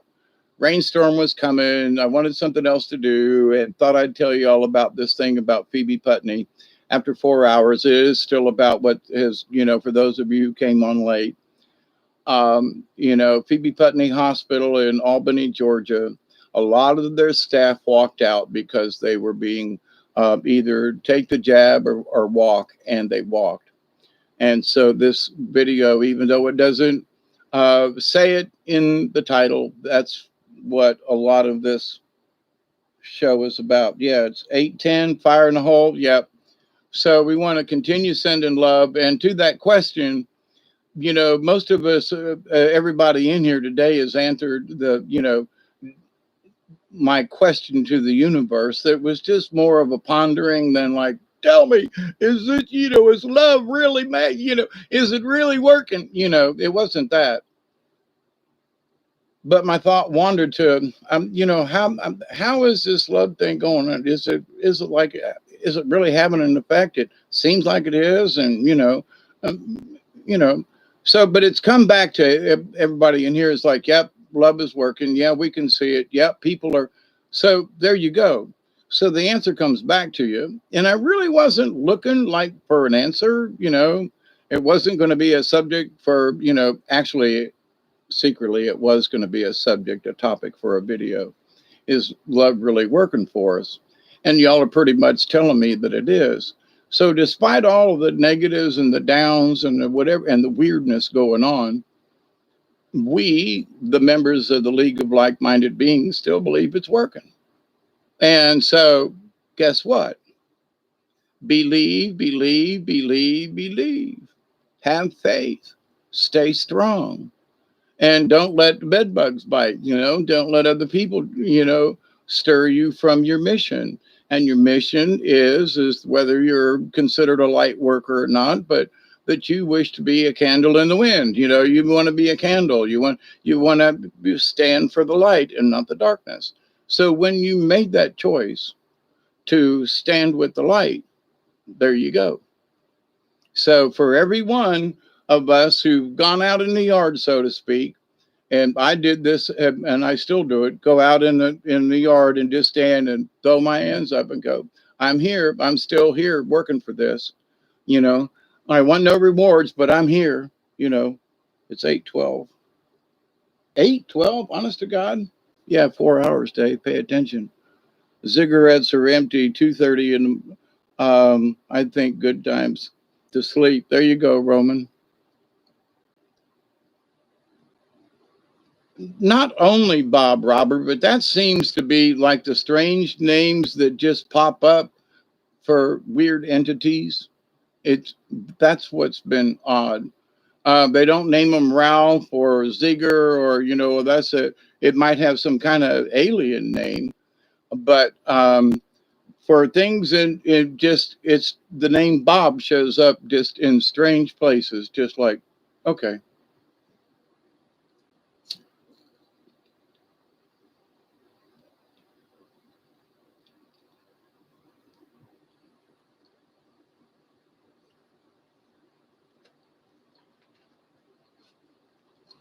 And Michelle, this one's for you. Bob, Bob, Bob, Bob, Bob, Aran. Bob, Bob, Bob, Bob, Bob, Aran. Bob, Bob, Bob, Bob, Bob, Aran. Bob Aran. Please take my hand. Rocking and a rolling, rocking and a reeling. Bob Aran, Bob, Bob, Bob, Bob Aran.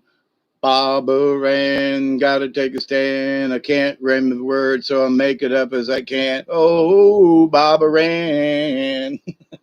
But anyway, so 6 minutes till the next one. But I sincerely pray that y'all have a good weekend. And I'll try to come back later on and do some card readings, and see what the spirits have to say. But, just keep in mind that some of the things that, some people say, well, I'm not really into this Indian shaman crap. And, I'm just going to send my prayers out. I ain't going to think about raping or anything like that. I'm not going to burn any sage. Okay. Still send the love out, it's okay. Whether or not you believe in this or that doesn't matter. It's the fact that you're trying and that you're willing to send your good energy and prayers out there. That's all. How you do it is up to you. This is just one particular way. And, this is my journey that I share with y'all, and how you see it and how you use it is entirely up to you. That's the whole thing. It's not about whether somebody with one of the things I was listening to earlier, they were talking about, it's not about followers. No, it isn't. How many followers, how many people have subscribers? Don't care. I mean, I do, but I don't. And that, I never ask you to click and share. It's up to y'all. After 12, Roman, after 12 p.m. my time, Eastern Daylight, maybe even closer to 1 o'clock a.m. Eastern Daylight, which would be 12 o'clock my time, Central Standard here in the United States. Well, Central Daylight, actually. But anyway,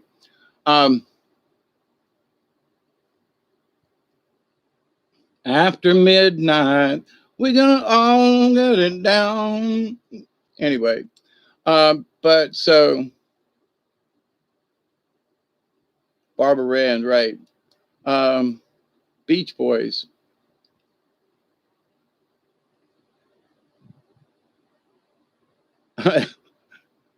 Yeah. What time later, Matt? Where are you, Roman? You're in Austria. Is that where I got that right, or did I make another mistake?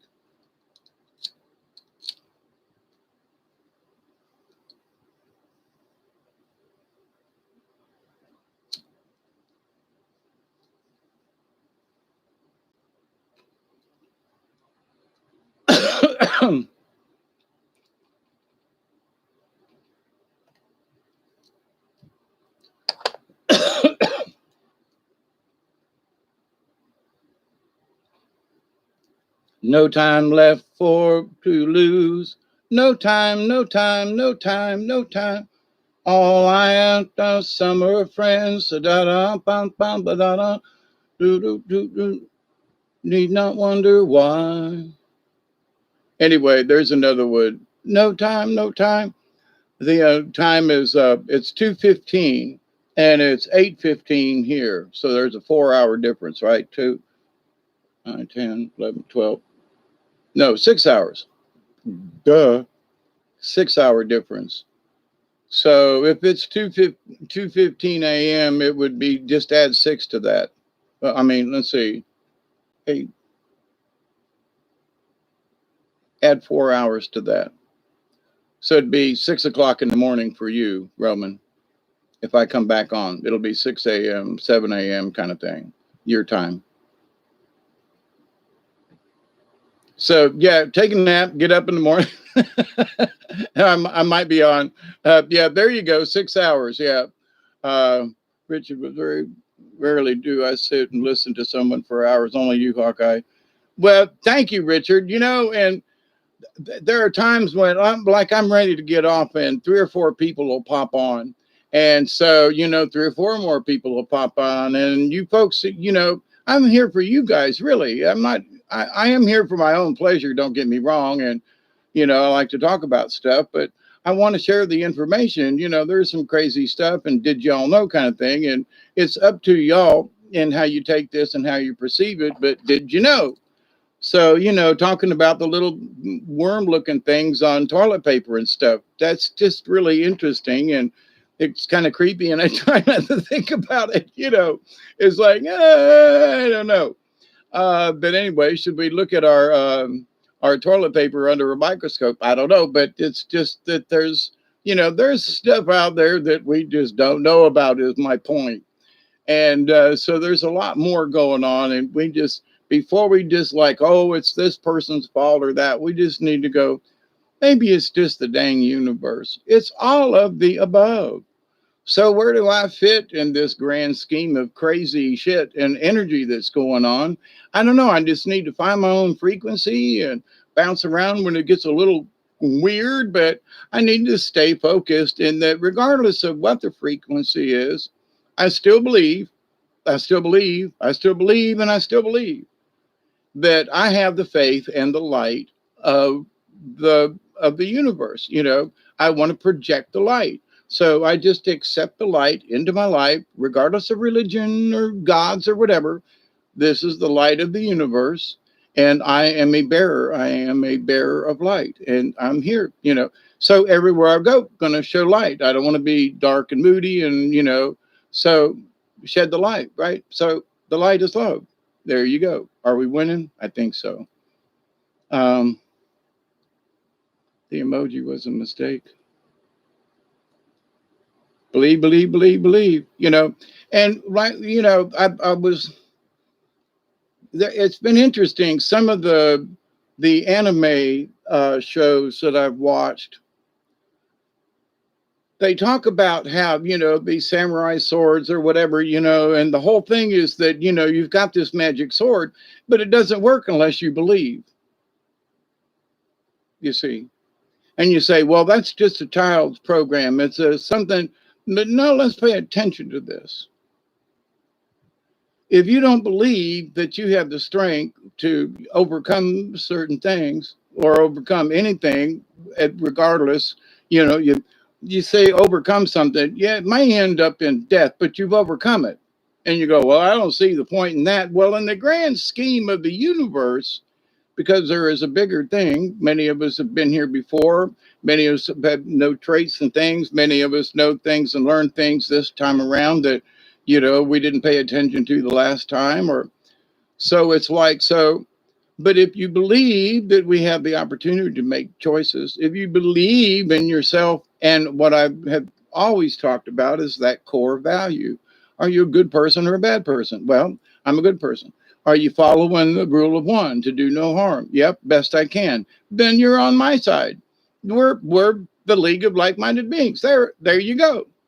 And as long as you keep trying, and as long as you keep striving to hold the light, to be that person, yeah, we slip once in a while. We do things that are crazy, and yeah, okay. But if we still believe, whether I did a video this last week, I'm just saying this is whether I did a video this last week or did something and my energies were a little off and I was trying to fluctuate and so forth, had a couple sleep days right for me.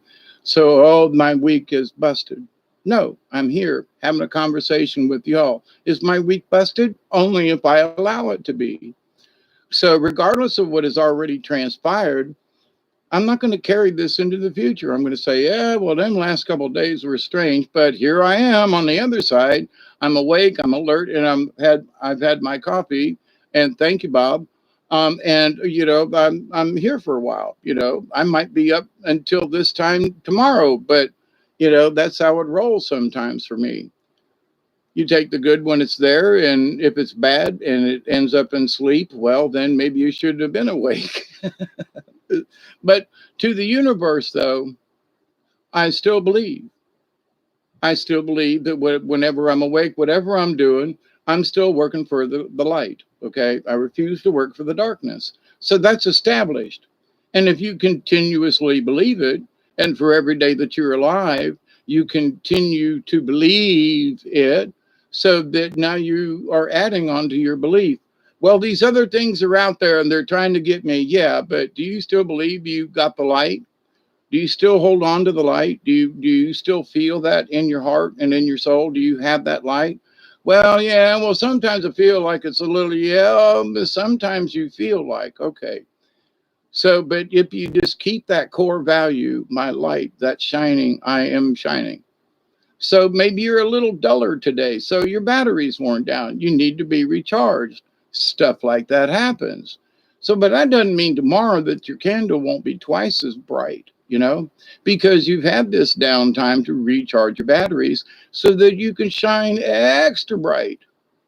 During this war of the cosmos, of all this energy and people and things and stuff, right? We can't fight it tired. We can't. So, in order for our energy to work, guess what? We have to be energized ourselves. We have to eat properly. We have to keep ourselves with energy so that we can continue our job. So we can, you know what I mean? So it all works together. But here's the thing, all of us right now, it says 16 of us in this chat room. And there's been many as 22 or 3 in here at one time this afternoon. And I honestly appreciated every one of you. I know that you're all working on it in your own way. Yes, honor the recharge. See, there are many times of like, oh my God, I just, didn't feel like I was up to. Maybe the cosmos, you're supposed to rest on that day. Well, I really wanted to do this and I got it. Yeah, but maybe you just need to just. And for me, because I was so active, over my years that, things that have taken me months to do, I could do it in 2 days. That's frustrating to me. But I have to work within my own parameters now, so this learning curve continues. The older I get, I still have to, well, I can't do like I could. So, but I can do some of it and I can still do some of that and I can do it on this day. And so I take advantage of those times, right? So, but what we could do and what we can do. So focus on what we can do, not on what we could. That's the other thing. And just look forward to tomorrow that you're just going to do the best you can. Well, how bright is my light? It doesn't matter. Here's the thing. Are you still carrying it? Well, yeah, Hawkeye, I still got my, I still got my light. Okay, is it still on? Yeah, it's still burning. It's a little dull today. Okay, we'll go home and recharge. Look at the light, and if it looks like it's a little dim, maybe you need to go plug it into the battery charger or something.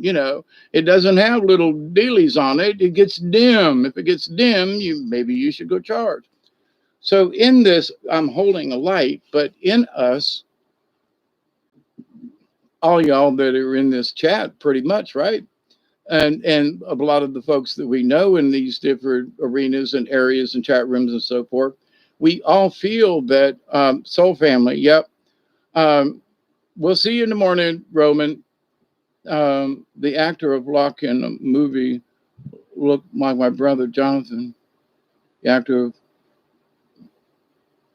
Loki, the actor.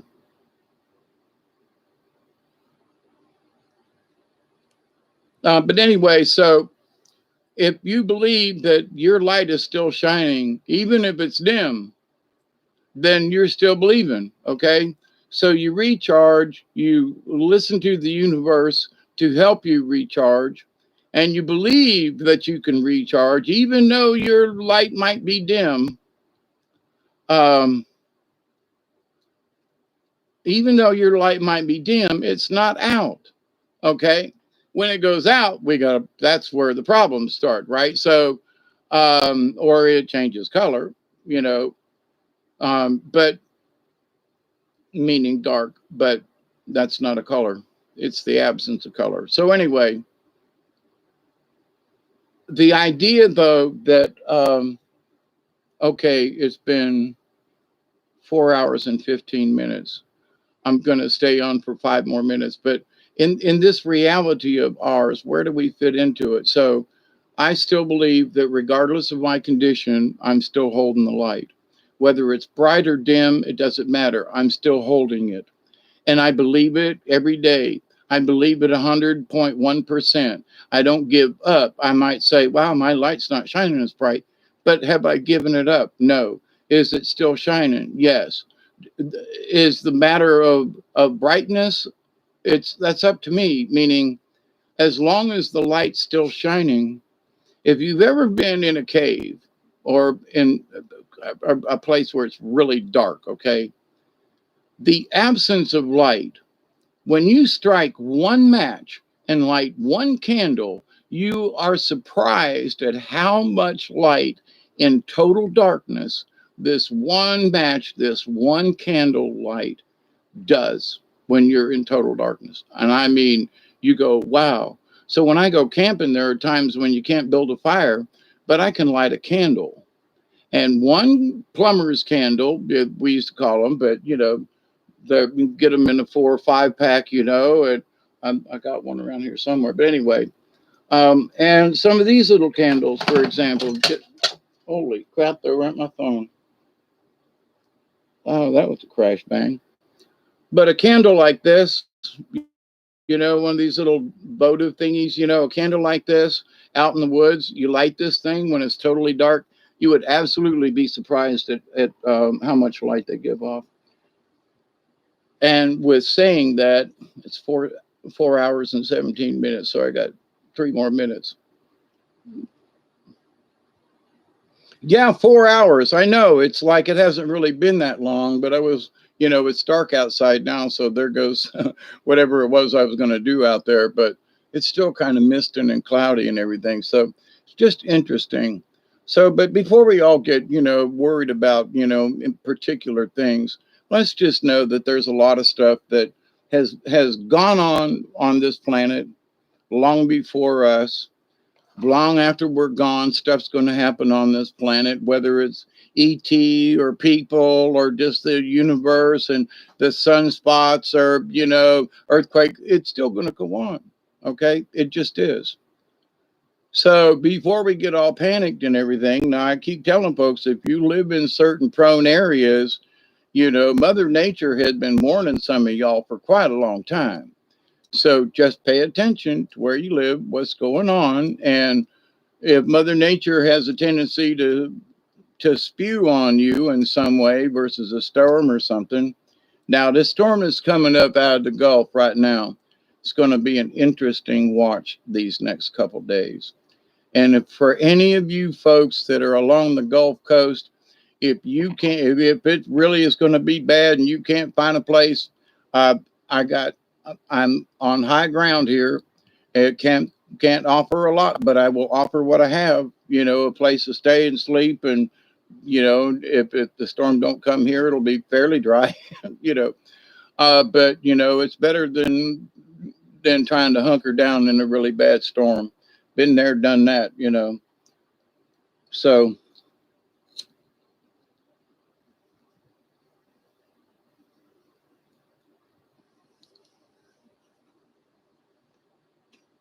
I've been on here now for 4 hours and 20 minutes. So,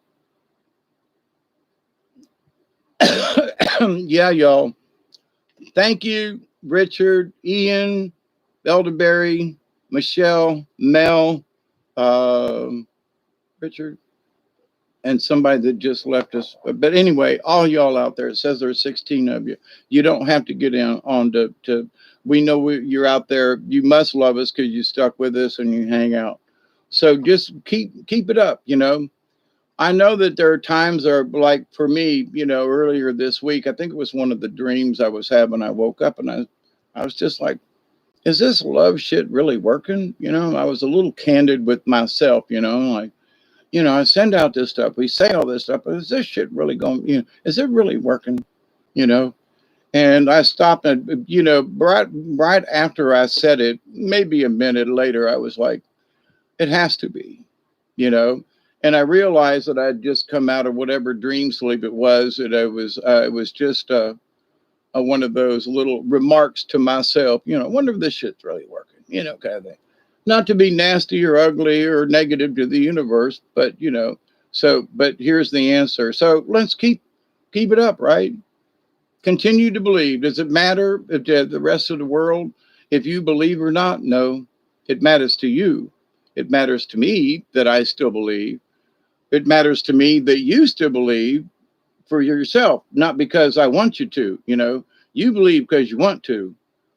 So Michelle, and you've learned about that and a lot about the rest of you too. So you believe it within yourself. Nobody else is telling you, you know. I suggest it strongly in that, you know, that you find that light. And if you believe you have it all the time, 100.1%, then you got it. Believe it, you know, not hesitate. Well, I think I believe. Nah, that don't work. That little bit of hesitation can get you into trouble.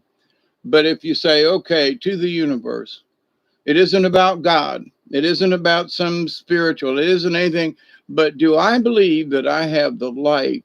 I am part light of the universe. Do I believe that? And if the answer is yes, then you got it. Just keep believing in that, regardless of any religion or any preaching or anything else. Do I believe I have the light of God or the light of the universe in me? Do I have a spark of the universe in me? Do I believe that it dwells within me? And do I believe I am part of this universe? That's a lot of words, but if the answer is yeah, then just okay. Then keep the faith, keep believing, and you got it. Okay. So it's when we slip and fall and doubt it, that's when we get in trouble.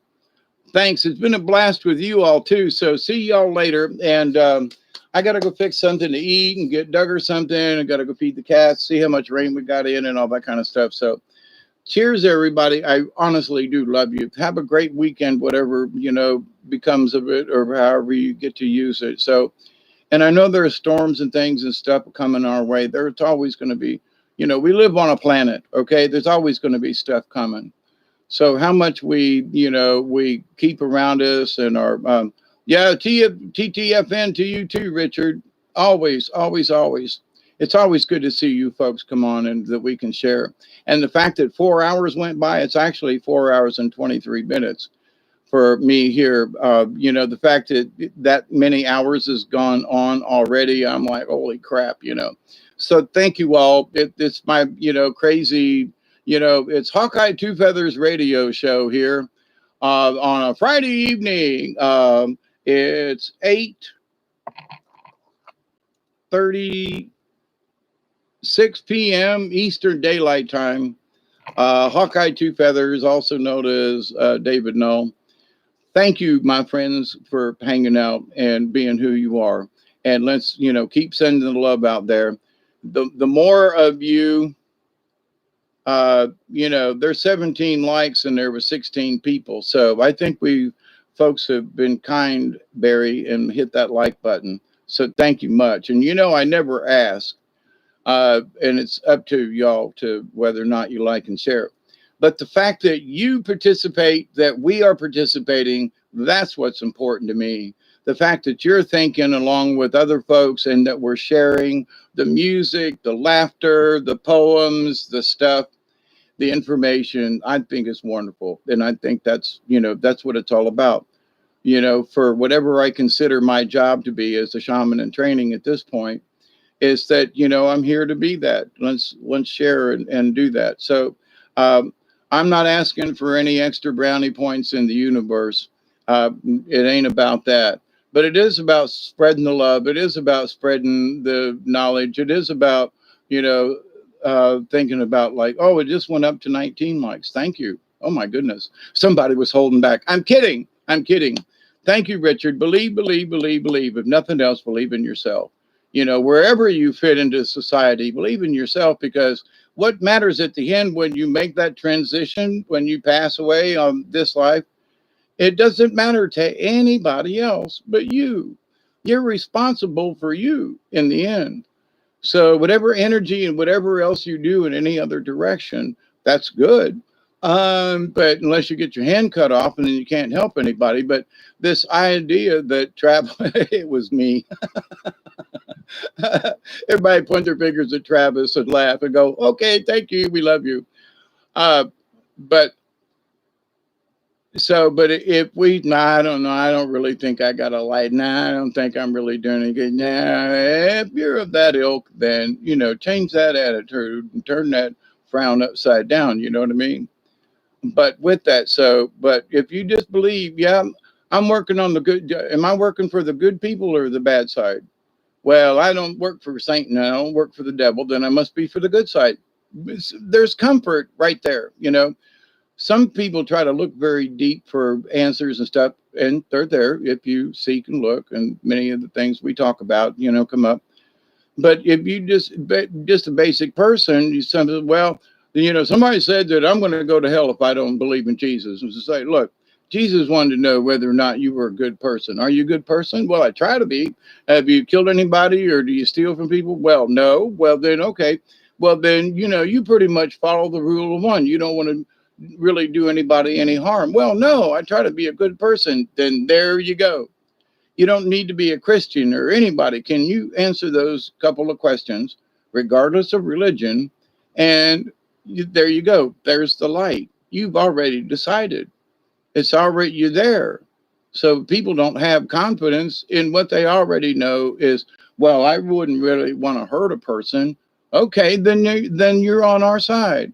Well, I would, really don't want to, see people starve. Then you're on our side. See, and it isn't like it's anybody, but it's the league of like-minded beings. We all believe we don't want to see people suffer.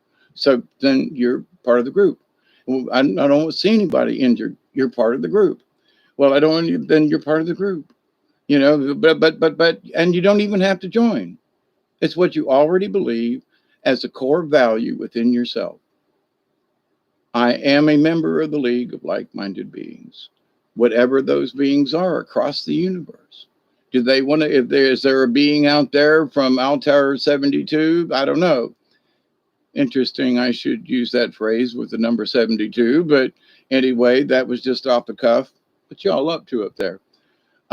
But that, or don't care what they look like, but if they don't want to harm me or harm anyone, then, and I don't want to harm them or any, then we're like-minded beings. Year 1972, the Munchkins would like to know if you're a good witch or a bad witch.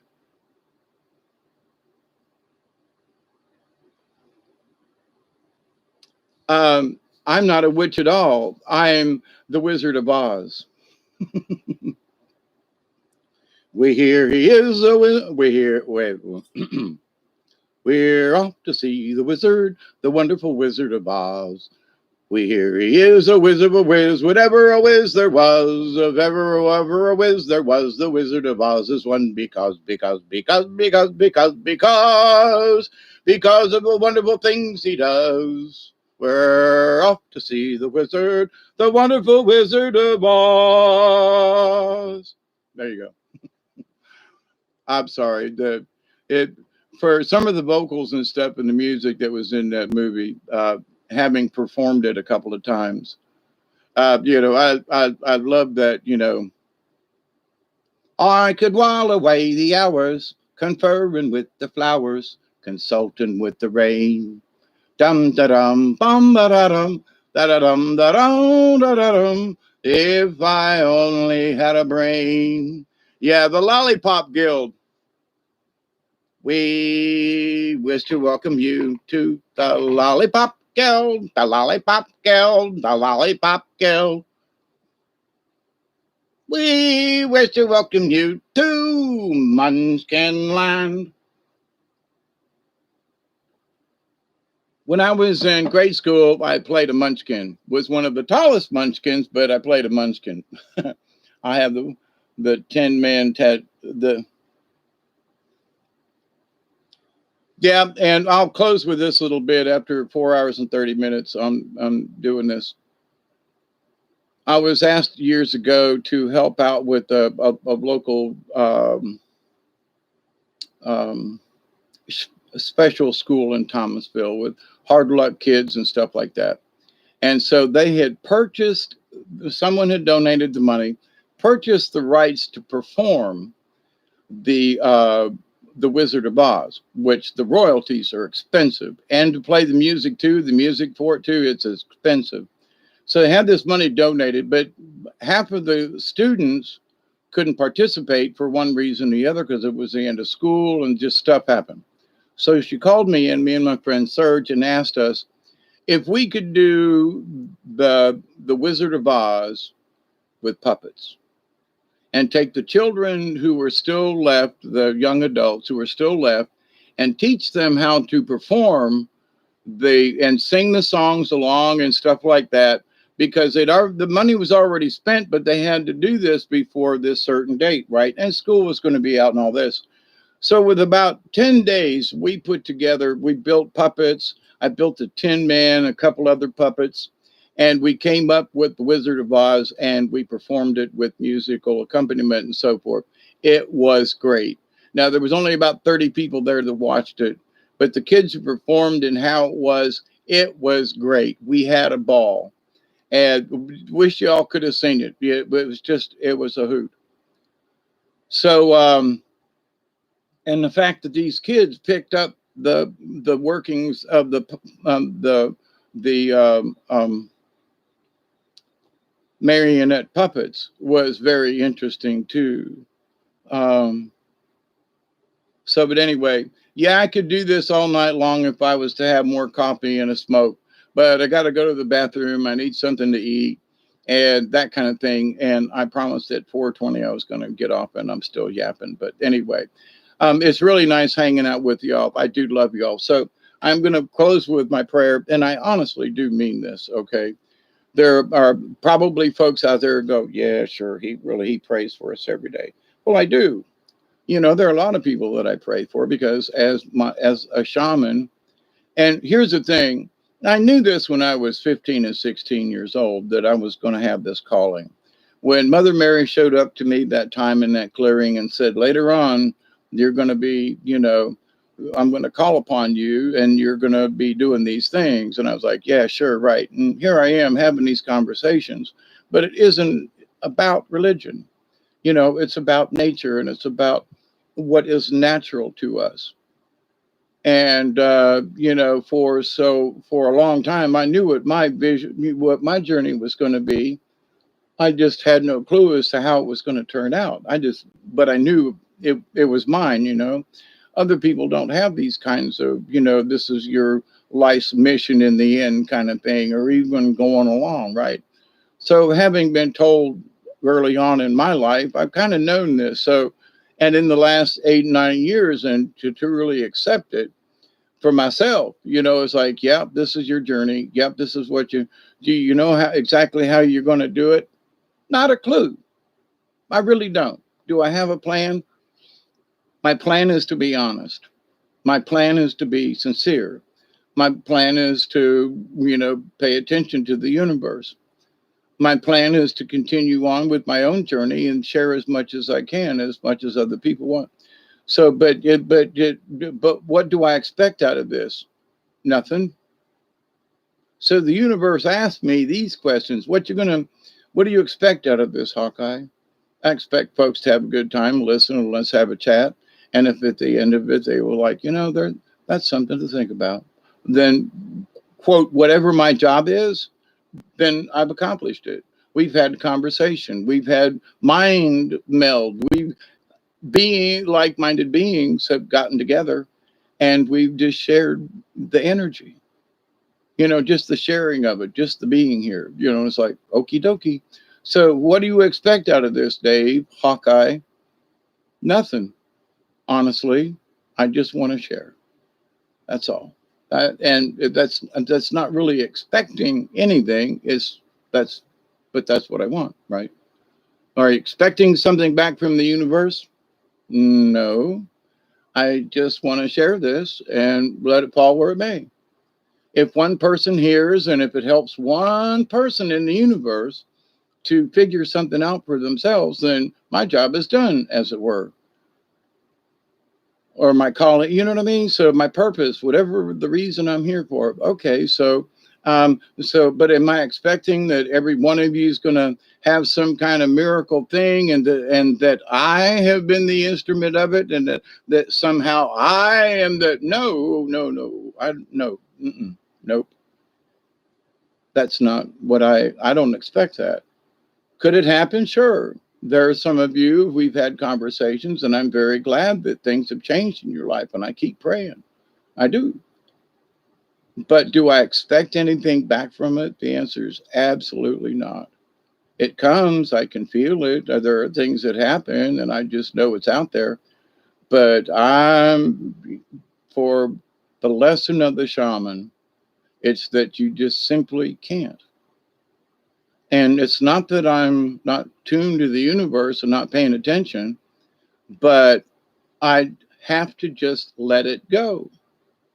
So you just allow it to happen. So if something comes back and it's good, like my neighbors called me up yesterday and brought me deer meat and homemade gravy and baked potato and stuff, like out of the blue. Thank you, Jesus, So, much love and gratitude for them. Just out of the blue, they, bring me a plate.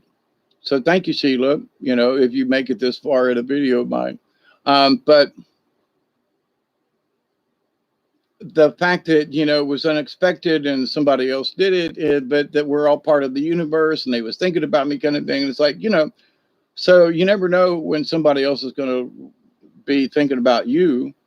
And whether I'm sitting here at the house and I think about which moon and I go, well, one of us, or maybe Chloe or Michelle, and your particular name comes to mind for whatever reason. So, of course, a prayer goes back out. I go, well, I hope you're having a good day or whatever. Something, you know what I'm saying? So, but this idea, though, am I expecting something? Absolutely not. But by just allowing the universe to happen. Now, this is Hawkeye shaman speaking. Okay. The trick for me, if you want to call it a trick, has been to understand this kind of strange area of feelings in the universe. So it's like before I would do a puppet show or a theater or something, and you would expect that you could get a crowd, and that you could sell a few tickets, right? Because it's for the theater and you try to help building maintenance and so forth. So, but you put on a performance and you expect that an audience will come. You hope for a full house, but you would expect that someone will come and show up for, now I'm using a stage play, a performance, puppet show, whatever, or a musician, that someone will show up, right? So How many people don't care? Someone, right?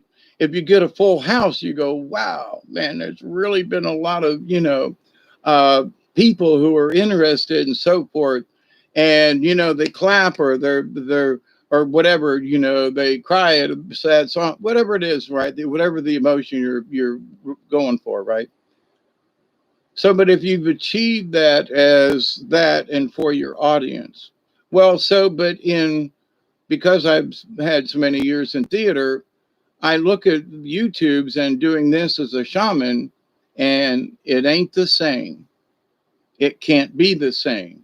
So when and this is not a performance, so that was the other thing. Okay, so when I do a video, yes, it's a video, but is it a performance? No, I'm going to have, fireside chats kind of thing. No, no, this ain't a performance. That's why flashing lights and backgrounds and all that.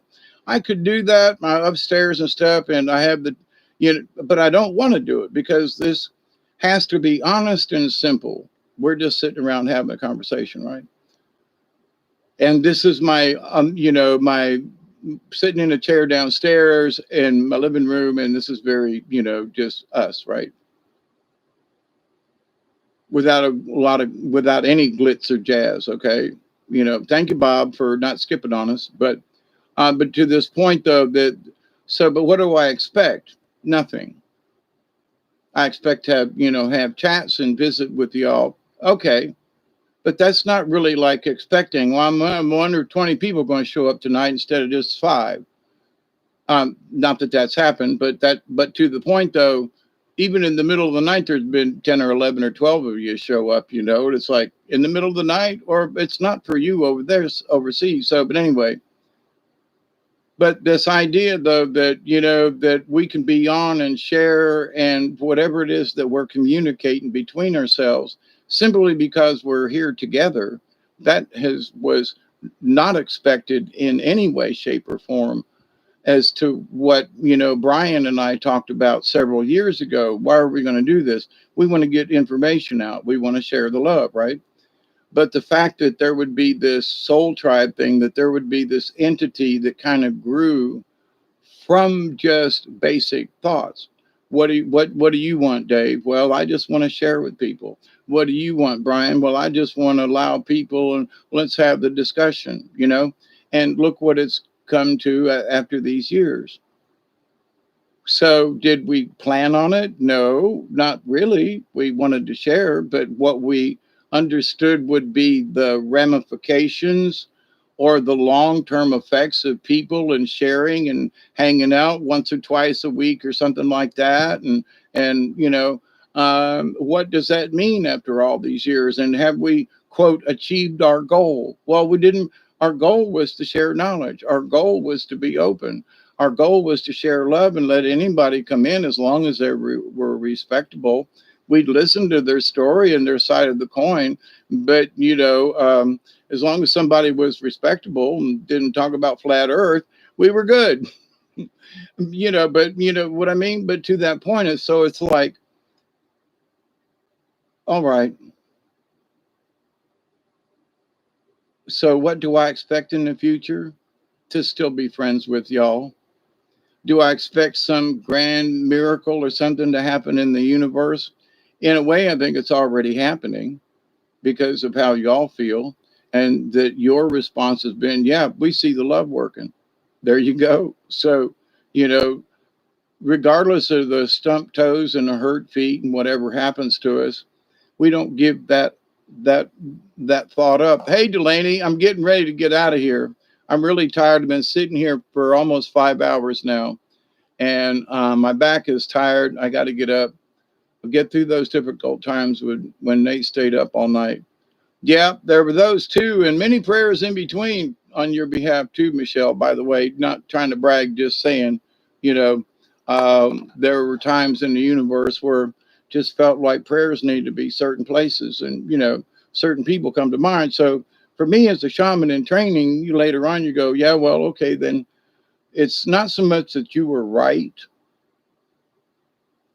It is, but for example, you say, well, I had this feeling that somebody was thinking about me, and Elderberry and I had something the other day, blah, blah, blah. Anyway, so it was very close, right? When he called me and I was going up the hill, up the driveway, and I was like, I wonder what Elderberry's doing. I got back down here and he had just called me. So that was the thing. So it was a synchronicity of within a minute or two, we were both thinking, wonder how he's doing. He had called me on the phone. Anyway, so, but those kind of things, that how happen more often than not. But if a person or their name or something comes into your head, like for me, I don't know what many of you look like. Not that, it's okay. But that, so, but I, I see your name in the chat room. So it's which moon? Okay. So there, she's got a little thing and which moon? Okay. So that's who I know you by, but it is you. You know what I mean? It's not some, but because I don't know you personally or whatever, um, then, but that's how I refer to. But so if in my brain, which moon, the name, it pops up in my little brainy, I go, oh, so then later on, or, there might be an email and I go, oh, well, there you go. Why did that name come across my brain? Check later on, there's an email from someone. Oh, that was the person. That's the synchronicity I'm talking about. So we don't force it, we just allow it. We don't anticipate it. Okay. Well, I think about this person. Here's the thing. I wonder if I'm going to get a message from them. Don't do that. Oh, Elderberry, come across, wonder if he's thinking about me. Well, I'll check later on. And you remember it, but you just kind of check it off. About what time is it? Well, just left the house. It's about this time. I got home and he had just called. Okay.